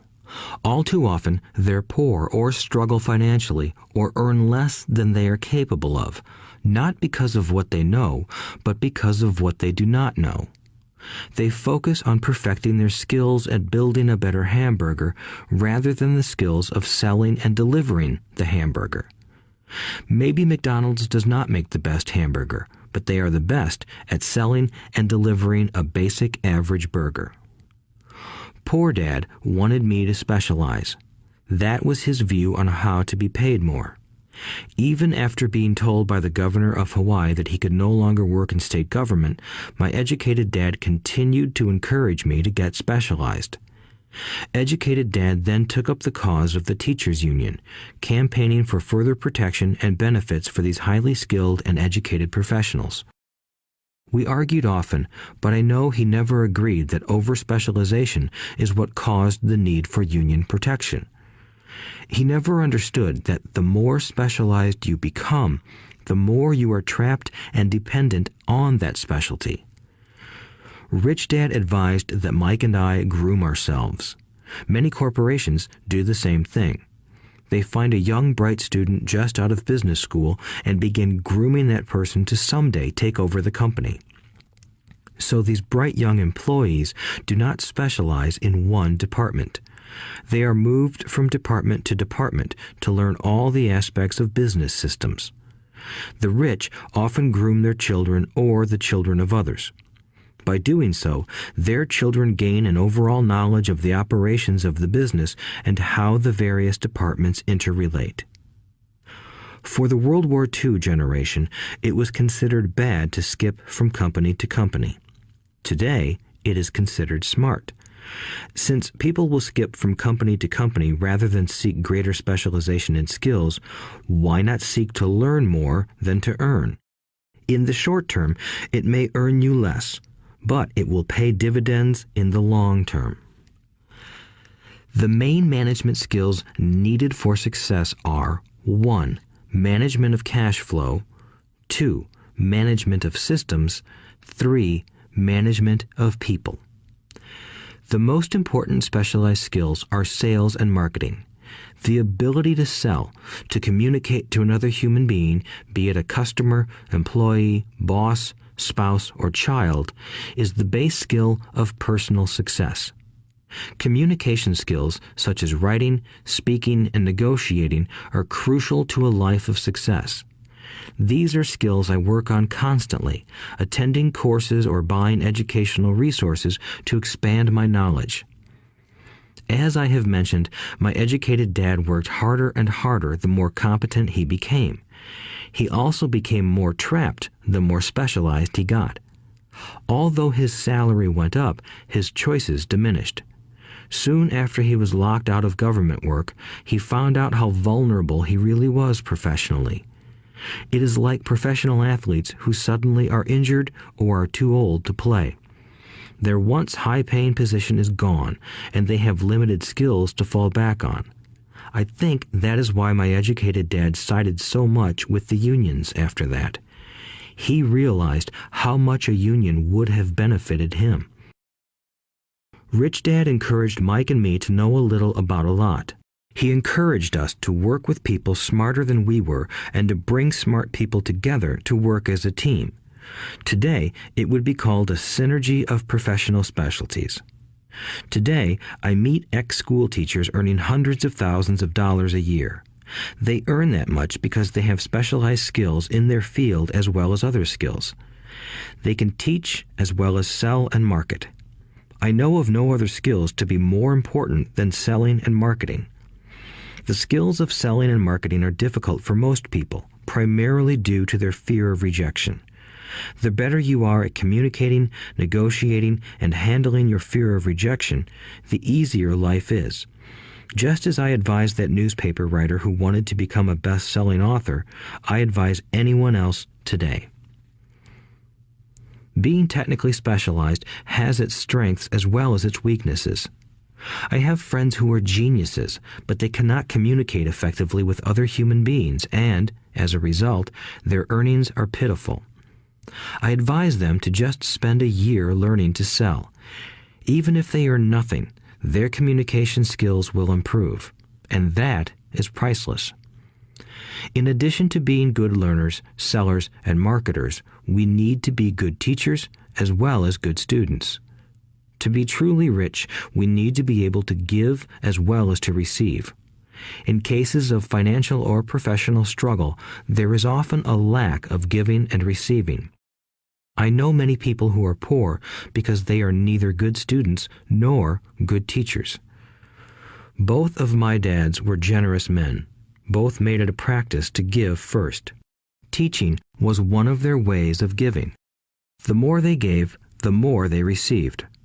One glaring difference was in the giving of money. My rich dad gave lots of money away. He gave to his church, to charities, and to his foundation. He knew that to receive money, you had to give money. Giving money is the secret to most great wealthy families. That is why there are organizations like the Rockefeller Foundation and the Ford Foundation. These are organizations designed to take their wealth and increase it, as well as give it away in perpetuity. My educated dad always said, "When I have some extra money, I'll give it." The problem was that there was never any extra. So he worked harder to draw more money in rather than focus on the most important law of money. Give and you shall receive. Instead, he believed in receive and then you give. In conclusion, I became both dads. One part of me is a hardcore capitalist who loves the game of money making money. The other part is a socially responsible teacher who is deeply concerned with this ever-widening gap between the haves and have-nots. I personally hold the archaic educational system primarily responsible for this growing gap. Chapter 7. Overcoming Obstacles. The primary difference between a rich person and a poor person is how they manage fear. Once people have studied and become financially literate, they may still face roadblocks to becoming financially independent. There are 5 main reasons why financially literate people may still not develop abundant asset columns that could produce a large cash flow. The 5 reasons are: 1. Fear. 2. Cynicism. 3. Laziness. 4. Bad habits. 5. Arrogance. Overcoming fear. I have never met anyone who really likes losing money. And in all my years, I have never met a rich person who has never lost money. But I have met a lot of poor people who have never lost a dime. Investing, that is. The fear of losing money is real. Everyone has it, even the rich. But it's not having fear that is the problem. It's how you handle fear. It's how you handle losing. It's how you handle failure that makes the difference in one's life. The primary difference between a rich person and a poor person is how they manage that fear. It's okay to be fearful. It's okay to be a coward when it comes to money. You can still be rich. We're all heroes at something and cowards at something else. My friend's wife is an emergency room nurse. When she sees blood, she flies into action. When I mention investing, she runs away. When I see blood, I don't run. I pass out. My rich dad understood phobias about money. Some people are terrified of snakes. Some people are terrified about losing money. Both are phobias, he would say. So his solution to the phobia of losing money was this little rhyme. If you hate risk and worry, start early. If you start young, it's easier to be rich. I won't go into it here, but there is a staggering difference between a person who starts investing at age 20 versus age 30. The purchase of Manhattan Island is said to be one of the greatest bargains of all time. New York was purchased for $24 in trinkets and beads. Yet if that $24 had been invested at 8% annually, that $24 would have been worth more than $28 trillion by 1995. Manhattan could be repurchased with money left over to buy much of Los Angeles. But what if you don't have much time left or would like to retire early? How do you handle the fear of losing money? My poor dad did nothing. He simply avoided the issue, refusing to discuss the subject. My rich dad, on the other hand, recommended that I think like a Texan. I like Texas and Texans, he used to say. In Texas, everything is bigger. When Texans win, they win big. And when they lose, it's spectacular. They like losing? I asked. That's not what I'm saying. Nobody likes losing. Show me a happy loser, and I'll show you a loser, said Rich Dad. It's a Texan's attitude toward risk, reward, and failure I'm talking about. It's how they handle life. They live it big. Not like most of the people around here, living like roaches when it comes to money, terrified that someone will shine a light on them, and whimpering when the grocery clerk shortchanges them a quarter. Rich Dad went on, "What I like best is the Texas attitude. They're proud when they win, and they brag when they lose. Texans have a saying, if you're going to go broke, go big. You don't want to admit you went broke over a duplex." He constantly told Mike and me that the greatest reason for lack of financial success was because most people played it too safe. People are so afraid of losing that they lose, were his words. Fran Tarkenton, a one-time great NFL quarterback, says it still another way. Winning means being unafraid to lose. In my own life, I've noticed that winning usually follows losing. Before I finally learned to ride a bike, I first fell down many times. I've never met a golfer who has never lost a golf ball. I've never met people who have fallen in love who have never had their heart broken. And I've never met someone rich who has never lost money. So for most people, the reason they don't win financially is because the pain of losing money is far greater than the joy of being rich. Another saying in Texas is, everyone wants to go to heaven, but no one wants to die. Most people dream of being rich, but are terrified of losing money, so they never get to heaven. Rich Dad used to tell Mike and me stories about his trips to Texas. If you really want to learn the attitude of how to handle risk, losing, and failure, go to San Antonio and visit the Alamo. The Alamo is a great story of brave people who chose to fight, knowing there was no hope of success. They chose to die instead of surrendering. It's an inspiring story, worthy of study. Nonetheless, it's still a tragic military defeat. They got their butts kicked. So, how do Texans handle failure? They still shout, "Remember the Alamo." Mike and I heard this story a lot. He always told us this story when he was about to go into a big deal and he was nervous. After he had done all his due diligence and it was time to put up or shut up, he told us this story. Every time he was afraid of making a mistake or losing money, he told us this story. It gave him strength, for it reminded him that he could always turn a financial loss into a financial win. Rich Dad knew that failure would only make him stronger and smarter. It's not that he wanted to lose. He just knew who he was and how he would take a loss. He would take a loss and make it a win. That's what made him a winner and others losers. It gave him the courage to cross the line when others backed out. That's why I like Texans so much, he would say. They took a great failure and turned it into inspiration, as well as a tourist destination that makes them millions. But probably his words that mean the most to me today are these. Texans don't bury their failures. They get inspired by them. They take their failures and turn them into rallying cries. Failure inspires Texans to become winners. But that formula is not just the formula for Texans. It is the formula for all winners.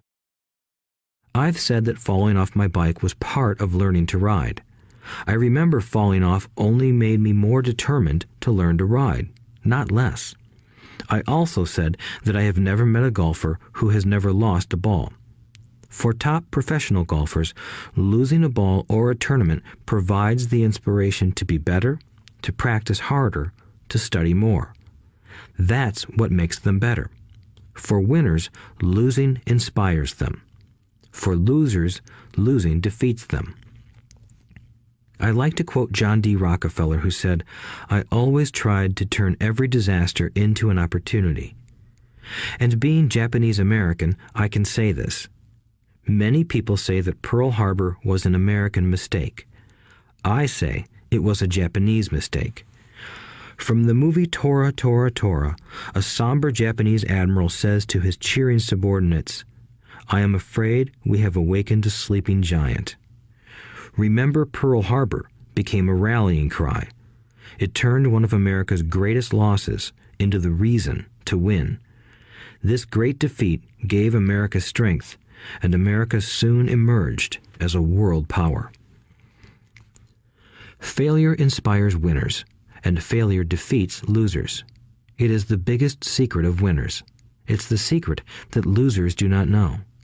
The greatest secret of winners is that failure inspires winning. Thus, they're not afraid of losing. Repeating Fran Tarkenton's quote, "Winning means being unafraid to lose." People like Fran Tarkenton are not afraid of losing because they know who they are. They hate losing, so they know that losing will only inspire them to become better. There is a big difference between hating losing and being afraid to lose. Most people are so afraid of losing money that they lose. They go broke over a duplex. Financially, they play life too safe and too small. They buy big houses and big cars, but not big investments. The main reason that over 90% of the American public struggles financially is because they play not to lose. They don't play to win. They go to their financial planners or accountants or stockbrokers and buy a balanced portfolio. Most have lots of cash in CDs, low-yield bonds, mutual funds that can be traded within a mutual fund family, and a few individual stocks. It is a safe and sensible portfolio, but it is not a winning portfolio. It is a portfolio of someone playing not to lose. Don't get me wrong, it's probably a better portfolio than more than 70% of the population has, and that's frightening. It's a great portfolio for someone who loves safety. But playing it safe and balanced on your investment portfolio is not the way successful investors play the game. If you have little money and you want to be rich, you must first be focused, not balanced. If you look at any successful person, at the start, they were not balanced. Balanced people go nowhere. They stay in one spot. To make progress, you must first go unbalanced. Just look at how you make progress walking. Thomas Edison was not balanced. He was focused. Bill Gates was not balanced. He was focused. Donald Trump is focused. George Soros is focused. George Patton did not take his tanks wide. He focused them and blew through the weak spots in the German line. The French went wide with the Maginot Line, and you know what happened to them. If you have any desire to be rich, you must focus. Do not do what poor and middle-class people do, put their few eggs in many baskets. Put a lot of your eggs in a few baskets and focus. Follow one course until successful. If you hate losing, play it safe. If losing makes you weak, play it safe. Go with balanced investments. If you're over 25 years old and are terrified of taking risks, don't change. Play it safe, but start early. Start accumulating your nest egg early because it will take time. But if you have dreams of freedom, of getting out of the rat race, the first question to ask yourself is, how do I respond to failure? If failure inspires you to win, maybe you should go for it, but only maybe. If failure makes you weak or causes you to throw temper tantrums, like spoiled brats who call attorneys to file lawsuits every time something doesn't go their way, then play it safe. Keep your daytime job, or buy bonds or mutual funds. But remember, there is risk in those financial instruments also, even though they may appear safe. I say all this, mentioning Texas and Fran Tarkenton, because stacking the asset column is easy. It's really a low-aptitude game. It doesn't take much education. Fifth-grade math will do. But building your asset column is a game in which attitude plays a major role. It takes guts, patience, and a great attitude toward failure. Losers avoid failing, and failure turns losers into winners.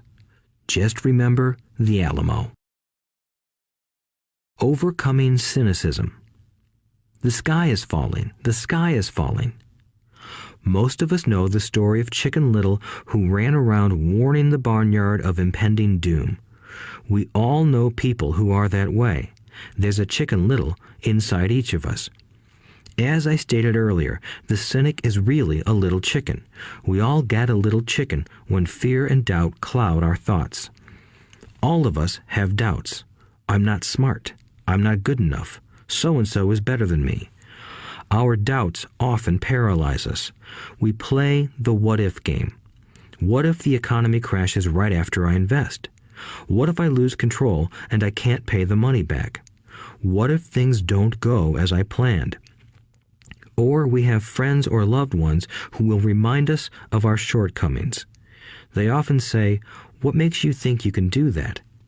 If it's such a good idea, how come someone else hasn't done it? That will never work. You don't know what you're talking about." These words of doubt often get so loud that we fail to act. A horrible feeling builds in our stomach. Sometimes we can't sleep. We fail to move forward. So we stay with what is safe, and opportunities pass us by. We watch life passing by as we sit immobilized with a cold knot in our body. We have all felt this at one time in our lives, some more than others. Peter Lynch of Fidelity Magellan Mutual Fund fame refers to warnings about the sky falling as noise, and we all hear it. Noise is either created inside our heads or comes from outside, often from friends, family, co-workers, and the media. Lynch recalls the time during the 1950s when the threat of nuclear war was so prevalent in the news that people began building fallout shelters and storing food and water. If they had invested that money wisely in the market, instead of building a fallout shelter, they'd probably be financially independent today. When violence breaks out in a city, gun sales go up all over the country. A person dies from rare hamburger meat in the state of Washington, and the Arizona Health Department orders restaurants to have all beef cooked well done. A drug company runs a TV commercial in February showing people catching the flu. Colds go up as well as sales of cold medicine. Most people are poor because when it comes to investing, the world is filled with Chicken Littles running around yelling, "The sky is falling, the sky is falling." And Chicken Littles are effective because every one of us is a little chicken. It often takes great courage to not let rumors and talk of doom and gloom affect your doubts and fears. But a savvy investor knows that the seemingly worst of times is actually the best of times to make money. When everyone else is too afraid to act, they pull the trigger and are rewarded. Some time ago, a friend named Richard came from Boston to visit Kim and me in Phoenix. He was impressed with what we had done through stocks and real estate. The Phoenix real estate prices were depressed. We spent 2 days showing him what we thought were excellent opportunities for cash flow and capital appreciation. Kim and I are not real estate agents. We are strictly investors. After identifying a unit in a resort community, we called an agent who sold it to him that afternoon. The price was a mere $42,000 for a 2-bedroom townhome. Similar units were going for $65,000. He had found a bargain. Excited, he bought it and returned to Boston. 2 weeks later, the agent called to say that our friend had backed out. I called immediately to find out why. All he said was that he talked to his neighbor, and his neighbor told him it was a bad deal. He was paying too much. I asked Richard if his neighbor was an investor. Richard said he was not. When I asked why he listened to him, Richard got defensive and simply said he wanted to keep looking. The real estate market in Phoenix turned, and a few years later, that little unit was renting for $1,000 a month, $2,500 in the peak winter months. The unit was worth $95,000. All Richard had to put down was $5,000, and he would have had a start at getting out of the rat race. Today, he still has done nothing. Richard's backing out did not surprise me. It's called buyer's remorse, and it affects all of us. The little chicken won, and a chance at freedom was lost. In another example, I hold a small portion of my assets in tax lien certificates instead of CDs. I earn 16% per year on my money, which certainly beats the interest rates banks offer on CDs. The certificates are secured by real estate and enforced by state law, which is also better than most banks. The formula they're bought on makes them safe. They just lack liquidity. So I look at them as 2 to 7 year CDs. Almost every time I tell someone that I hold my money this way, especially if they have money in CDs, they will tell me it's risky. They tell me why I should not do it. When I ask them where they get their information, they say from a friend or an investment magazine. They've never done it, and they're telling someone who's doing it why they shouldn't. The lowest yield I look for is 16%. But people who are filled with doubt are willing to accept a far lower return. Doubt is expensive. My point is that it's those doubts and cynicism that keep most people poor and playing it safe. The real world is simply waiting for you to get rich. Only a person's doubts keep them poor. As I said, getting out of the rat race is technically easy. It doesn't take much education, but those doubts are cripplers for most people. Cynics never win, said Rich Dad. Unchecked doubt and fear creates a cynic. Cynics criticize and winners analyze was another of his favorite sayings. Rich Dad explained that criticism blinded while analysis opened eyes. Analysis allowed winners to see that critics were blind and to see opportunities that everyone else missed. And finding what people miss is key to any success. Real estate is a powerful investment tool for anyone seeking financial independence or freedom. It is a unique investment tool. Yet every time I mention real estate as a vehicle, I often hear, "I don't want to fix toilets." That's what Peter Lynch calls noise. That's what my rich dad would say is the cynic talking, someone who criticizes and does not analyze, someone who lets their doubts and fears close their mind instead of open their eyes. So when someone says, "I don't want to fix toilets, I want to fire back," what makes you think I want to? They're saying a toilet is more important than what they want. I talk about freedom from the rat race, and they focus on toilets. That is the thought pattern that keeps most people poor. They criticize instead of analyze. I don't once hold the key to your success, Rich Dad would say, because I too do not want to fix toilets. I shop hard for a property manager who does fix toilets. And by finding a great property manager who runs houses or apartments, well, my cash flow goes up. But more importantly, a great property manager allows me to buy a lot more real estate since I don't have to fix toilets. A great property manager is key to success in real estate. Finding a good manager is more important to me than the real estate. A great property manager often hears of great deals before real estate agents do, which makes them even more valuable. That is what Rich Dad meant by, I don't once hold the key to your success. Because I do not want to fix toilets either, I figured out how to buy more real estate and expedite my getting out of the rat race. The people who continue to say, I don't want to fix toilets, often deny themselves the use of this powerful investment vehicle. Toilets are more important than their freedom. In the stock market, I often hear people say, I don't want to lose money. Well, what makes them think I or anyone else likes losing money? They don't make money because they choose to not lose money. Instead of analyzing, they close their minds to another powerful investment vehicle, the stock market. I was riding with a friend past our neighborhood gas station. He looked up and saw that the price of gas was going up and thus the price of oil. My friend is a worrywart, or a Chicken Little. To him, the sky is always going to fall, and it usually does, on him. When we got home, he showed me all the stats as to why the price of oil was going to go up over the next few years, statistics I had never seen before, even though I already owned substantial shares of an existing oil company. With that information, I immediately began looking for and found a new undervalued oil company that was about to find some oil deposits. My broker was excited about this new company, and I bought 15,000 shares for 65 cents per share. 3 months later, this same friend and I drove by the same gas station, and sure enough, the price per gallon had gone up nearly 15%. Again, the Chicken Little worried and complained.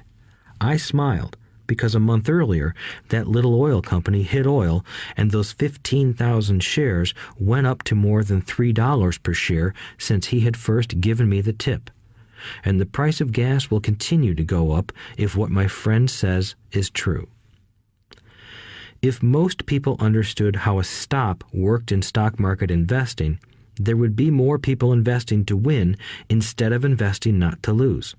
A stop is simply a computer command that sells your stock automatically if the price begins to drop, helping to minimize your losses and maximize some gains.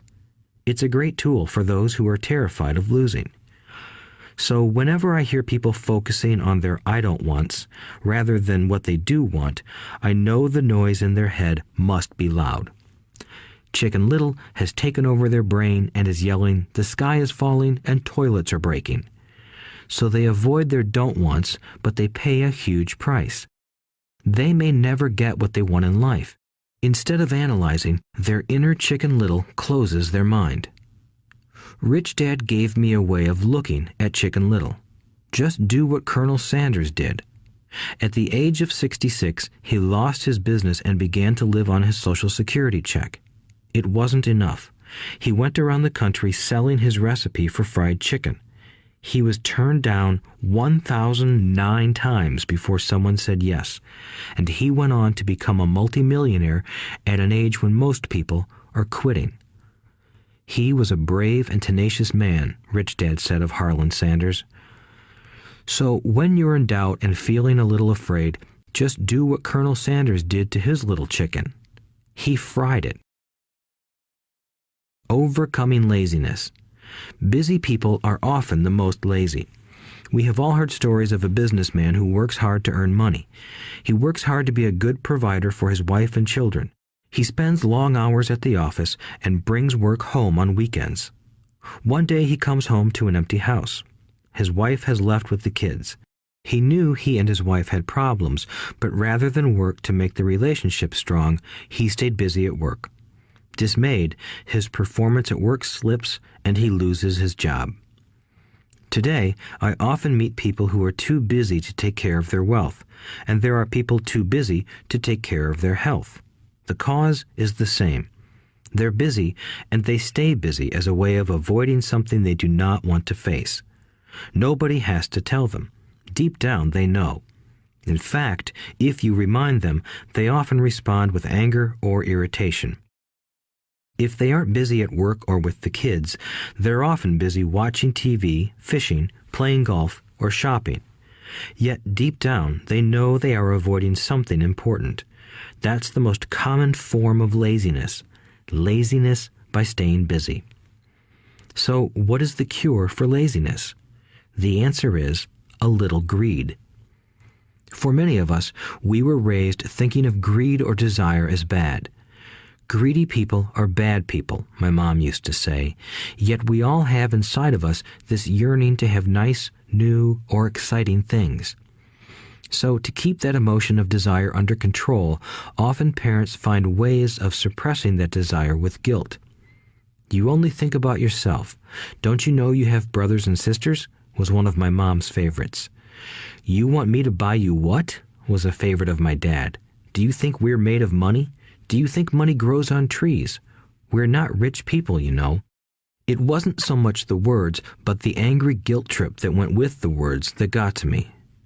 Or the reverse guilt trip was the, I'm sacrificing my life to buy this for you. I'm buying this for you because I never had this advantage when I was a kid.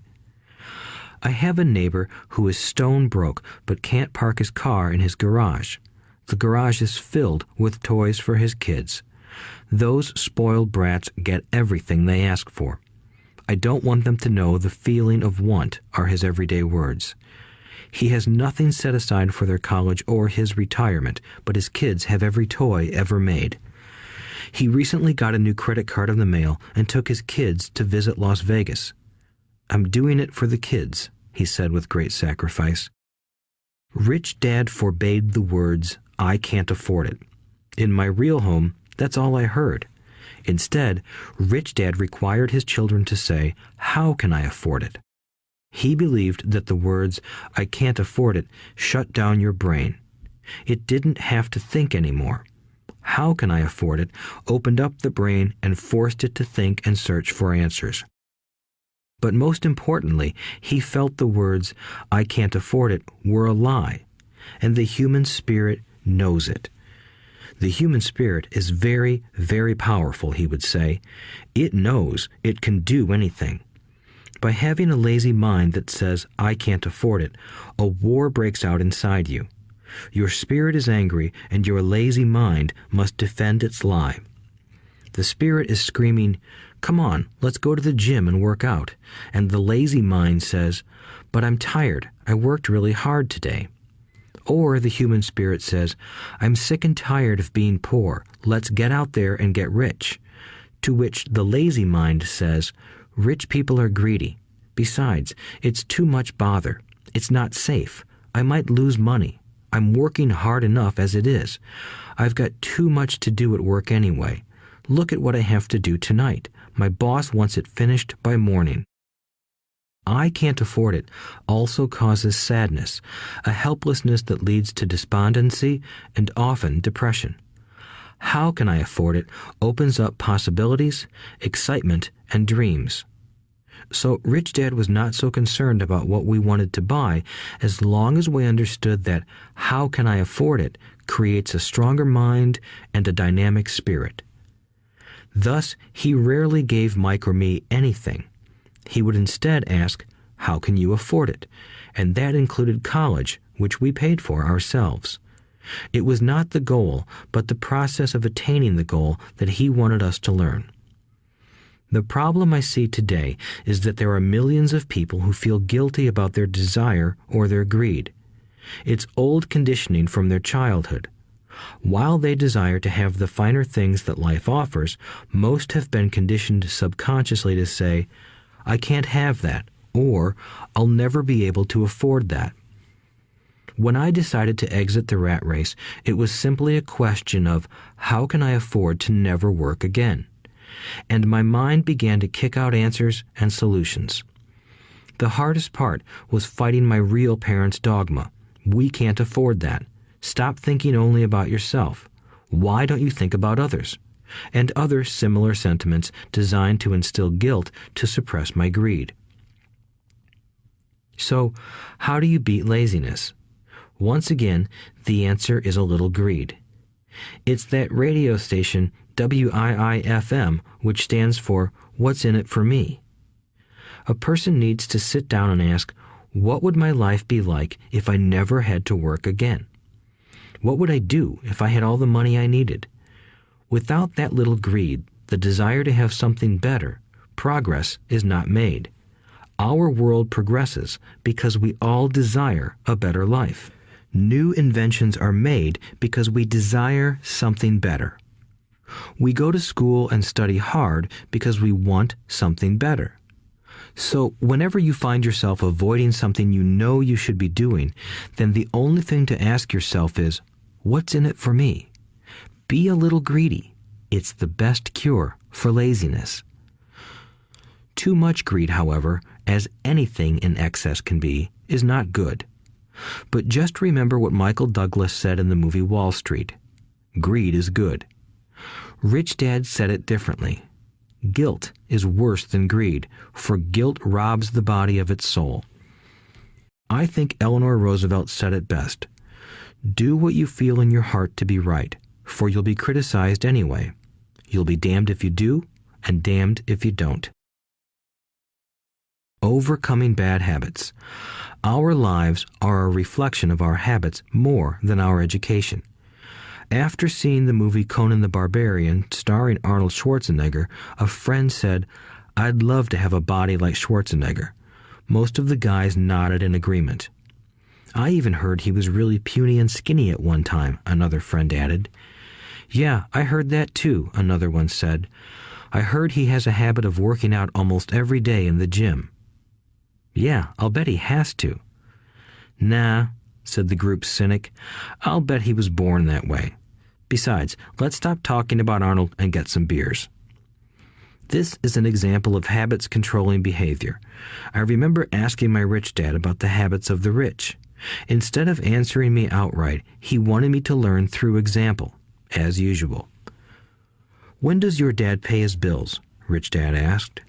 "The first of the month," I said. "Does he have anything left over?" he asked. "Very little," I said.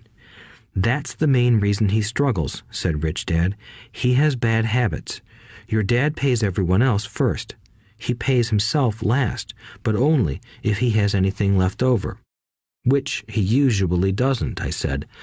"But he has to pay his bills, doesn't he? You're saying he shouldn't pay his bills?" "Of course not," said Rich Dad. "I firmly believe in paying my bills on time. I just pay myself first, before I pay even the government." "But what happens if you don't have enough money?" I asked. "What do you do then?" "The same," said Rich Dad. "I still pay myself first, even if I'm short of money. My asset column is far more important to me than the government." "But," I said, "don't they come after you?" "Yes, if you don't pay," said Rich Dad. "Look, I did not say not to pay. I just said I pay myself first, even if I'm short of money." "But," I replied, "how do you do that?" "It's not how. The question is why," Rich Dad said. "Okay, why?" "Motivation," said Rich Dad. "Who do you think will complain louder if I don't pay them? Me or my creditors?" "Your creditors will definitely scream louder than you," I said, responding to the obvious. "You wouldn't say anything if you didn't pay yourself."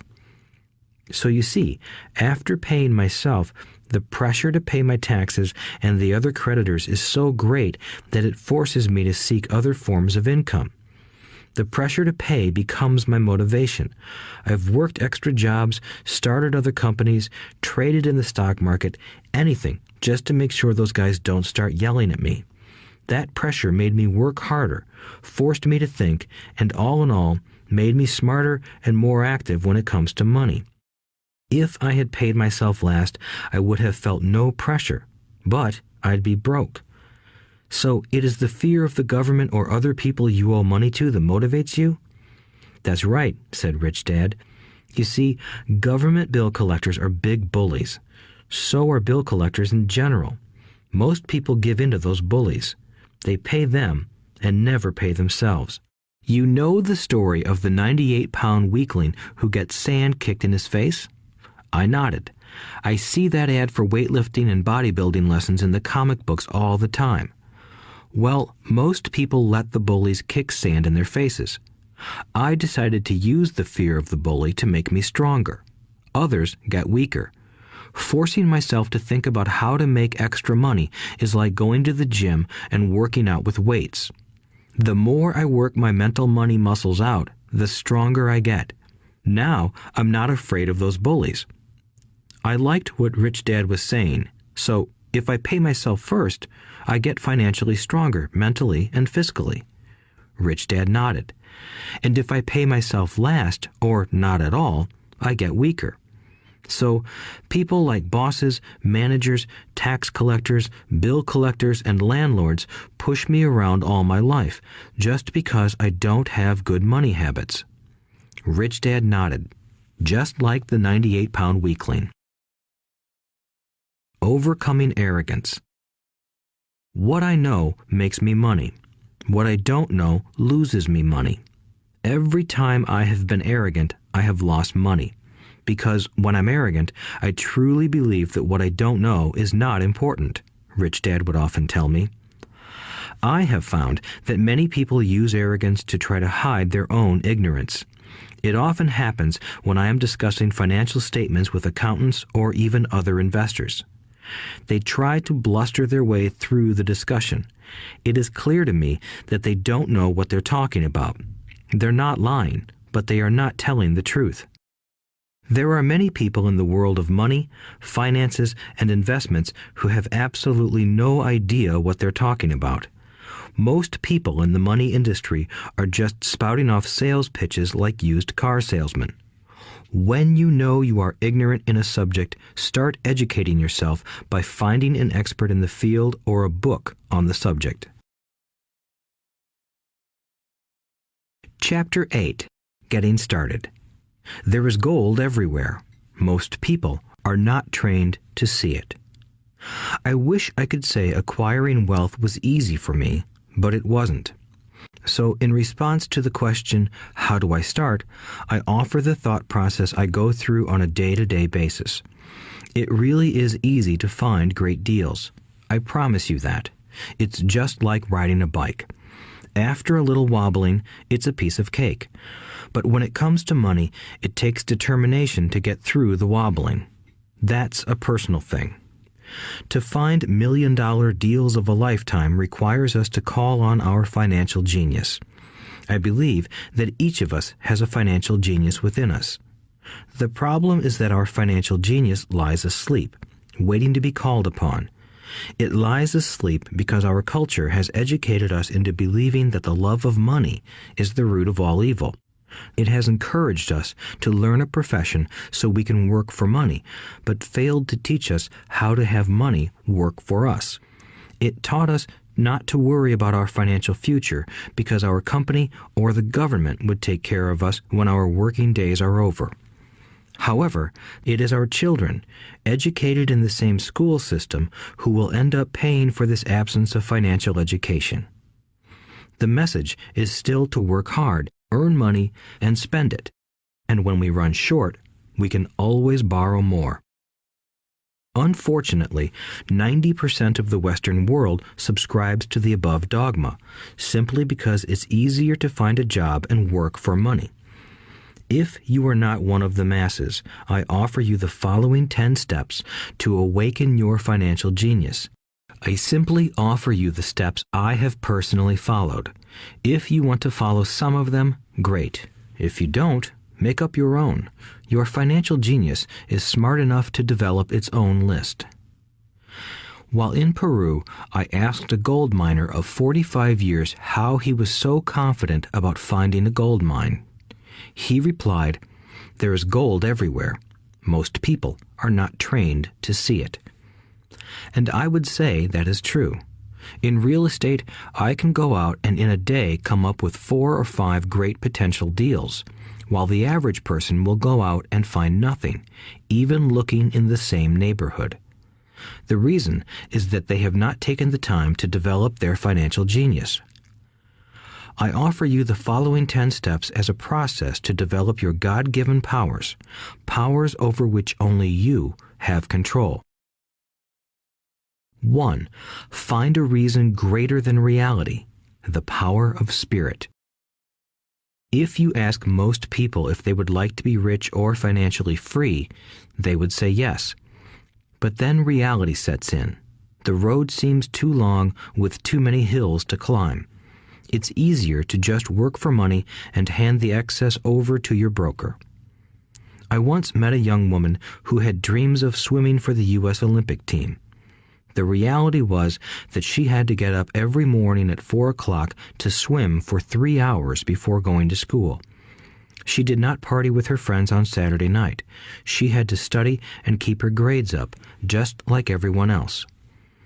When I asked her what fueled her superhuman ambition and sacrifice, she simply said, "I do it for myself and the people I love. It's love that gets me over the hurdles and sacrifices." A reason or a purpose is a combination of wants and don't wants. When people ask me what my reason for wanting to be rich is, I tell them that it is a combination of deep emotional wants and don't wants. I will list a few. First, the don't wants, for they create the wants. I don't want to work all my life. I don't want what my parents aspired for, which was job security and a house in the suburbs. I don't like being an employee. I hated that my dad always missed my football games because he was so busy working on his career. I hated it when my dad worked hard all his life and the government took most of what he worked for at his death. He could not even pass on what he worked so hard for when he died. The rich don't do that. They work hard and pass it on to their children. Now, the wants. I want to be free to travel the world and live in the lifestyle I love. I want to be young when I do this. I want to simply be free.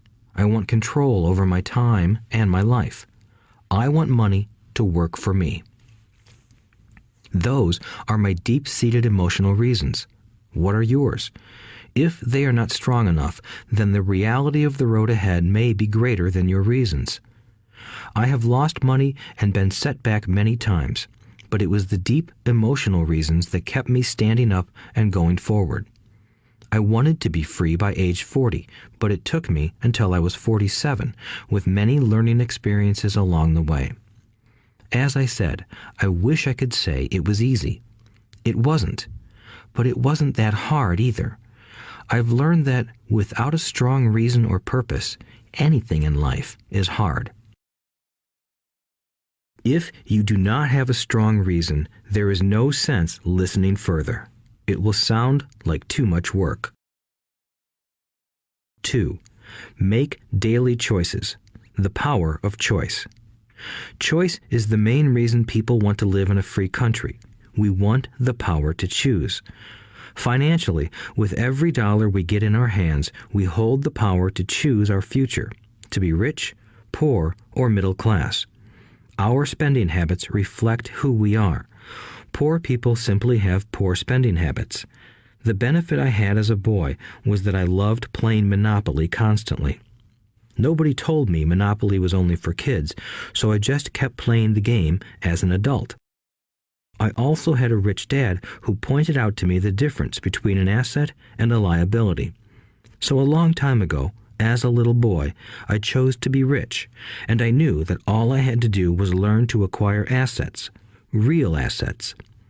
My best friend, Mike, had an asset column handed to him, but he still had to choose to learn to keep it. Many rich families lose their assets in the next generation simply because there was no one trained to be a good steward over their assets. Most people choose not to be rich. For 90% of the population, being rich is too much of a hassle. So they invent sayings that go, "I'm not interested in money. I'll never be rich. I don't have to worry. I'm still young.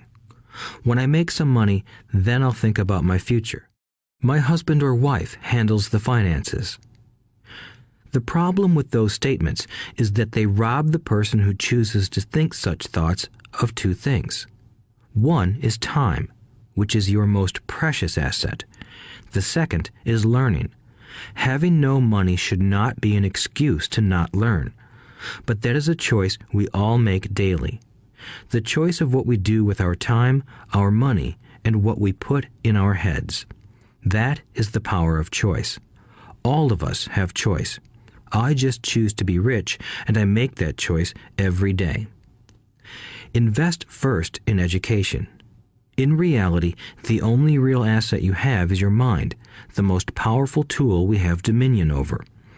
Each of us has the choice of what we put in our brain once we're old enough. You can watch TV, read golf magazines, or go to ceramics class or a class on financial planning. You choose. Most people simply buy investments rather than first investing in learning about investing. A friend of mine recently had her apartment burglarized. The thieves took her electronics and left all the books. And we all have that same choice. 90% of the population buys TV sets, and only about 10% buy business books. So what do? I go to seminars. I like it when they are at least 2 days long because I like to immerse myself in a subject. In 1973, I was watching this guy on TV who was advertising a 3-day seminar on how to buy real estate for nothing down. I spent $385, and that course has made me at least $2 million, if not more. But more importantly, it bought me life. I don't have to work for the rest of my life because of that one course. I go to at least 2 such courses every year. I love CDs and audiobooks. The reason? I can easily review what I just heard. I was listening to an investor say something I completely disagreed with. Instead of becoming arrogant and critical, I simply listened to that 5-minute stretch at least 20 times, maybe more. But suddenly, by keeping my mind open, I understood why he said what he said. It was like magic. I felt like I had a window into the mind of one of the greatest investors of our time. I gained tremendous insight into the vast resources of his education and experience. The net result? I still have the old way I used to think, and I now have a new way of looking at the same problem or situation. I have 2 ways to analyze a problem or trend, and that is priceless. Today, I often say, how would Donald Trump do this, or Warren Buffett, or George Soros? The only way I can access their vast mental power is to be humble enough to read or listen to what they have to say. Arrogant or critical people are often people with low self-esteem who are afraid of taking risks. That's because if you learn something new, you are then required to make mistakes in order to fully understand what you have learned. If you have listened this far, arrogance is not one of your problems. Arrogant people rarely read or listen to experts. Why should they? They are the center of the universe. There are so many intelligent people who argue or defend when a new idea clashes with the way they think. In this case, their so-called intelligence combined with arrogance equals ignorance. Each of us knows people who are highly educated or believe they are smart, but their balance sheet paints a different picture. A truly intelligent person welcomes new ideas, for new ideas can add to the synergy of other accumulated ideas. Listening is more important than talking. If that were not true, God would not have given us 2 ears and only 1 mouth. Too many people think with their mouth instead of listening in order to absorb new ideas and possibilities. They argue instead of asking questions. I take a long view on my wealth. I do not subscribe to the get-rich-quick mentality most lottery players or casino gamblers have. I may go in and out of stocks, but I am long on education. If you want to fly an airplane, I advise taking lessons first. I am always shocked at people who buy stocks or real estate but never invest in their greatest asset, their mind. Just because you bought a house or two does not make you an expert at real estate. 3. Choose friends carefully. The power of association.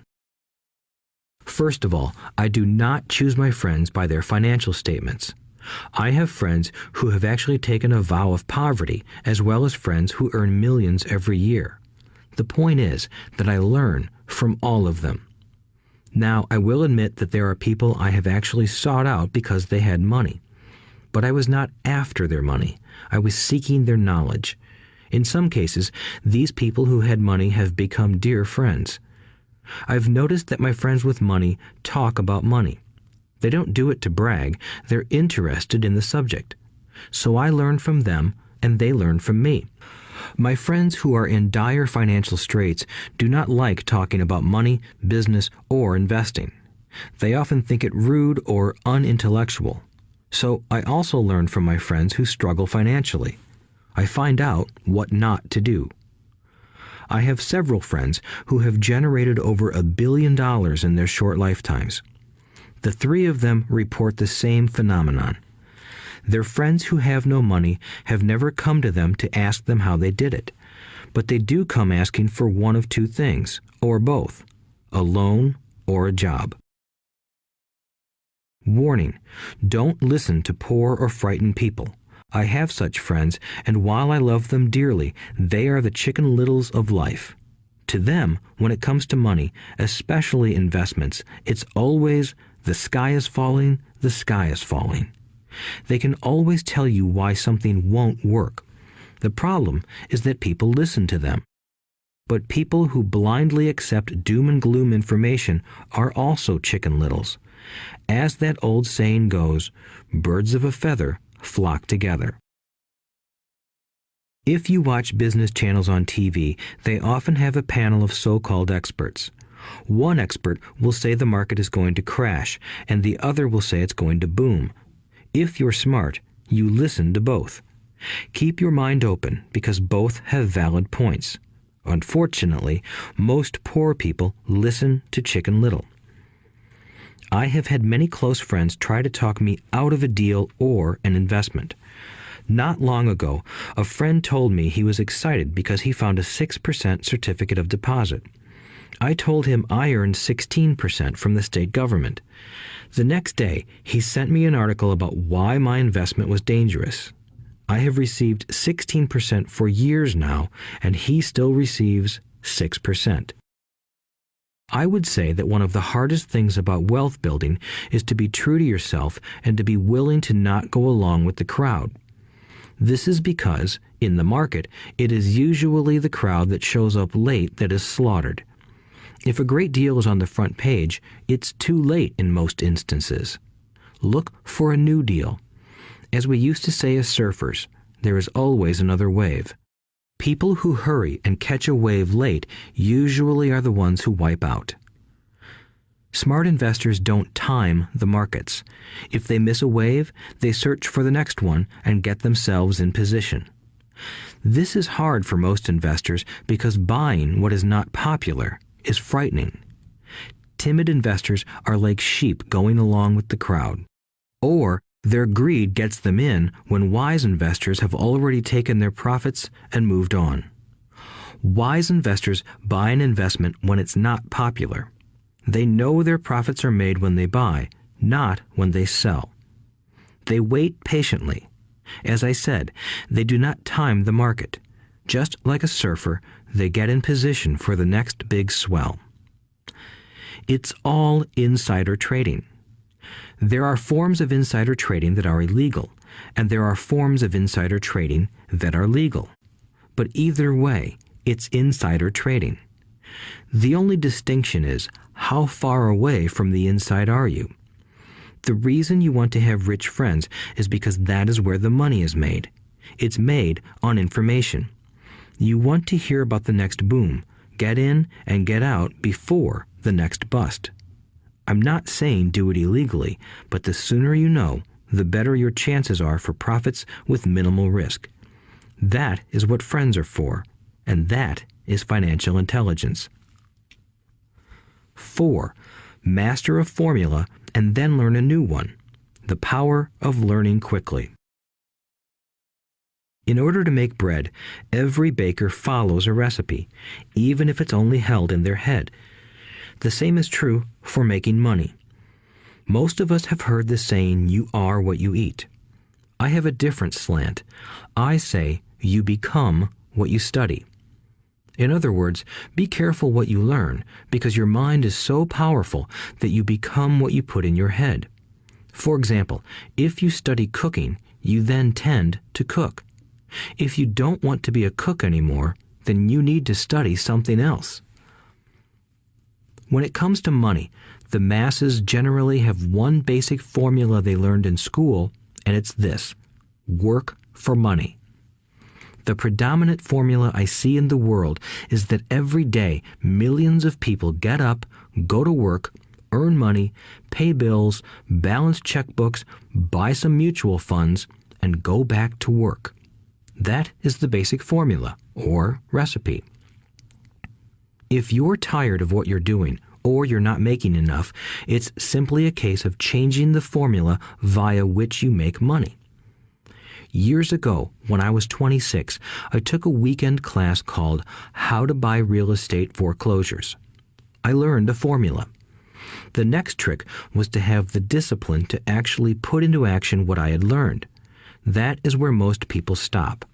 For 3 years, while working for Xerox, I spent my spare time learning to master the art of buying foreclosures.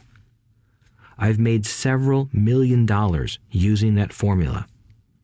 So, after I mastered that formula, I went in search of other formulas. For many of the classes, I did not directly use the information I learned, but I always learned something new. I have attended classes designed for derivative traders, commodity option traders, and chaologists. I was way out of my league, being in a room full of people with doctorates in nuclear physics and space science.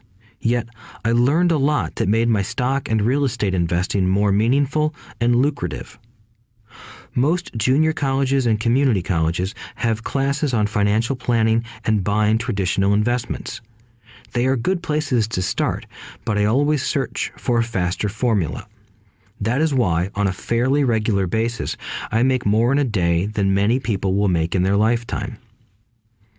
Another side note, in today's fast-changing world, it's not so much what you know anymore that counts, because often what you know is old. It is how fast you learn.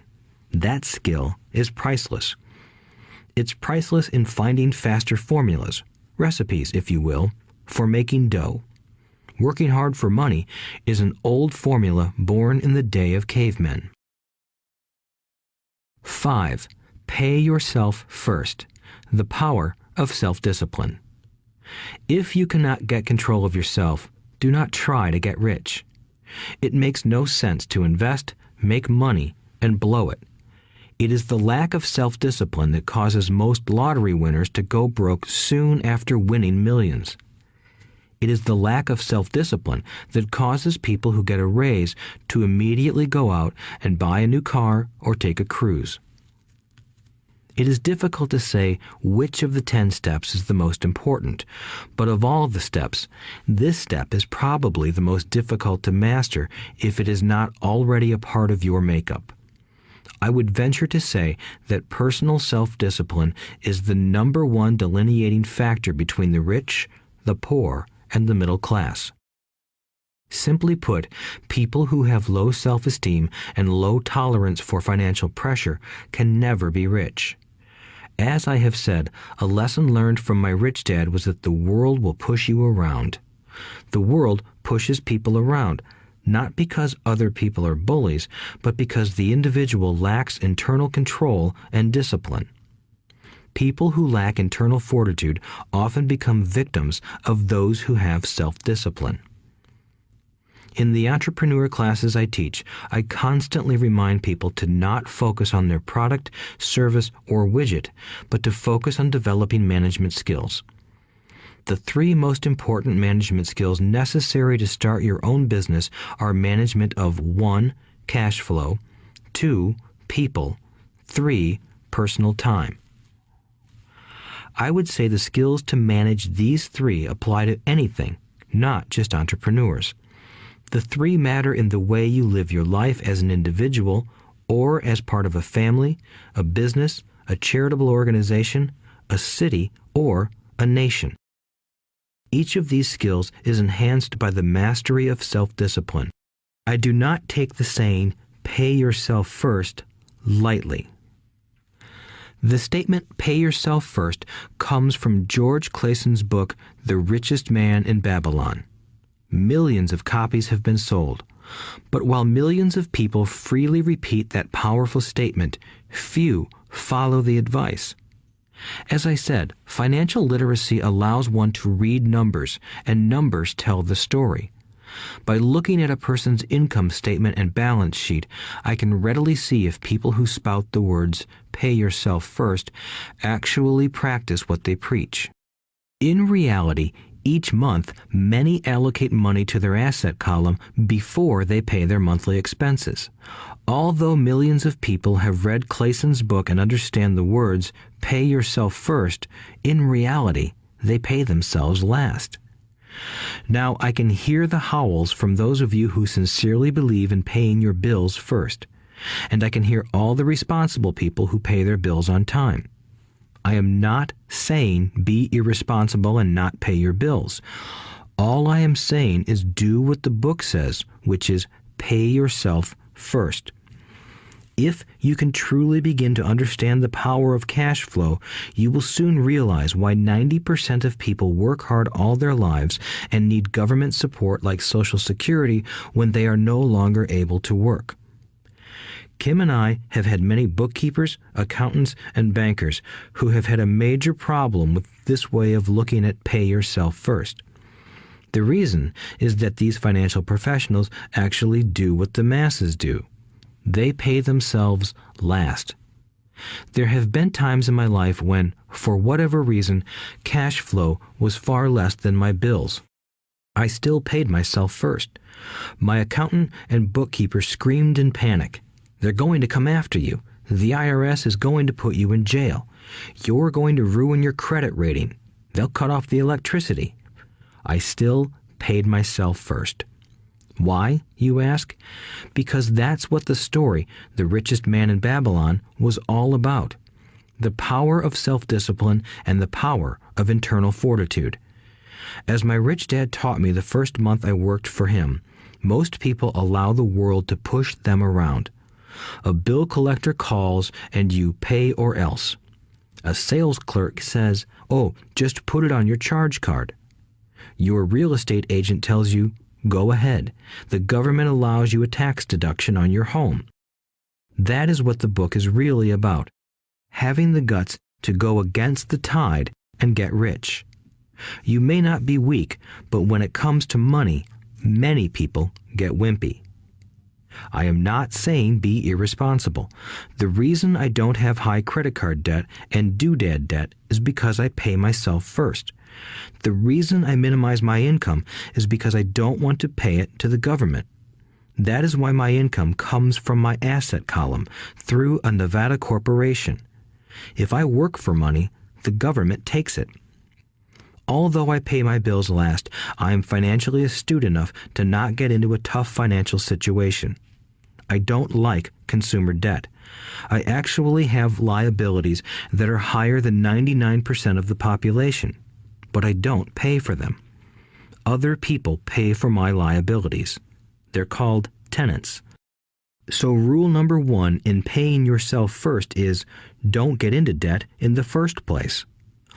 Although I pay my bills last, I set it up to have only small, unimportant bills that are due. When I occasionally come up short, I still pay myself first. I let the creditors and even the government scream. I like it when they get tough. Why? Because those guys do me a favor. They inspire me to go out and create more money. So I pay myself first, invest the money, and let the creditors yell. I generally pay them right away anyway. Kim and I have excellent credit. We just don't cave into pressure and spend our savings or liquidate stocks to pay for consumer debt. That is not too financially intelligent. To successfully pay yourself first, keep the following in mind. 1. Don't get into large debt positions that you have to pay for. Keep your expenses low. Build up assets first. Then buy the big house or nice car. Being stuck in the rat race is not intelligent. 2. When you come up short, let the pressure build and don't dip into your savings or investments. Use the pressure to inspire your financial genius to come up with new ways of making more money and then pay your bills. You will have increased your ability to make more money as well as your financial intelligence. So many times I have gotten into financial hot water and used my brain to create more income while staunchly defending the assets in my asset column. My bookkeeper has screamed and dived for cover, but I was like a good soldier defending the fort. Fort assets. Poor people have poor habits. A common bad habit is innocently called dipping into savings. The rich know that savings are only used to create more money, not to pay bills. I know that sounds tough, but as I said, if you're not tough inside, the world will always push you around anyway. If you do not like financial pressure, then find a formula that works for you. A good one is to cut expenses, put your money in the bank, pay more than your fair share of income tax, buy safe mutual funds, and take the vow of the average. But this violates the pay yourself first rule. This rule does not encourage self-sacrifice or financial abstinence. It doesn't mean pay yourself first and starve. Life was meant to be enjoyed. If you call on your financial genius, you can have all the goodies of life, get rich, and pay bills. And that is financial intelligence. 6. Pay your brokers well. The power of good advice. Sometimes I see people posting a sign in front of their house that says, "For sale by owner." Or I see people on TV claiming to be discount brokers. My rich dad taught me to take the opposite approach. He believed in paying professionals well, and I have adopted that policy also. Today, I have expensive attorneys, accountants, real estate brokers, and stockbrokers. Why? Because if, and I do mean if, the people are professionals, their services should make you money. And the more money they make, the more money I make. We live in the information age. Information is priceless. A good broker should provide you with information as well as take the time to educate you. I have several brokers who do that for me. Some taught me when I had little or no money, and I am still with them today. What I pay a broker is tiny in comparison with what kind of money I can make because of the information they provide. I love it when my real estate broker or stockbroker makes a lot of money because that usually means I made a lot of money. A good broker saves me time in addition to making me money. Like when I bought the vacant land for $9,000 and sold it immediately for over $25,000 so I could buy my Porsche quicker. A broker is my eyes and ears in the market. They're there every day, so I do not have to be. I'd rather play golf. People who sell their house on their own must not value their time much. Why would I want to save a few bucks when I could use that time to make more money or spend it with those I love? What I find funny is that so many poor and middle-class people insist on tipping restaurant help 15 to 20%, even for bad service, but complain about paying a broker 3 to 7%. They enjoy tipping people in the expense column and stiffing people in the asset column. That is not financially intelligent. Keep in mind that not all brokers are created equal. Unfortunately, most brokers are only salespeople. They sell, but they themselves own little or no real estate.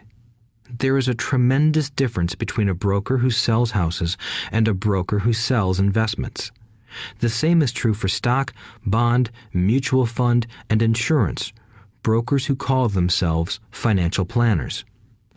When I interview any paid professional, I first find out how much property or stocks they personally own and what percentage they pay in taxes. And that applies to my tax attorney as well as my accountant. I have an accountant who minds his own business. His profession is accounting, but his business is real estate. I used to have an accountant who was a small business accountant, but he had no real estate.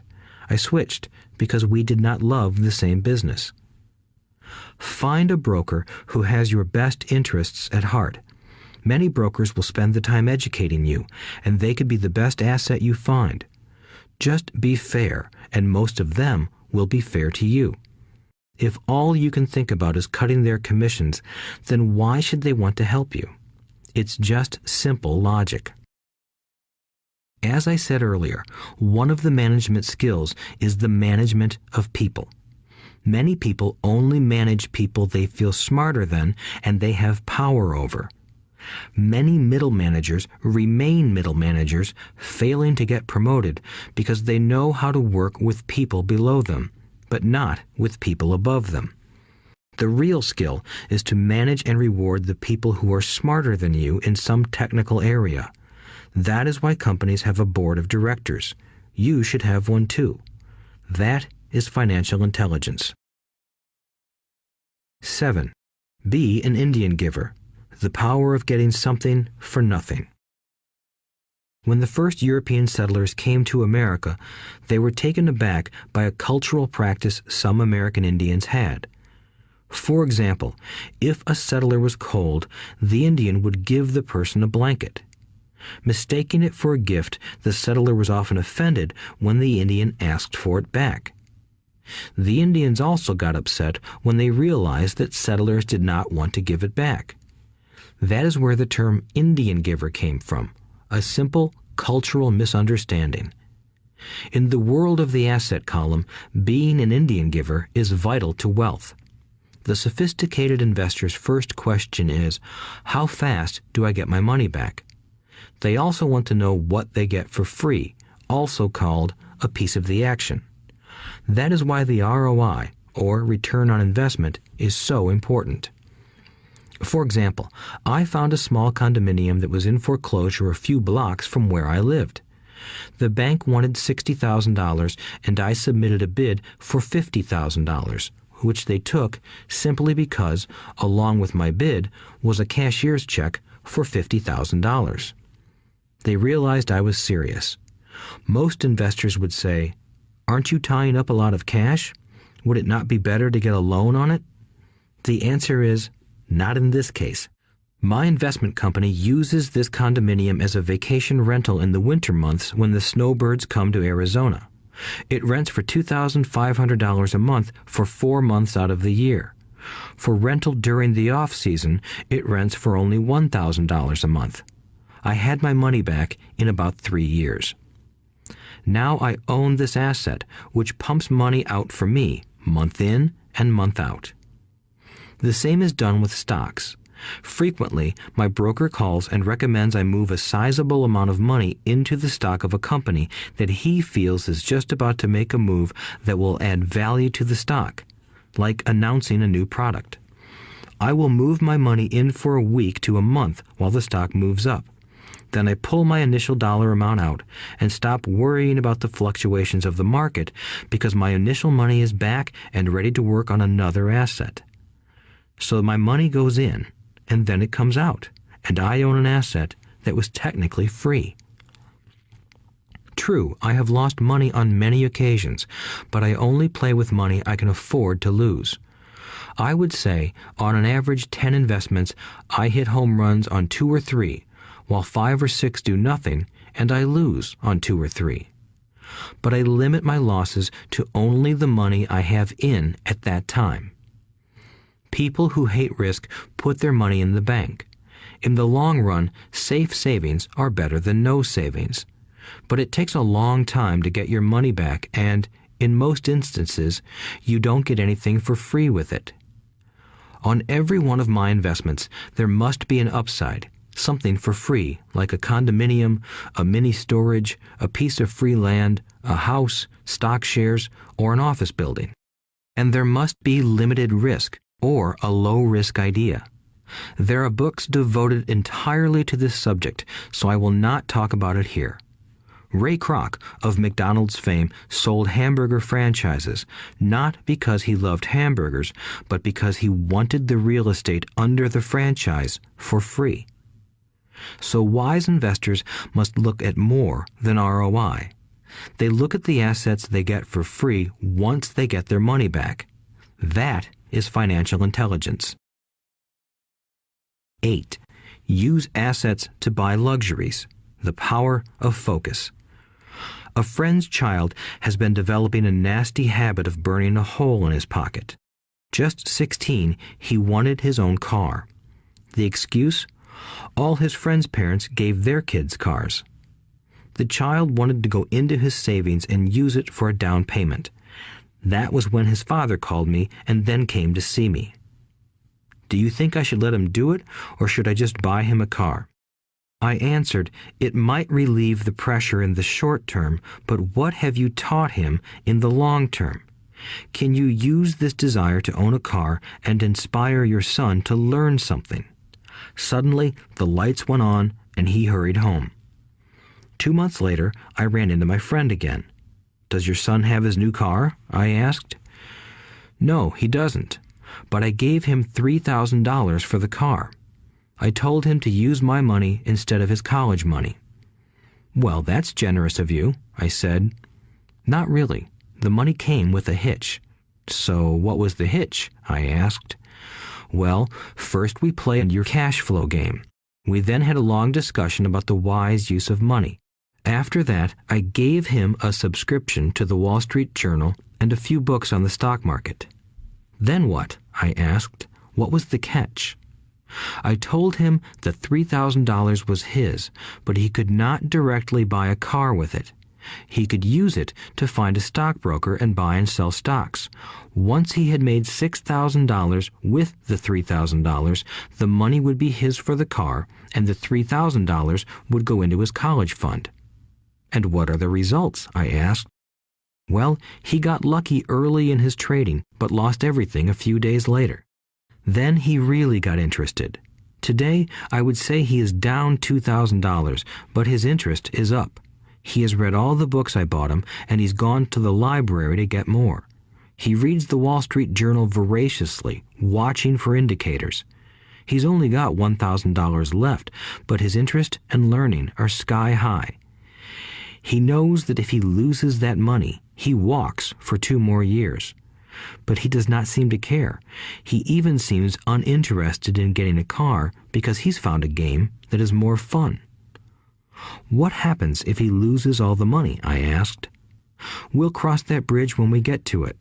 I'd rather have him lose everything now than wait till he's our age to risk losing everything. And besides, that is the best $3,000 I've ever spent on his education. What he is learning will serve him for life, and he seems to have gained a new respect for the power of money. As I said earlier, if a person cannot master the power of self-discipline, it is best not to try to get rich. I say this because although the process of developing cash flow from an asset column is easy in theory, what's hard is the mental fortitude to direct money to the correct use. Due to external temptations, it is much easier in today's consumer world to simply blow money out the expense column. With weak mental fortitude, that money flows into the paths of least resistance. That is the cause of poverty and financial struggle.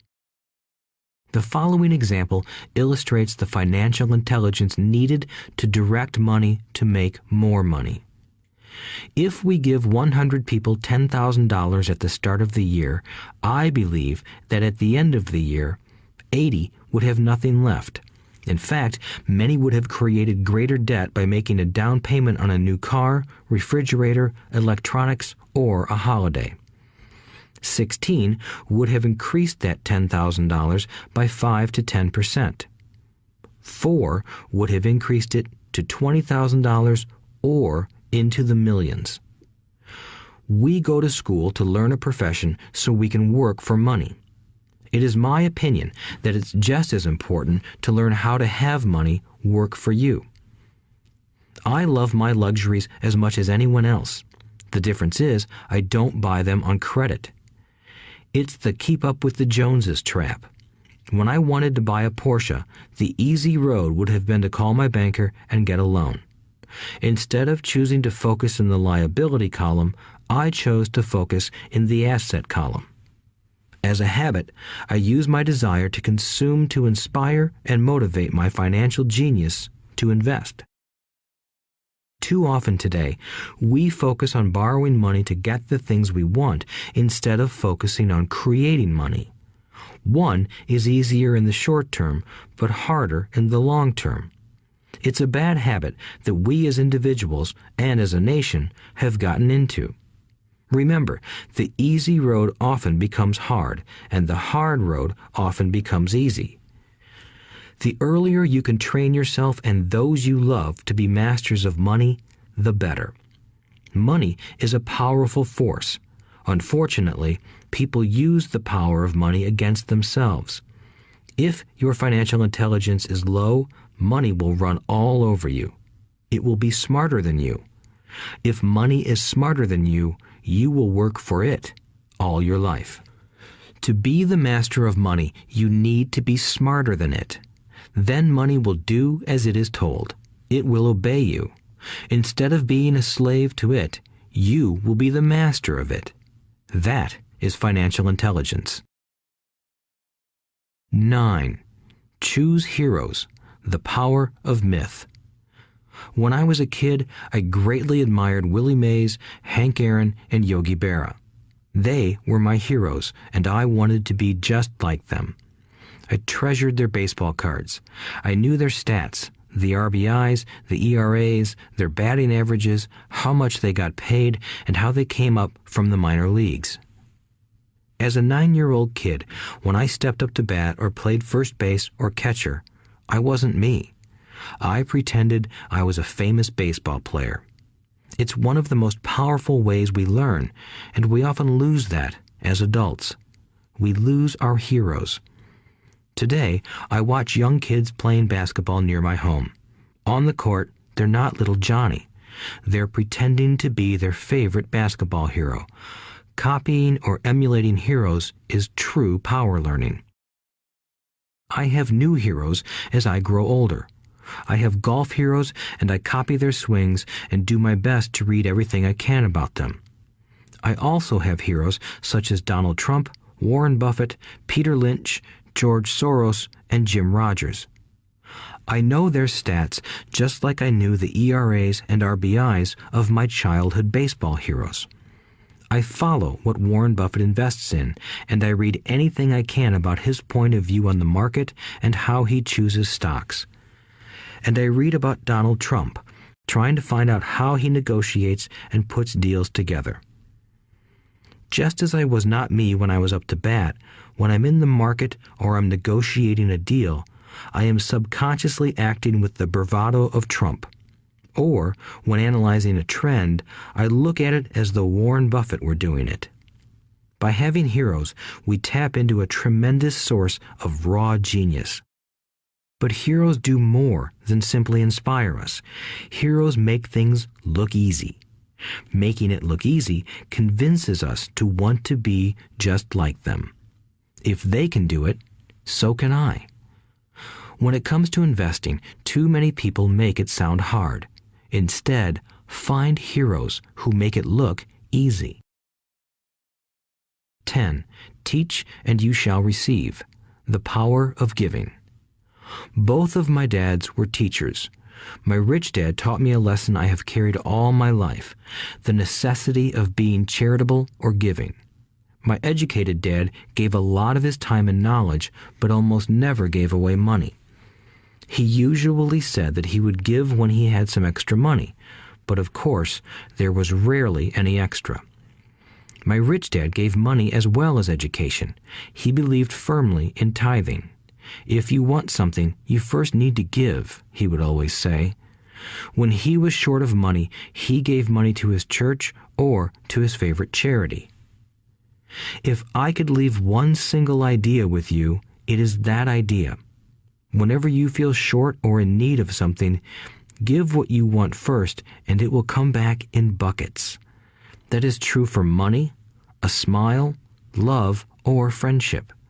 I know it is often the last thing a person may want to do, but it has always worked for me. I trust that the principle of reciprocity is true, and I give what I want. I want money, so I give money, and it comes back in multiples. I want sales, so I help someone else sell something, and sales come to me. I want contacts, and I help someone else get contacts. Like magic, contacts come to me. I heard a saying years ago that went, "God does not need to receive, but humans need to give." My rich dad would often say, poor people are more greedy than rich people. He would explain that if a person was rich, that person was providing something that other people wanted.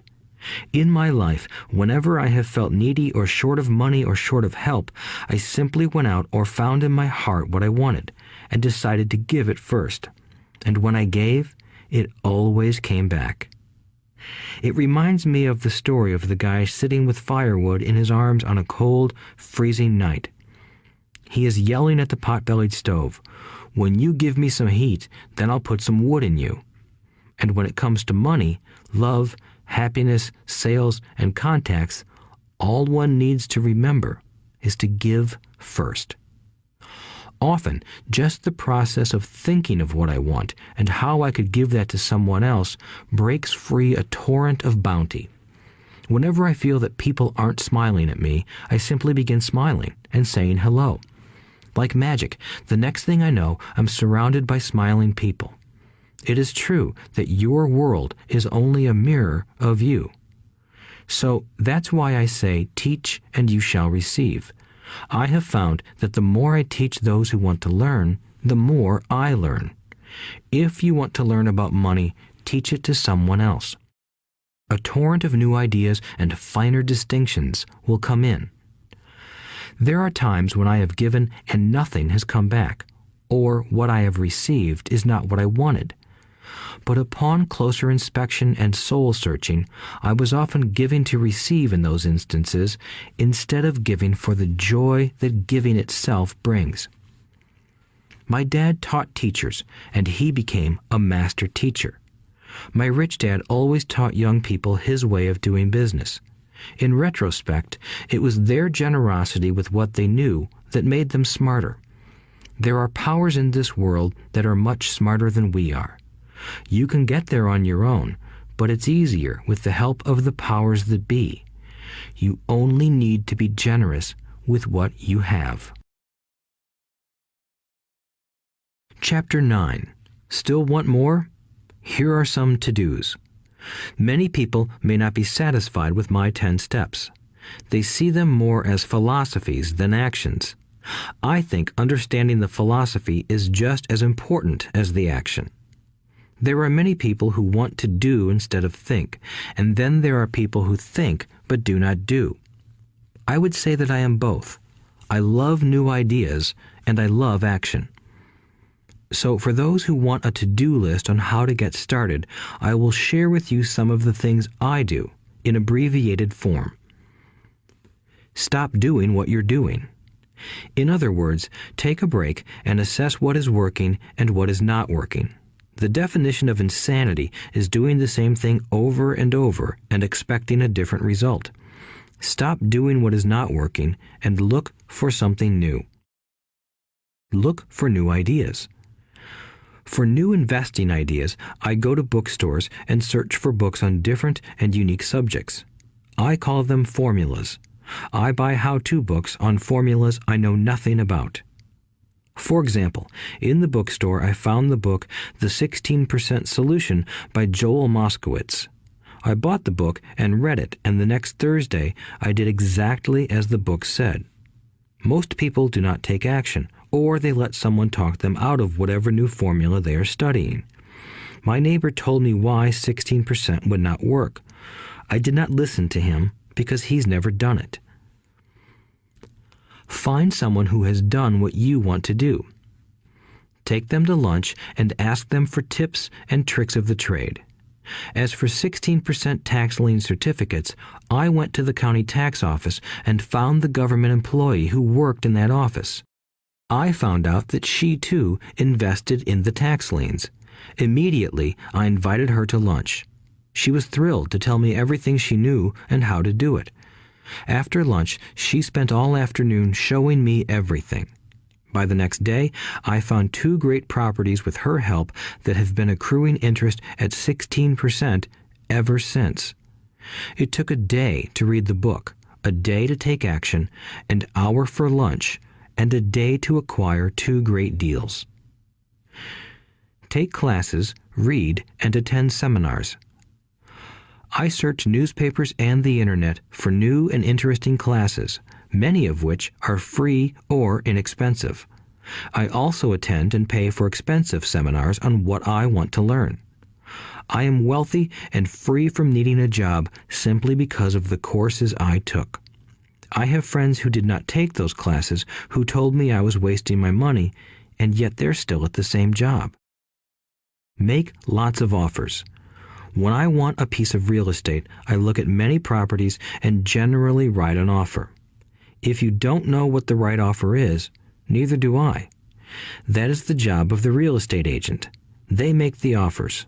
I do as little work as possible.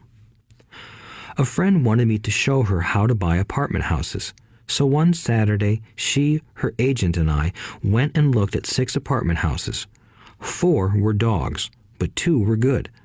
I said to write offers on all 6, offering half of what the owners asked for. She and the agent nearly had heart attacks.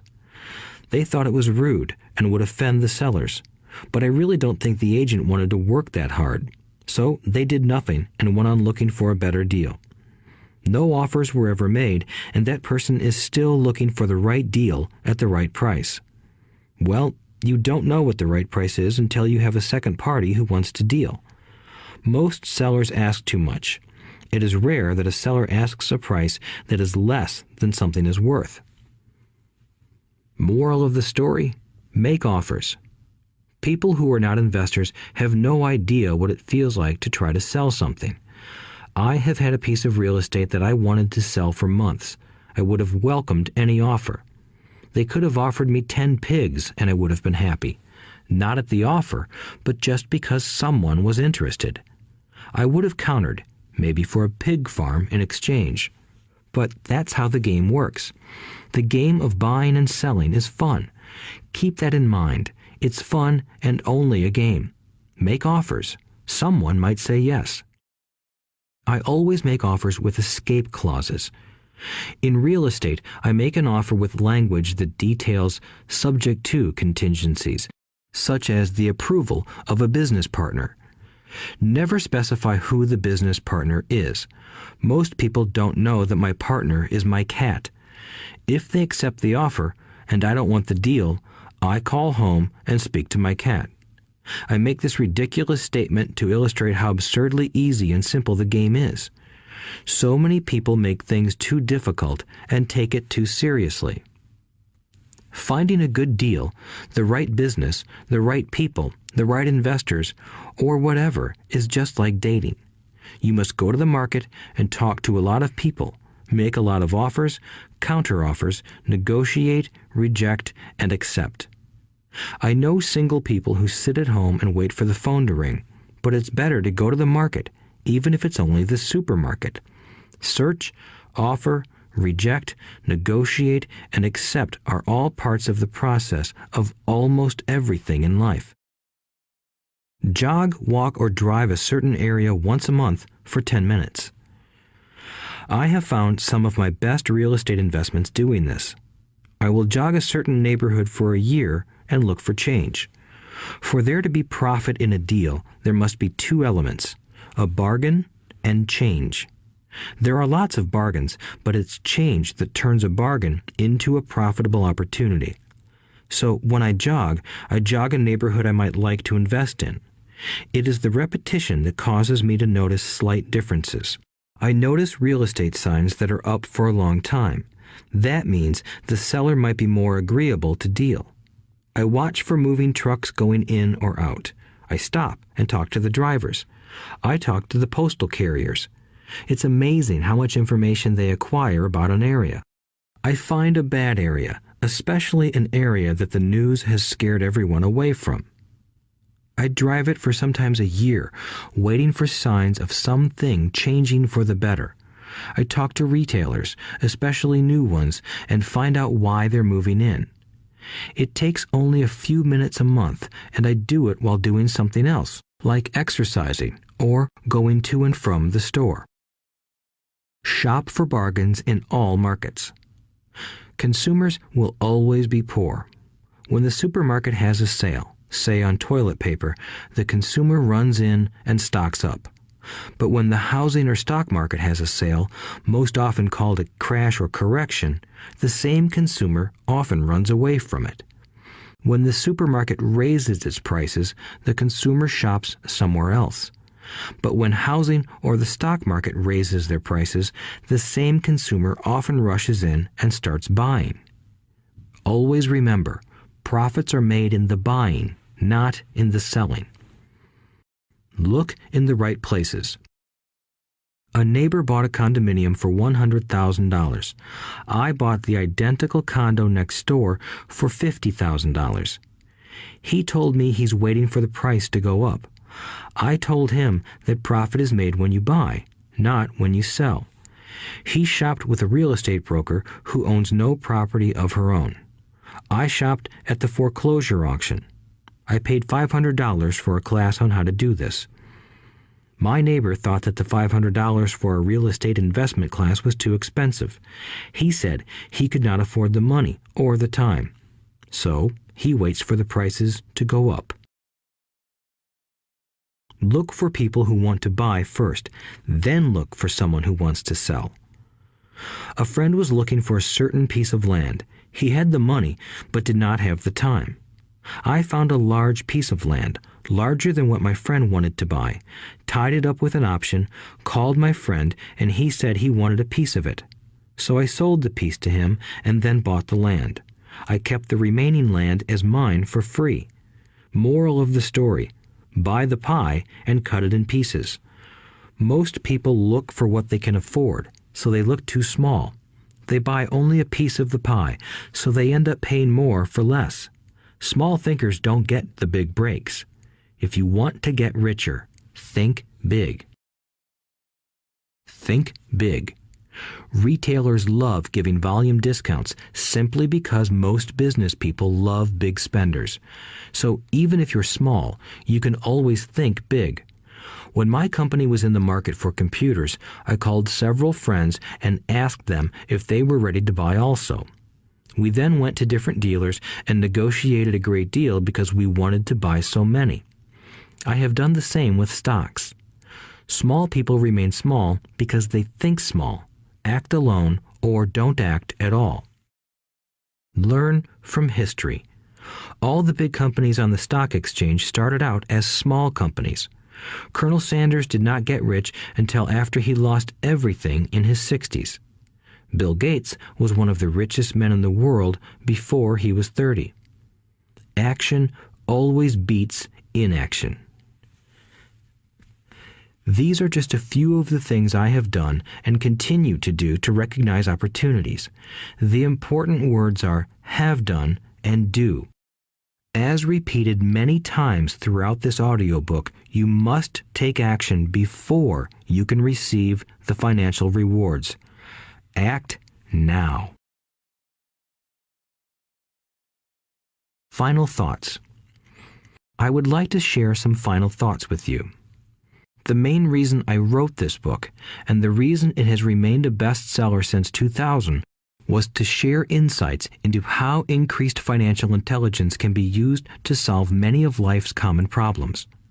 Without financial training, we all too often use the standard formulas to get through life. Work hard, save, borrow, and pay excessive taxes. Today, more than ever, we need better information. I use the following story as an example of a financial problem that confronts many young families today. How do you afford a good education for your children and provide for your own retirement? It requires using financial intelligence instead of hard work. A friend of mine was griping one day about how hard it was to save money for his 4 children's college educations. He was putting $300 away in a college fund each month and had so far accumulated only about $12,000. He had about 12 more years to save for college since his oldest child was then 6 years old. At the time, the real estate market in Phoenix was terrible. People were giving houses away. I suggested to my friend that he buy a house with some of the money in his college fund. The idea intrigued him, and we began to discuss the possibility. His primary concern was that he did not have credit with the bank to buy another house since he was so overextended. I assured him that there were other ways to finance a property rather than through the bank. We looked for a house for 2 weeks, a house that would fit all our criteria. There were plenty to choose from, so shopping was fun. Finally, we found a 3-bedroom, 2-bath home in a prime neighborhood. The owner had been downsized and needed to sell that day because he and his family were moving to California where another job waited. The owner wanted $102,000, but we offered only $79,000. He took it immediately and agreed to carry back the loan with a 10% down payment. All my friend had to come up with was $7,900. As soon as the owner moved, my friend put the house up for rent. After all expenses were paid, including the mortgage, he put $125 in his pocket each month.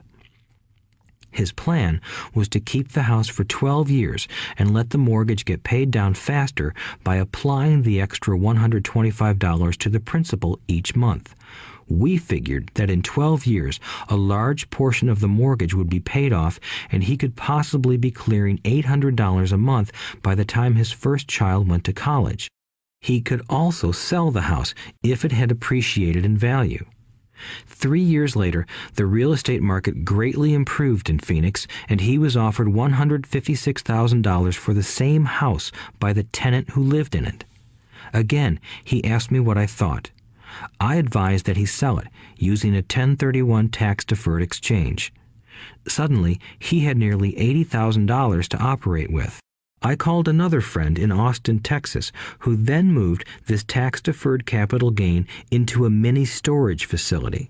Within 3 months, he began receiving checks for a little less than $1,000 a month, which he then poured back into the college fund.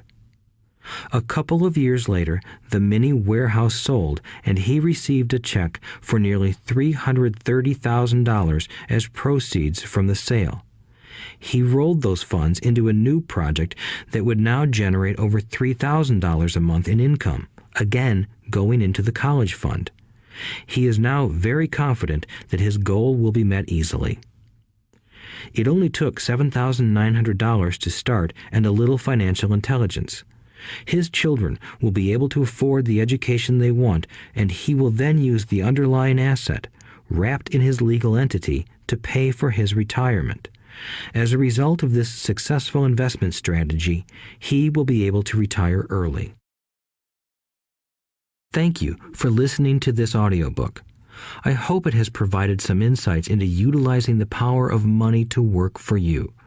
Today, we need greater financial intelligence to simply survive. The idea that it takes money to make money is the thinking of financially unsophisticated people. It does not mean that they're not intelligent. They have simply not learned the science of money making money. Money is only an idea. If you want more money, simply change your thinking. Every self-made person started small with an idea and then turned it into something big. The same applies to investing.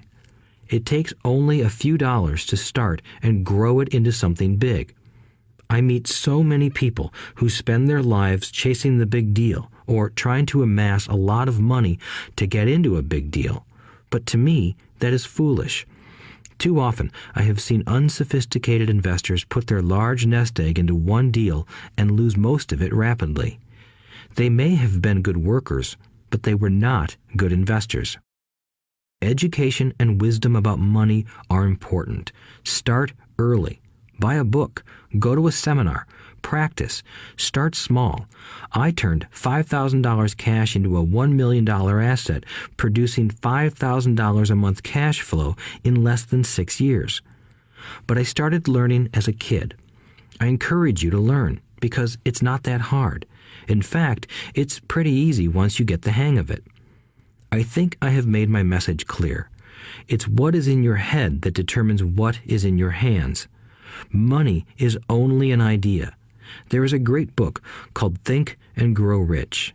The title is not Work Hard and Grow Rich. Learn to have money work hard for you, and your life will be easier and happier. Today, don't play it safe. Play it smart. The 3 incomes. In the world of accounting, there are 3 different types of income. 1, ordinary earned. 2, portfolio. 3, passive. When my poor dad said to me, "Go to school, get good grades, and find a safe, secure job," he was recommending I work for earned income. When my rich dad said, "The rich don't work for money, they have their money work for them," he was talking about passive income and portfolio income. Passive income, in most cases, is income derived from real estate investments. Portfolio income is income derived from paper assets such as stocks and bonds. Portfolio income is the income that makes Bill Gates the richest man in the world, not earned income. Rich Dad used to say, the key to becoming wealthy is the ability to convert earned income into passive income or portfolio income as quickly as possible. He would say, taxes are highest on earned income. The least taxed income is passive income. That is another reason why you want your money working hard for you. The government taxes the income you work hard for more than the income your money works hard for. In my second book, Rich Dad's Cash Flow Quadrant, I explain the 4 different types of people who make up the world of business. They are E, employee, S, self-employed, B, business owner, and I, investor. Most people go to school to learn to be an E or an S. The cash flow quadrant is written about the core differences of these 4 types and how people can change their quadrant. In fact, most of our products are created for people in the B and I quadrants. In Rich Dad's Guide to Investing, book number 3 in the Rich Dad series, I go into more detail on the importance of converting earned income into passive and portfolio income. Rich Dad used to say, all a real investor does is convert earned income into passive and portfolio income. If you know what you're doing, investing is not risky. It's just common sense. The key to financial freedom. The key to financial freedom and great wealth is a person's ability to convert earned income into passive and/or portfolio income. My rich dad spent a lot of time teaching Mike and me this skill. Having this ability is the reason my wife Kim and I are financially free, never needing to work again. We continue to work because we choose to. Today, we own a real estate investment company for passive income and participate in private placements and initial public offerings of stock for portfolio income.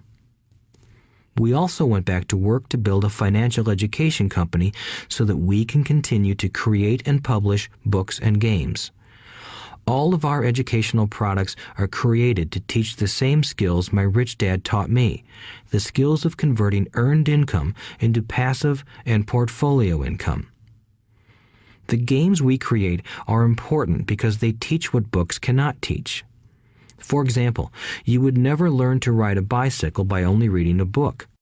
Our cash flow games for adults and cash flow for kids game are designed to teach players the basic investment skills of converting earned income into passive and portfolio income.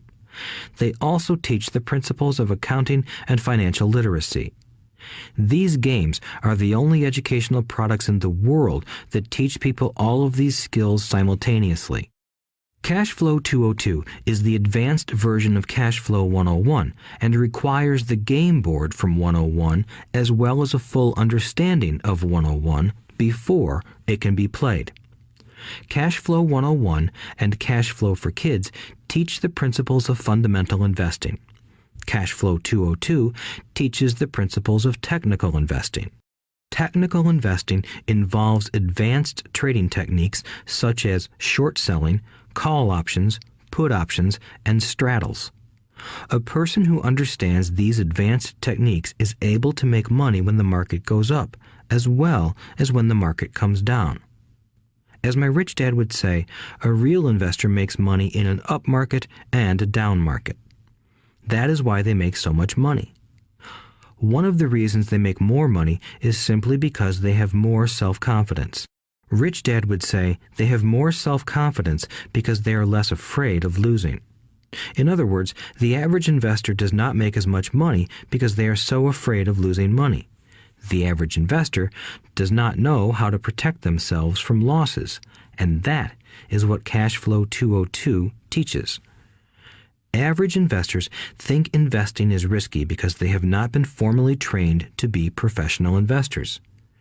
As Warren Buffett, America's richest investor, says, risk comes from not knowing what you're doing.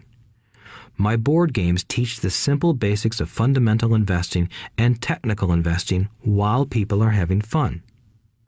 I occasionally hear someone say, your educational games are expensive, which poses the question of ROI, the return on investment, or the value returned for the price paid. I nod my head and reply, yes, they may be expensive, especially when compared to entertainment board games. But my games are not as expensive as a college education, working hard all your life for earned income, paying excessive taxes, and then living in terror of losing all of your money in the investment markets. When someone walks away mumbling about the price, I can hear my rich dad saying, if you want to be rich, you must know what kind of income to work hard for, how to keep it, and how to protect it from loss. That is the key to great wealth. Rich Dad would also say, if you do not understand the differences in those three incomes and do not learn the skills on how to acquire and protect those incomes, you will probably spend your life earning less than you could and working harder than you should. My poor dad thought a good education, a good job, and years of hard work were all you needed to be successful. My rich dad also thought a good education was important. But to him, it was also important that Mike and I know the differences in the three incomes and what kind of income to work hard for. To him, that was basic financial education. Knowing the differences in the three incomes and learning the investment skills of how to acquire the different incomes is basic education for anyone who strives to acquire great wealth and achieve financial freedom, a special kind of freedom that only a few will ever know. As Rich Dad states in lesson number 1, the rich do not work for money. They know how to have money work hard for them. Rich Dad said, earned income is money you work for, and passive and portfolio income is money working for you. Knowing that little difference has been significant in my life. Or, as Robert Frost ends his poem, and that has made all the difference. Take action. All of you were given two great gifts, your mind and your time. It is up to you to do what you please with both. With each dollar bill that enters your hand, you and only you have the power to determine your destiny. Spend it foolishly, and you choose to be poor. Spend it on liabilities, and you join the middle class. Invest it in your mind and learn how to acquire assets, and you will be choosing wealth as your goal and your future. The choice is yours, and only yours. Every day, with every dollar, you decide to be rich, poor, or middle class. Choose to share this knowledge with your children, and you choose to prepare them for the world that awaits. No one else will. You and your children's future will be determined by choices you make today. not tomorrow.